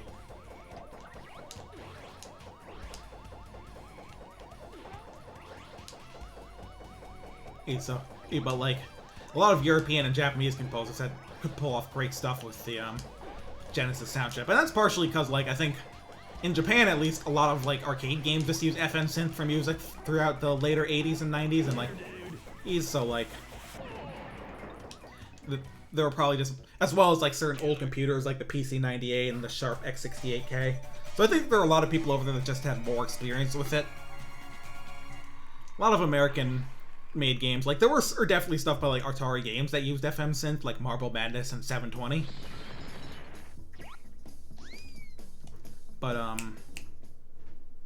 This is the final showdown, Robert. There's no turning back. It's time to pull up and shut up. Prepare to meet your doom. Go get him, Kabuki. Here we go, little hopster. Time to get nasty. alright. But yeah, I think it was just a matter of experience at the time. I mean, like a lot of, like, American arcade games were already moving to, like, sample-based stuff as well, like with like a lot of Midway stuff, like Mortal Kombat. Though, funnily enough, Super Nintendo Mortal Kombat has an awful soundtrack. Like, they just bollocks that up. Well, the Genesis one has, like, the thing about the Genesis soundtrack for Mortal Kombat 1 is that it's, like, actually really remixed. Yeah, it's like, it doesn't try to directly convert the arcade songs. Oh god. And, like, also it's remixed by Matt Furness, who's just an excellent composer and did great stuff on FM synth like the Genesis. But he was also European, I believe. A lot of his stuff got started on like European computers, so I think he is anyway. Alright, well. Alright, time for this last level. It's gonna be a tough one, I think, but...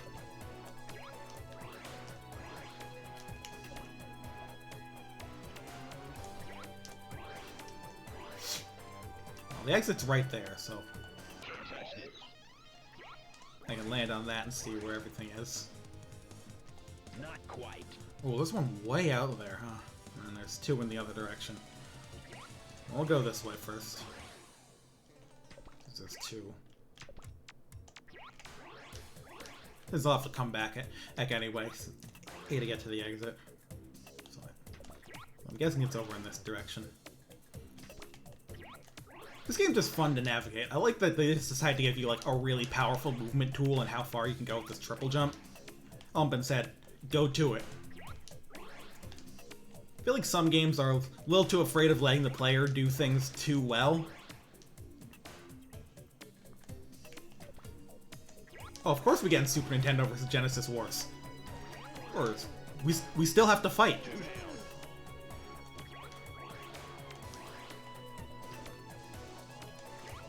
Hey. I wasn't even old enough to have a Genesis. Like, I was, like, baby in the 90s. First 80s, I wasn't able to understand what a video game was until, it totally is, like, Aladdin Genesis is very much the same ilk of platformers as, like, you know, Earthworm Jim, where it's really nicely animated and has some good ideas, but, like, the backgrounds are just unclear to play on, and it doesn't play as well as it could. Granted, I still think it's not as bad of a game as, like Earthworm Jim, but I don't know how much of that is just me, like, knowing that Doug TenNapel's frickin' ass wasn't involved, but... Like, again, I don't think it's awful, but it's definitely a bit of... It's definitely... For one, it's got that kind of unfairness that some games had around the time to screw over rentals. But having a sword is cool. And again, I do like the much more Disney-like art style in the sprites. It's like, Capcom's game is obviously more video gamey in looks. Well, that's exciting. Oh, thank God, there's a platform below. Oh, it's actually a jump pad, alright. Toaster. You know what they say.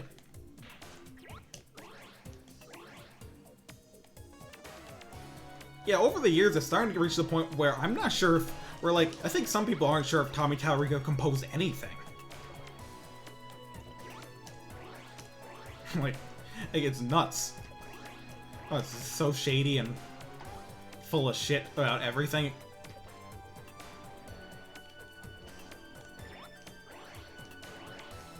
I mean, half the time, the only reason we know what games he worked on is because of just reused tracks over and over again. I still think the funniest example of that is the fact that somehow he ended up working on Sonic and the Black Knight of all things, and he did 2 songs for that, and both were like reused from this helicopter game for PS1. One of them, I'm pretty sure, was like...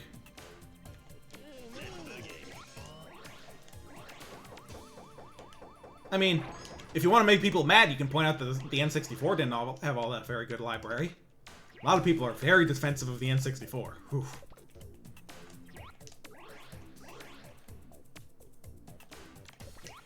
But yeah, I don't think there were any, like, same-generation console wars that got as heated as, like, the Super Nintendo Genesis did in the US.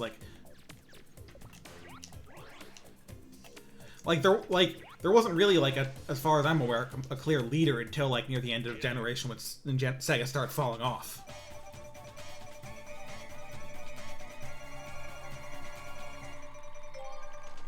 And then, like...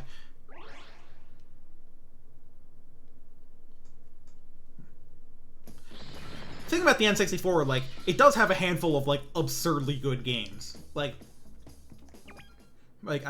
I am definitely one of those people who was like, I do not think that Ocarina of Time is overrated. That game is really fucking good. Why is this fight underwater now? And why can you shoot fire underwater? Hold up. Oh god, what the fuck? I want to save this,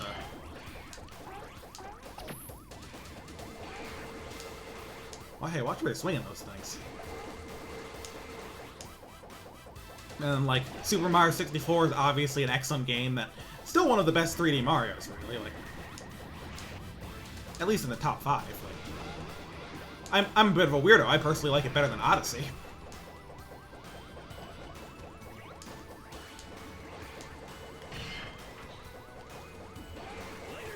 Yeah, only 2 or 3 RPGs, and one of those was Quest 64.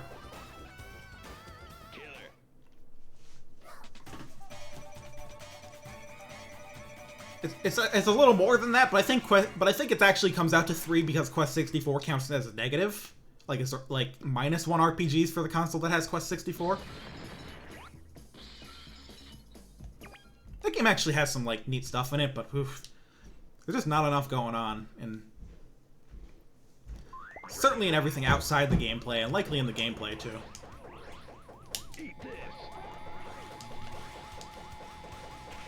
All right. Time for the beat 'em up boss theme. Did he just hit the whip?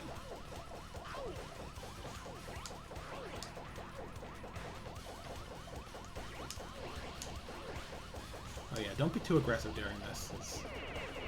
Oh, this is in a wrestling ring now. That's kind of funny. I don't know. I think the sign's gone. That's a shame.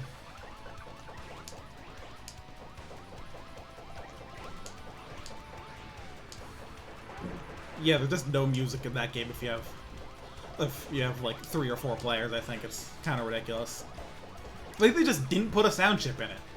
That's why N64 games sound worse than Super Nintendo games for the most part.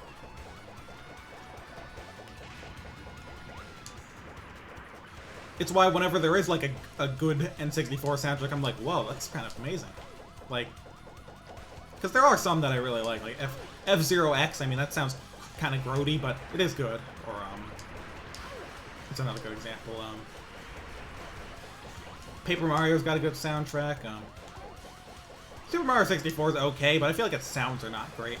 8, it just has really good compositions. Oh, Sin and Punishment soundtrack is really good. That game sounds great. And Kirby 64. I mean, like, kind of probably like the nicest thing I can say about Kirby 64 is how good its music is. I don't like that game much.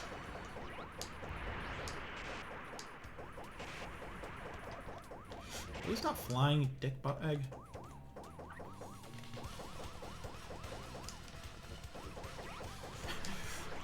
Yeah, its music is very technically impressive. Like, really the only thing I can say about Banjo-Kazooie's music, like, its problems with the stuff I don't like about... Oh god, wait, what the fuck is the time limit on this fight? Hold on. The problems with that game's music have nothing to do with the N64, I'll say that much.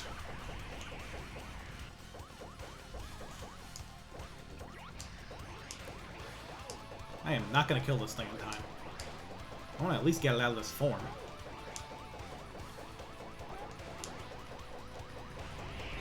Why is it like that? I mean, I know why. Like, the whole Dark Matter trilogy, as they call it, Dreamland 2, 3, and 64, is like that to an extent.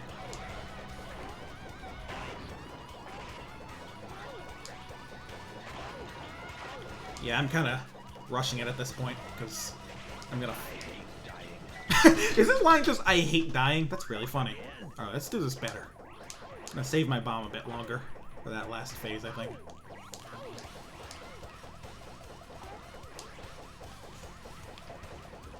Banjo, yeah, it's really annoying to me.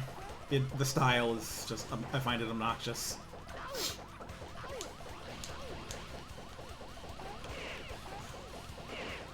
Gotta be careful with that, but I need to attack faster. I can't be too careful. I don't like most of that game's aesthetic decisions, really. Or its gameplay ones. I just don't like it. I'm sorry. Though honestly, some of the stuff I hate the most is just the writing. Those games are just mean. Like they just hate. They just feel hateful sometimes. Like half the humor is just, oh, someone's being an asshole, and also fat people are worth laughing at. Like, woo, wonderful.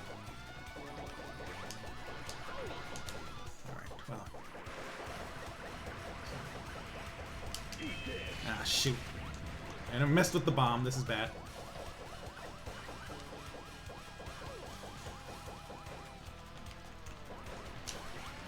This fucking fight, man. I called the bat racist out of the blue. Probably is. There probably are some smart-ass remarks. I mean, obviously it's like racist towards talking animals. But yeah, like if talking animals are races in the universe, then Kazooie definitely is. She's always insulting people just for what they are. But yeah, one of the most ridiculous things is that entire like mechanic in Banjo-Kazooie where you have to get like quiz answers from Gruntilda's sister, and all of them are just, oh, look how fat and gross and disgusting she is. Like, really? And like some of it is gross as in like kind of witchy stuff, like weird potions and like, but then some of it's just like, oh, she's fat. Isn't that funny? And it's like, eh. Why is this boss like this?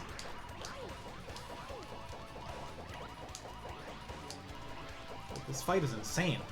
It's so hard to get on top of him too. Like, if I can, then I can definitely make a lot more progress, but getting out of this phase is just not happening. Oh yeah, there's no way. Yeah, oh yeah, Furnace Fun is actually terrible in every sense of the word. Yeah, I'm gonna let myself die there. Alright. So, I'm definitely gonna want to use this bomb better. I think I'll just use it early.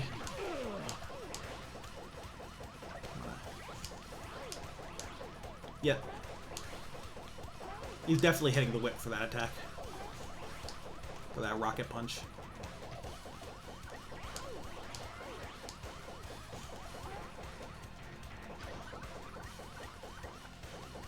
Alright. Alright, I'm on top now. Oh god, he's faster than me when he's doing that. What the fuck? Anyway, that was still a more successful way of damaging it than before, so.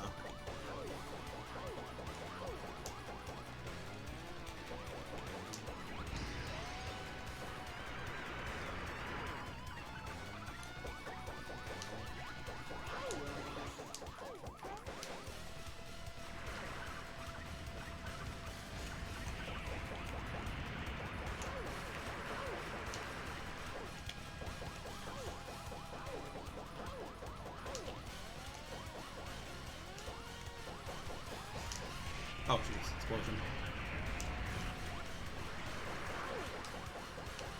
Alright, I think I'm making a little more progress than I was.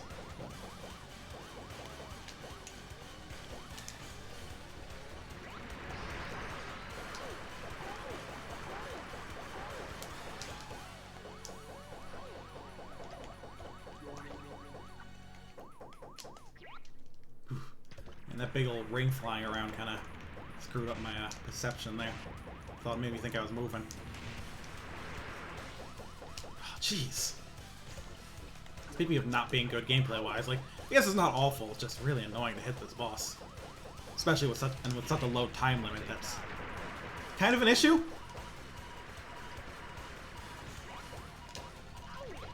Hey, it landed. Alright, alright, alright, alright.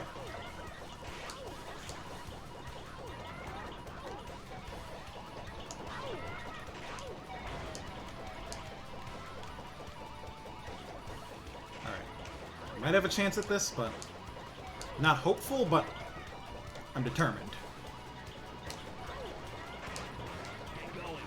Working on it, stupid bear.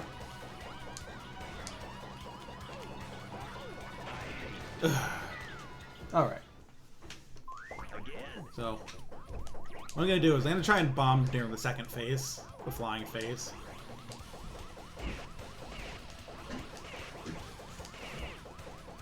Had to take some of that damage because it's a good jump. Does some good damage. Yes! Let me try something.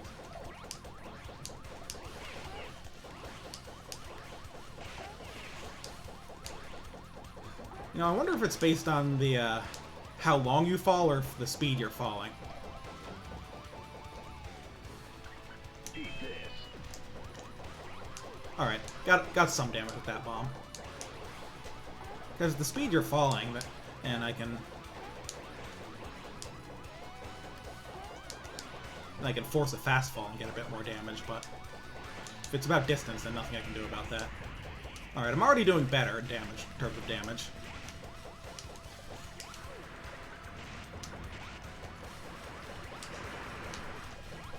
Not a lot better, but better.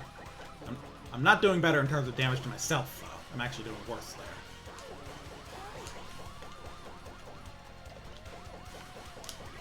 Gotta stay away from that attack. It sucks.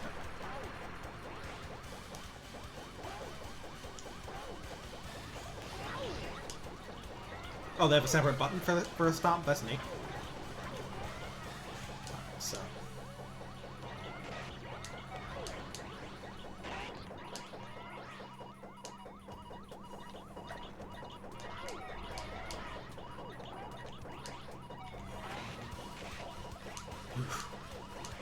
I get close here, and I'm still not even at Beyblade face. And I think this is my last life, too. TikTok.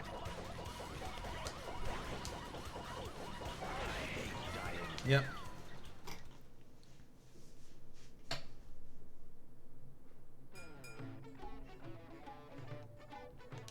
Alright. I think this might put me back to 6-1, which could be a good thing, because it means I can grab some weapons. Yeah.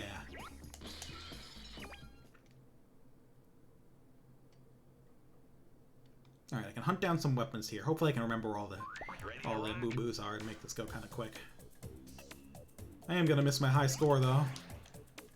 All my big puntos.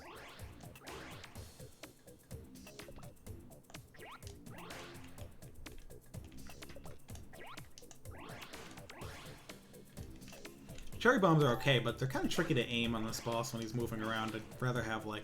I mean, I'd love to have rockets, because they're homing. Roman Candle would be good, too, because how absurdly good it is in this game. Like, geez, that weapon was already really good in the first game, and they just made it last, like, twice as long for, like, no reason. Yeah, I'm trying to kill some enemies, see if I get some drops, too. Oops. Well, that was bad. Remind me not to do that again.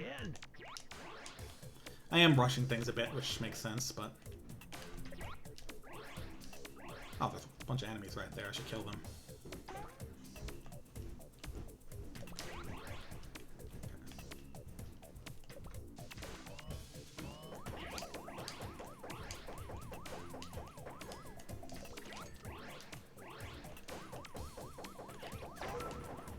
Ooh, Roman Candle. Perfect.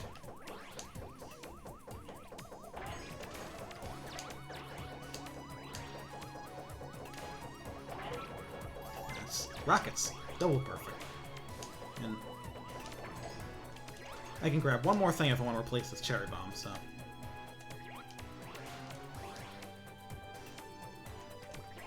Alright, now that that's done with...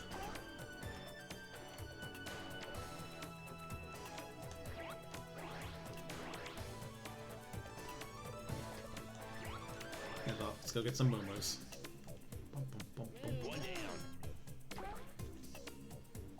Interesting that's the T when it's so close to the start of the level and kind of distance from the end of it. Oh, shoot. Oop. Wait! Oh! Saved it! I'm so good at video games.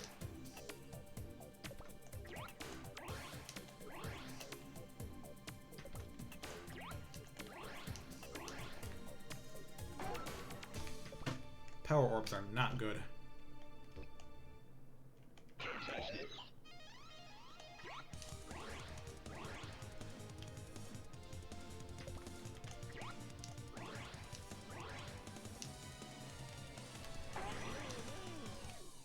Two down.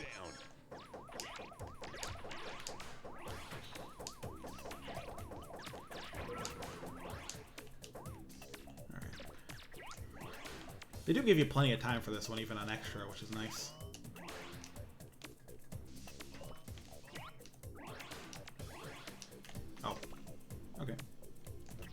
know this was here. Now I do.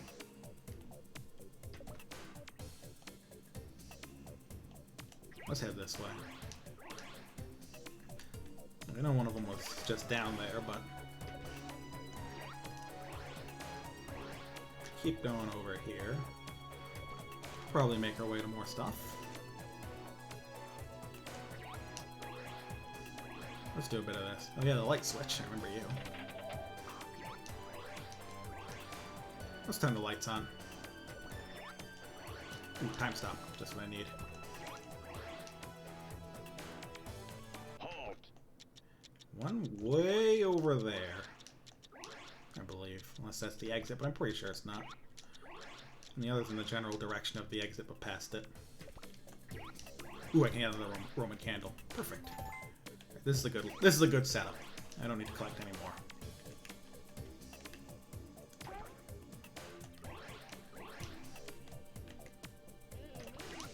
No risk. No unnecessary risks. Just grab the guy.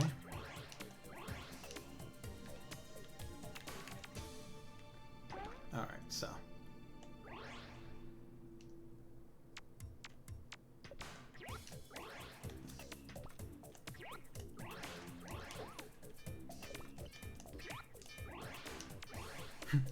Like the little jump jump panel at the foot of the chair makes it look like a little seat cushion. Right, so that's the exit over that way. So they expect me to land on these? I mean, I think it's nasty, huh? Alright, can land on this plate. That's pretty fair. Now, is there anything out this way, or I think I just schmixed myself a bit? Maybe it's past the exit in the other direction. Hey! Don't be that way. That's just mean, I think. There we go. Yeah, it's this way. Landing here. Easy jump here.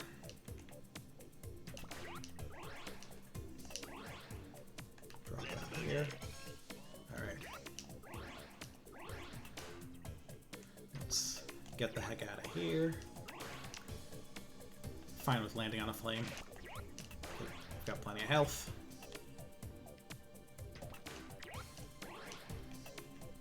Almost there. Alright. No more dumb deaths here. I only have 2 lives going into the bosses, but the first boss is not hard.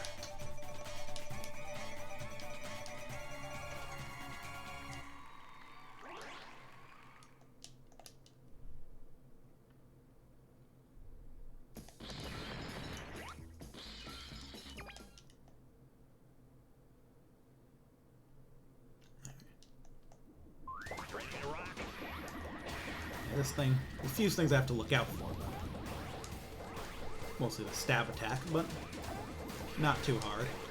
And I can get some really big attacks on it.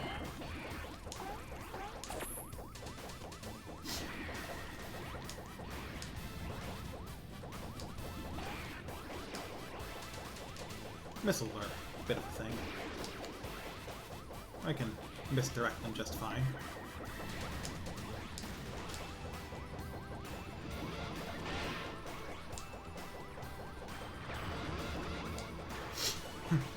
You know what this song makes me think of? The American Sonic CD soundtrack.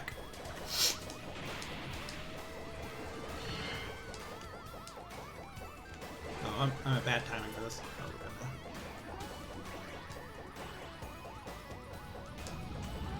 That's a lot of fire, especially considering we're underwater. Alright, we're good. Hey, I got an extra life. Hopefully I won't need to use my extra lives, though, because I only have the weapons. Ends on this life. So I'm going to try and get it out of the first phase and then burn it out of the second one as fast as I can. With weapons.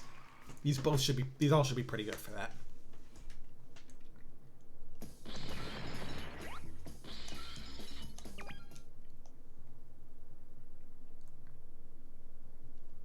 Right, 6-3. Ready to rock? This dude looks like a banana.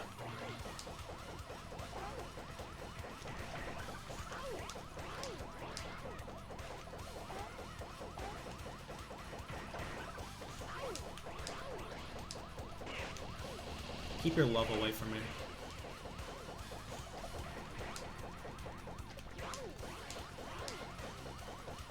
Nice disco moves. So. Hit the whip. Too high. Alright. Take him to the skies.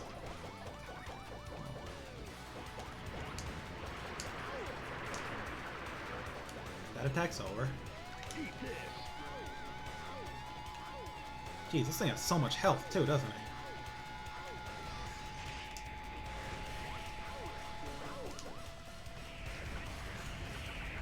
Alright, luckily this should have no problem hitting.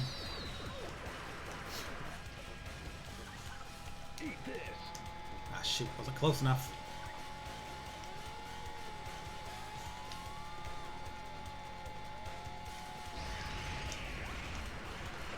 He's not even out of this phase. This thing has so much health, and I don't.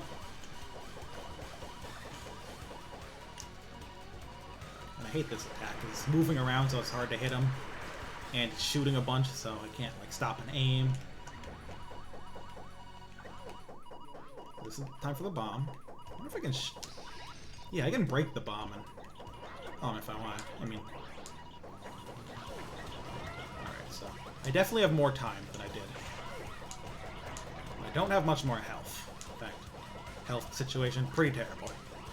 Yeah, Baron Aloha's kind of flying around here.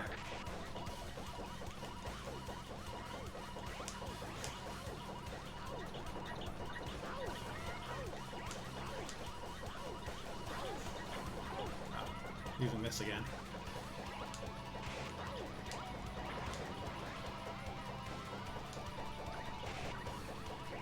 Am I playing on hardware? No, this is emulator. I had both of these on PlayStation Classics, but I don't have a PS3 anymore, so. Oh boy. Gotta take this real carefully. But I don't have much time for that. And again, I don't know if I can jump on it safely. But I might. It's covered in spikes on peaks, but they're not pointing up.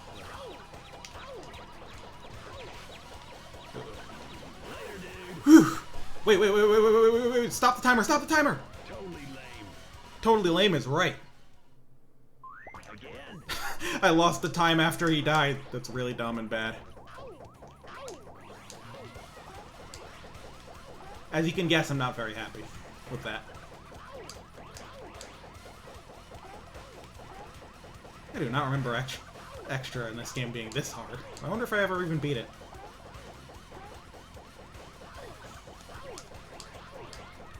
This is kind of a mess. I wonder if they really expect you to get high enough to jump on him while he's flying. That's the only thing I can think of to actually do damage that fast. Because I know you can, but he's fast enough that it's hard to do so consistently. So unless he's especially since this stupid rotation attack takes forever and it's really hard to attack him during it.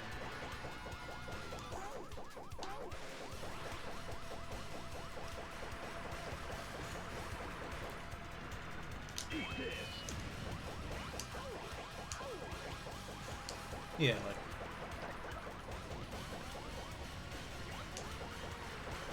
I didn't find the plant too hard because it dies pretty fast, but it did hit kind of hard. But I'd say, but yeah, World 1 unboss on Extra is ridiculous. Go the freaking pit.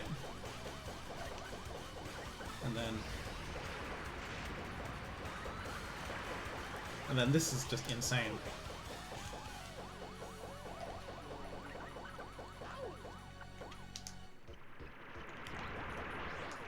So, let me see something, actually.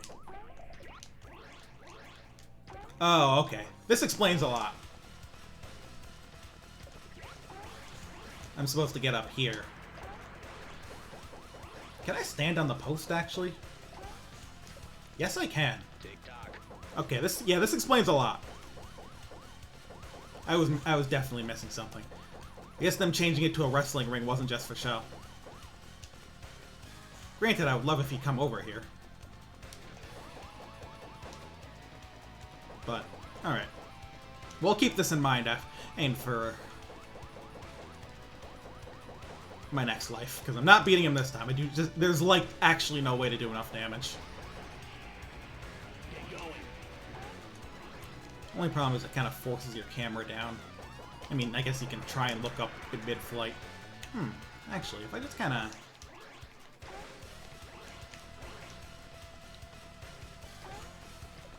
That's that end of. Still, I'll keep all this in mind. How about I just kind of speed this up a bit? Oh yeah, I could have just used the try again button, but Again. whatever.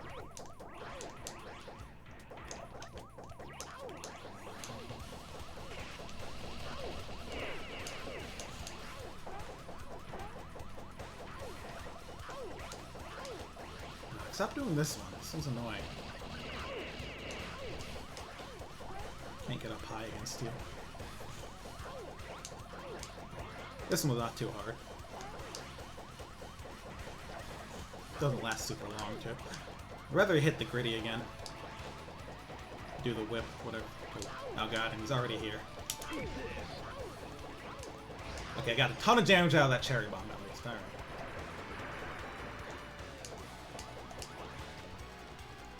I mean, I don't think the music's getting that great. It's probably the only thing keeping me sane right now. The song's really good.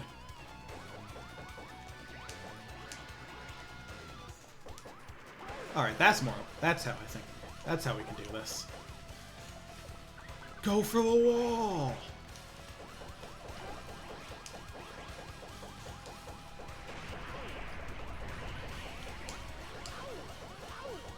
Nice.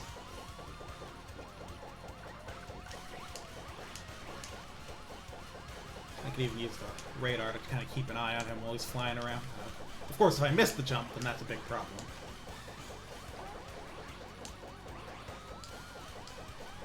It's tough to keep track of him. But yeah, if I do die here, then I can combine this with, you know, having knowledge of... I can combine this knowledge with having weapons and probably be able to kill him.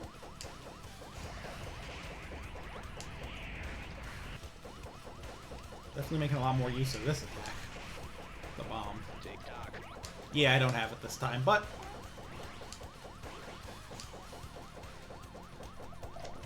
Hey, you know what? It's pretty much impossible at this point, so... Hit quit.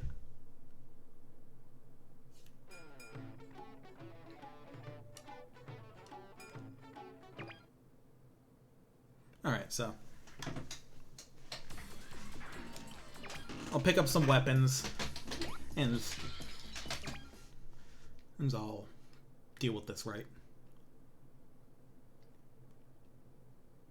Ready to rock? It's really just how much health he has and how much little time the game gives you that makes this so ridiculous. Like, if they changed one of those things, this would be fine.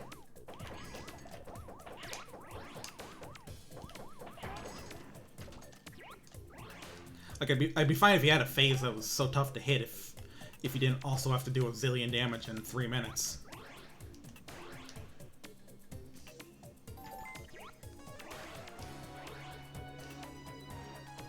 One down. Easy. I wonder if this path is better than just going back down.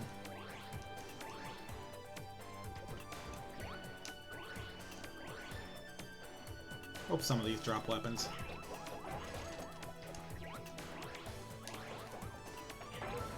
Halt. Well, time stop's okay, but rather a weapon.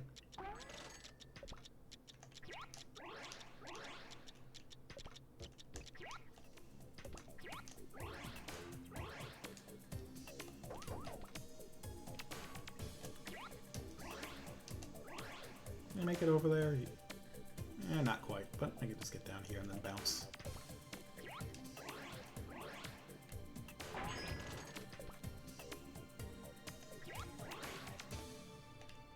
Boing.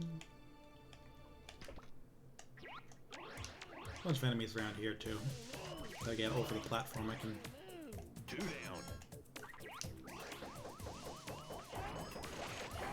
Alright. Roman candle's good. Love to replace his cherry bombs with either a rocket or a Roman candle. Ooh, that one's just a free Roman candle. Nice.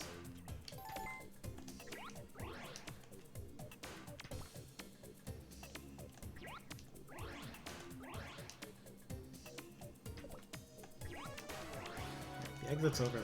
I've got... What was it? I believe this is... Yeah, alright, so... Everything's in that general direction. That's good.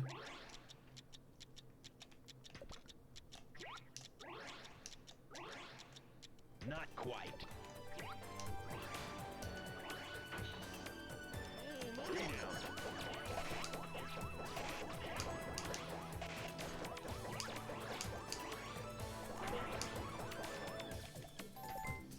Oh. Well, that's fine then.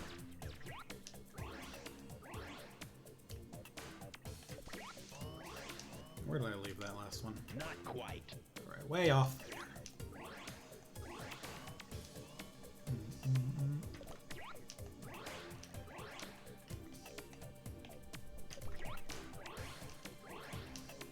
At least I'm getting good at this level. Spoon. Oh yeah.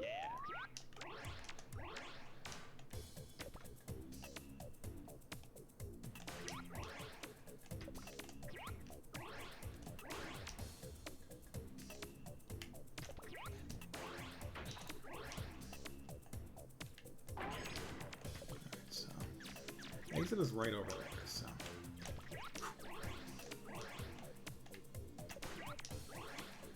Alright, there we go. Killer.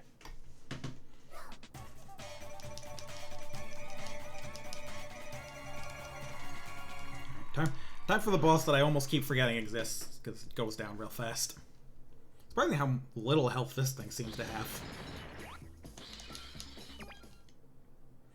But yeah, now that I think back, I do vaguely remember having to get on the ropes and the pole thing to beat this, to beat that final boss.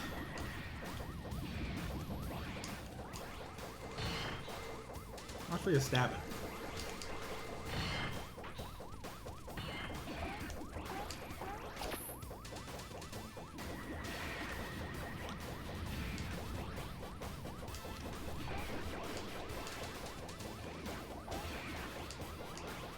The Spinneroonie.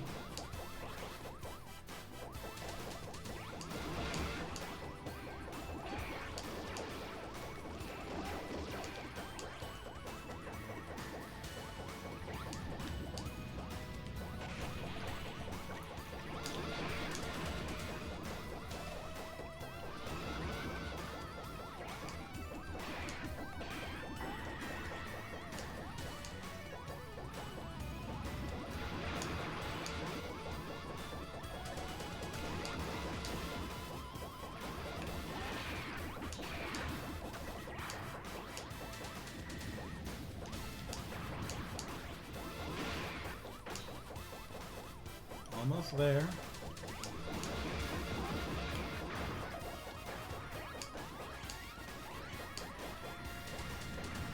Jesus, stop. We quit moving around. There we go. Killer. Alright. Well, we're out of there. Even as the camera clips through the wall a bit. Alright. Time to slap this weirdo.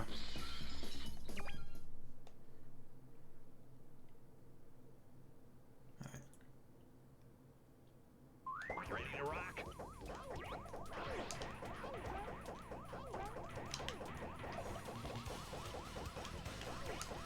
Good this attack. Get some jumps on.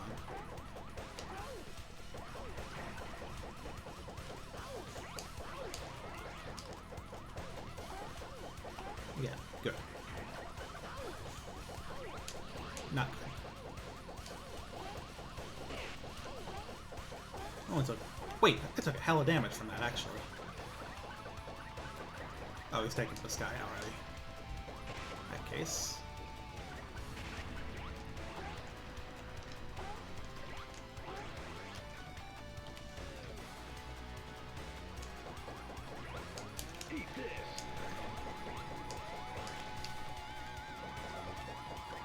Oh, I can shoot and shoot, and I can shoot my normal. Oh Jesus Christ!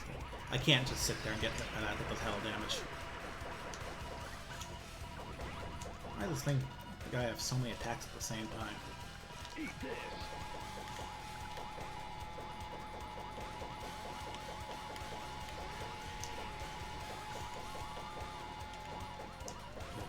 Not perfect, but.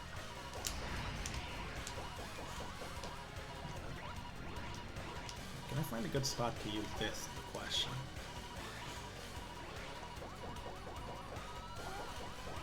I bounced on the heart. That was cool. Didn't get me close to the boss though. Shame. Eat this.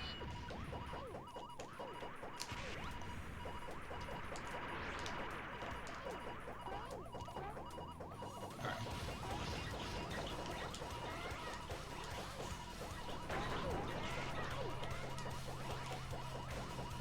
Yeah, I don't think this is gonna be a run. Nope. Alright.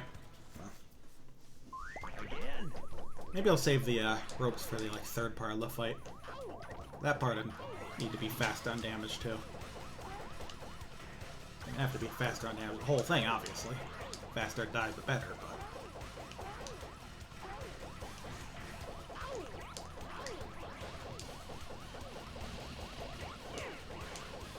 I didn't get hit during that this time. Stop using that one. I hate that move.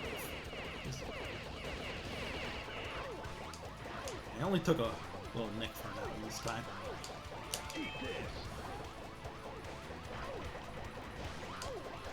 Alright, jetpack time. Okay, everything's bad now. Maybe I'll just chase him around with the gun again. Instead of trying to worry too much about aiming or... Heart's coming up and down, I believe. Jump and shoot, man.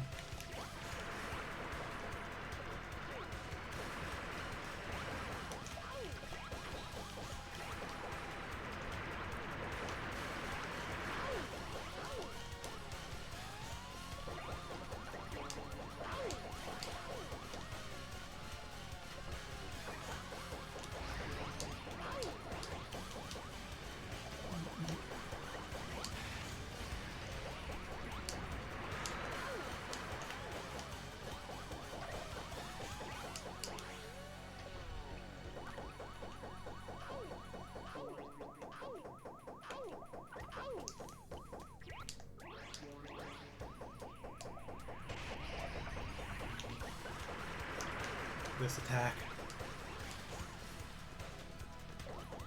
There's just no good way to do this.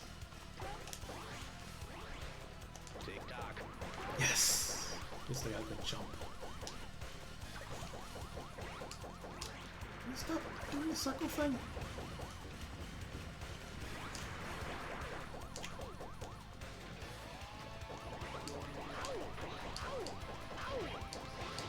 Okay, well, I don't expect this to work out, but...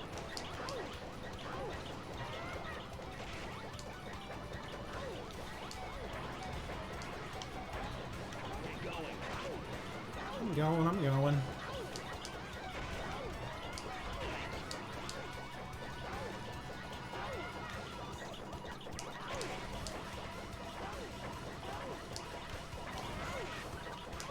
Also, I'm gonna have to try jumping on the last form.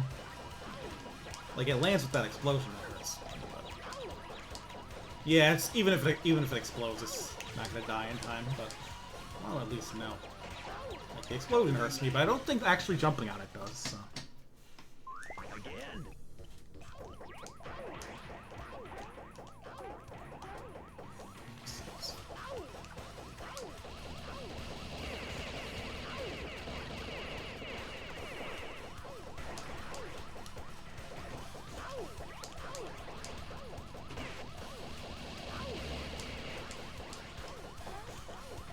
Yeah, I'd rather take little bits of damage during that than miss out entirely. But I wish you would do one of the other attacks. It's both easier to dodge and easier to hit doing, but no such luck, I guess. Well, they're already taken to this guy, so...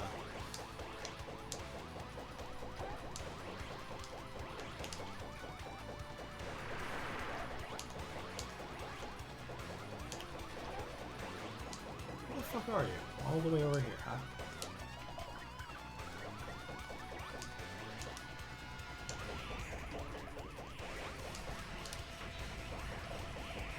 Already going poorly. Let's try and get on this post this time.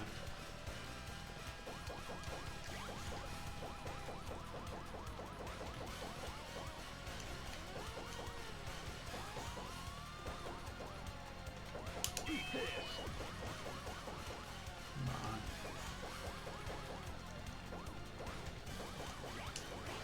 Can I get the jump here?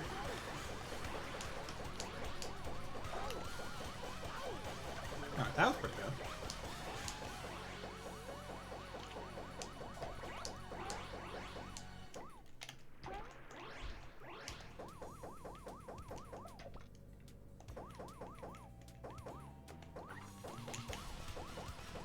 Can you get over here, please?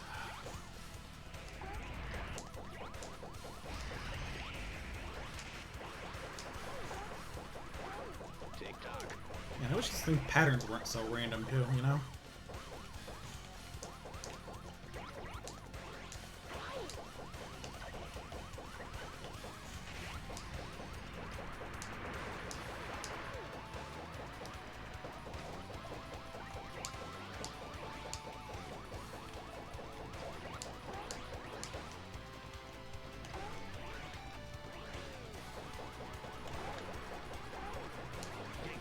Like, that's the kind of shit it wants, but... Oh,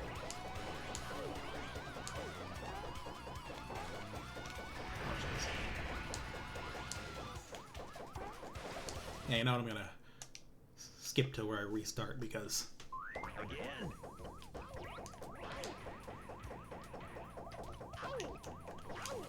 This is a better attack already.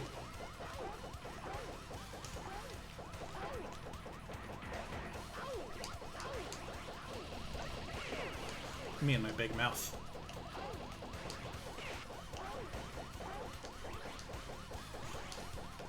I was hoping it would stop, but there's a bit of AI to these bosses. They tend to this and the final boss of the first game, where they tend to keep walking if you're above them.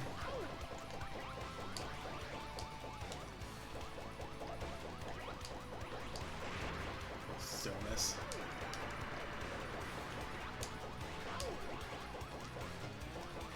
Please at least just do the bomb attack so you stop moving.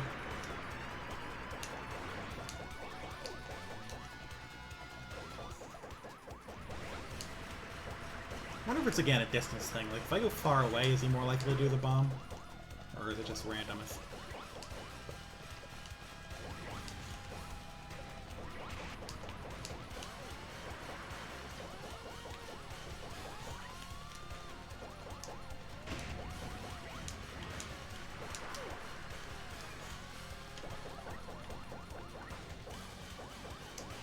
Yeah, see, as long as he's doing that move, there's not much I can do, you know? And it's all he's doing.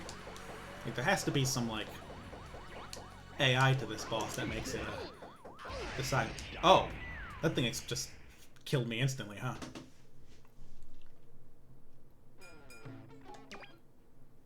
Alright, well. We try again. I might give up soon, but...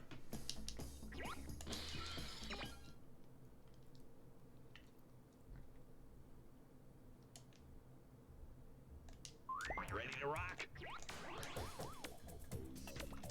Till then, we'll see how this goes. I'm still pretty sure I can do it, but I need a better idea of exactly how to get damage from above.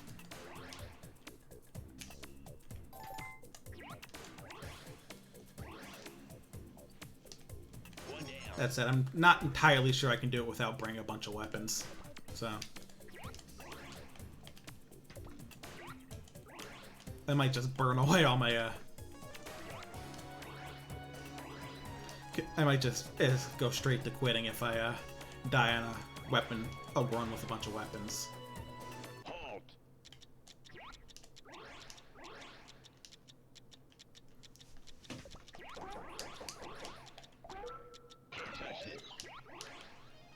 Two down.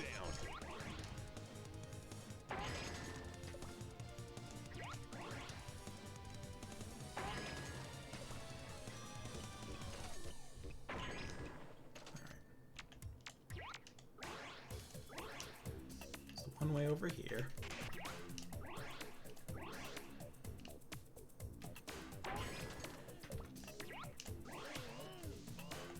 Three down. Yeah, great twisters. Those will help. Maybe they will. Can't do much worse than what I have been using. Power orbs. They suck too. Again, probably can't be worse than what I have been using. I mean, the thing about the Roman candle is I do have to aim it. So,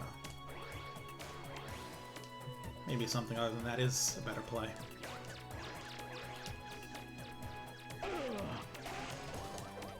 Okay, I'm actually taking damage here though, so maybe I'll ixnay on the weapon hunts for now.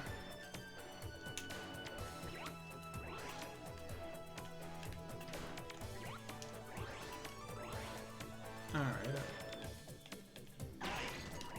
Yeah, see, like, sometimes I get hurt jumping on them. I'm not sure if it's because they shoot or if they're supposed to do that. Oh well. Oh. Not me forgetting where the last one is. I feel like it's this way. Like, remember there? Yeah, okay.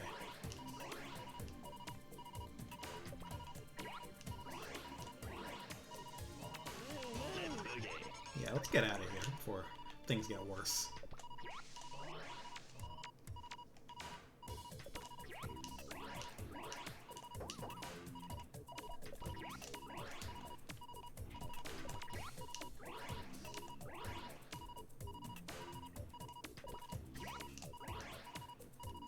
I don't need this, but might as well.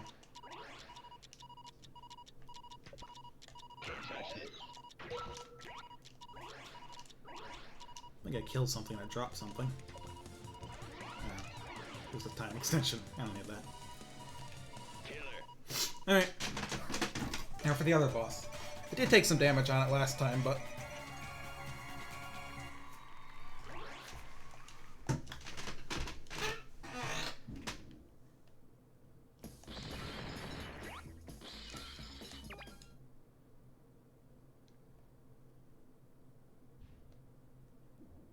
Ready to rock?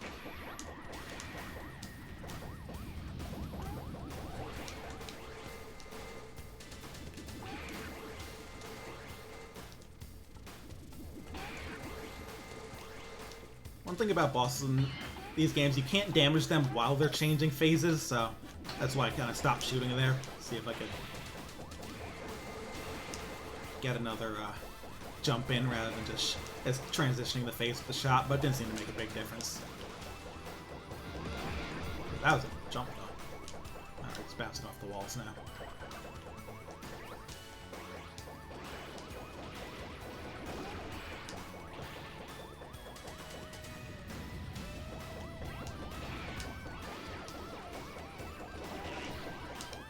Almost dead. Alright, later, dude.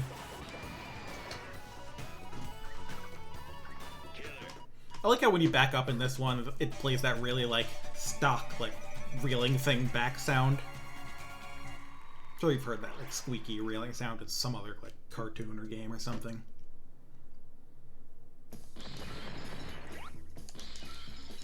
Alright, let's make this happen.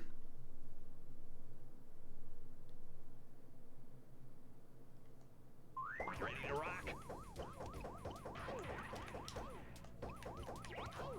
Good start. Ideal attack in this form is the one where he does a rocket punch. Easy to avoid and stand still for like ever. Yeah, I still think it might actually be distance based. He's more likely to use that if it's far away.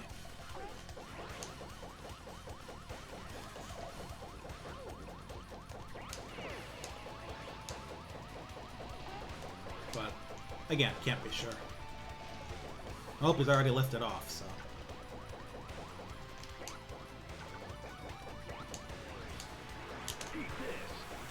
Hopefully some of those hit the guy. Alright. Actually had a pretty good record of it. Ooh. Got a good amount of damage. Oh, wow. I guess because he was staying still from the bomb.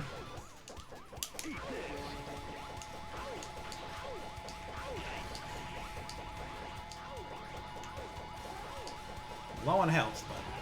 Whoa, look how fast I got out of that phase, though. Might have a chance here. I have to be careful of these crystals. They're very dangerous.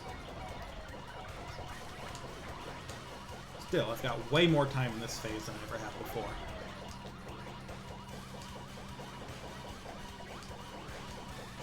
Wish you would stop using this attack at least. It's weird how I can jump on these sometimes, but then sometimes it feels like they hurt me. Can't quite get a handle on it, but...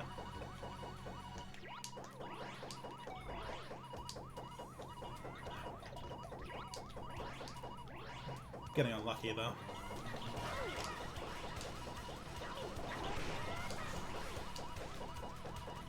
Attacks, but...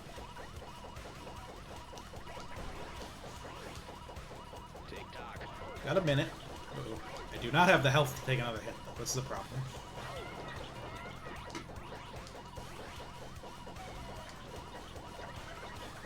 Please get out of this freaking phase, dude. Alright. Thank you for hearing my request. Alright. Doesn't have a ton of health left. I think I can just shoot if I'm... As long as I don't get, like, cornered and jumped on.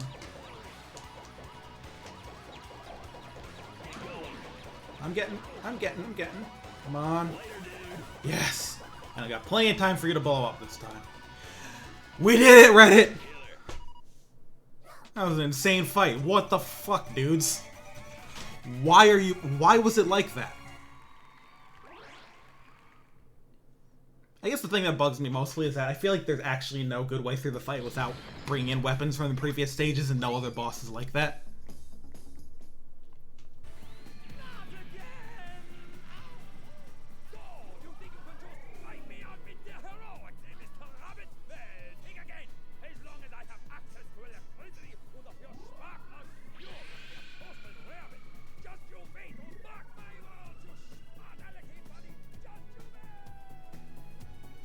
Yeah, okay. Whew. Again, I'm just glad that's over. So much for the wickedly rotten plans of the evil and mad Baron Aloha. It looks like he's going to be screaming mad for some time to come. Maybe his voice will finally give out. Maybe he'll discover the virtues of silence and retire to an asteroid known for its solitude and the occasional meteor storm. Who can say? But we can hope now, can't we? As for Robert, well, let's just say our robotic jumper of joy is looking forward to a nice long vacation before he prepares to head off on new adventures. We hope you had a good time. See you soon. You betcha who slaps on that one. Ah. If they ever make another Jumping Flash with an English dub, I hope they give him another.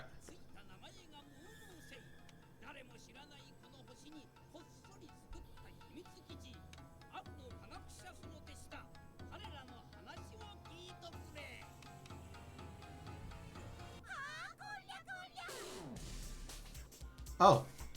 Guess it just didn't dub that. Oh, I guess because it's part of this song.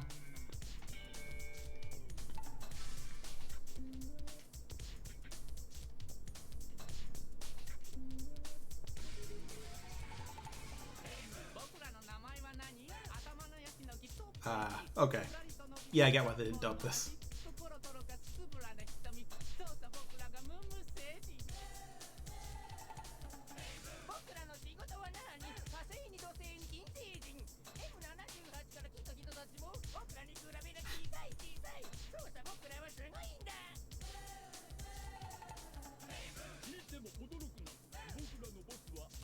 This is silly.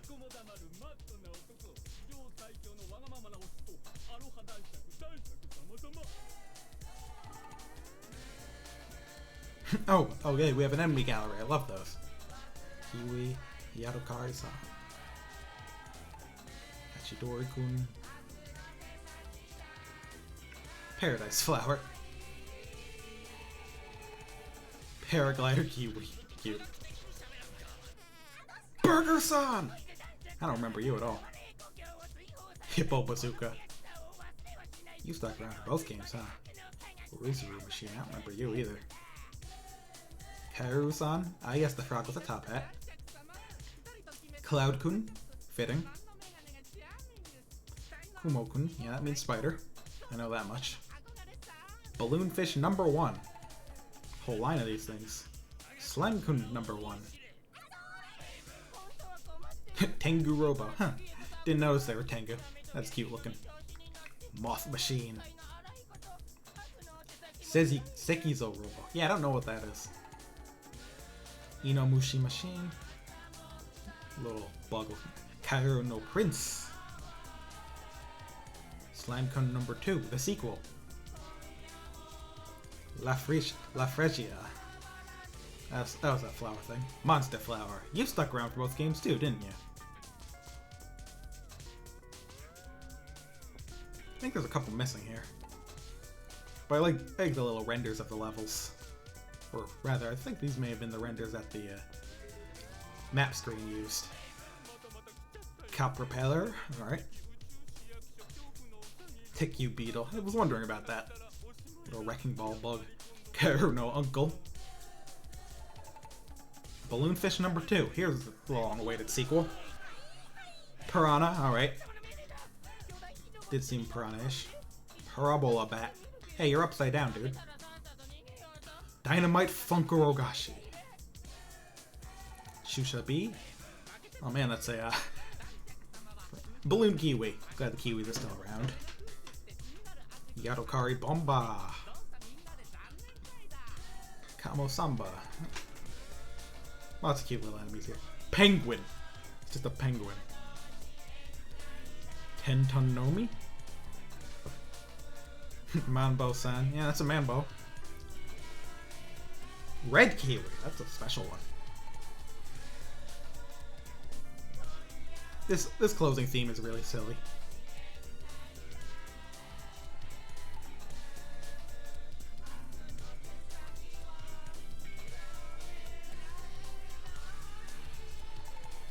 Shiakusho. And who might you be? Well, I know who you are.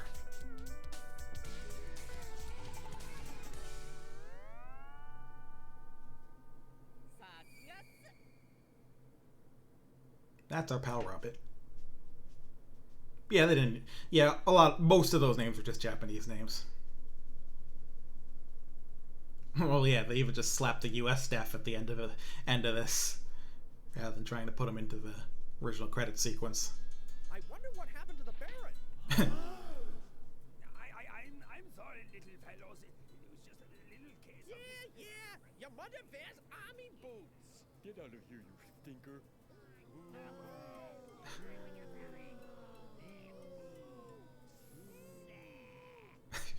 They're all tired of this guy. Jumping Flash 2. Two Faces of Baron Aloha. Well, you know what I'm gonna do? I'm gonna save that, so that I don't lose record of having fucking done it. Yeah, on that, there's something I want to check. What do these options mean? Oh my god, they're named Bill and Ted. Well, that's really funny.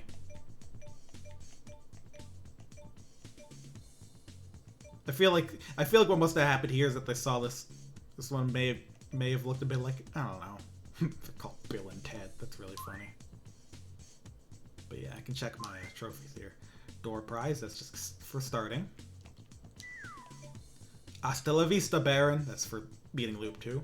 Big Trouble? No, it's Loop 1. Penny Pincher. This got probably got to do with collecting money. That I can't guess unless it's like getting like a amount of money with three sevens in it or something. That's getting exit in order. That I don't know. Maybe never taking a hit. This has to be this from the icon has to be beating a level without shooting, which I must have done by accident once.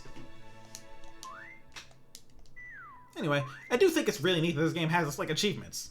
I feel like that wasn't a super common thing at the time. Anyway, with that, we are finally done.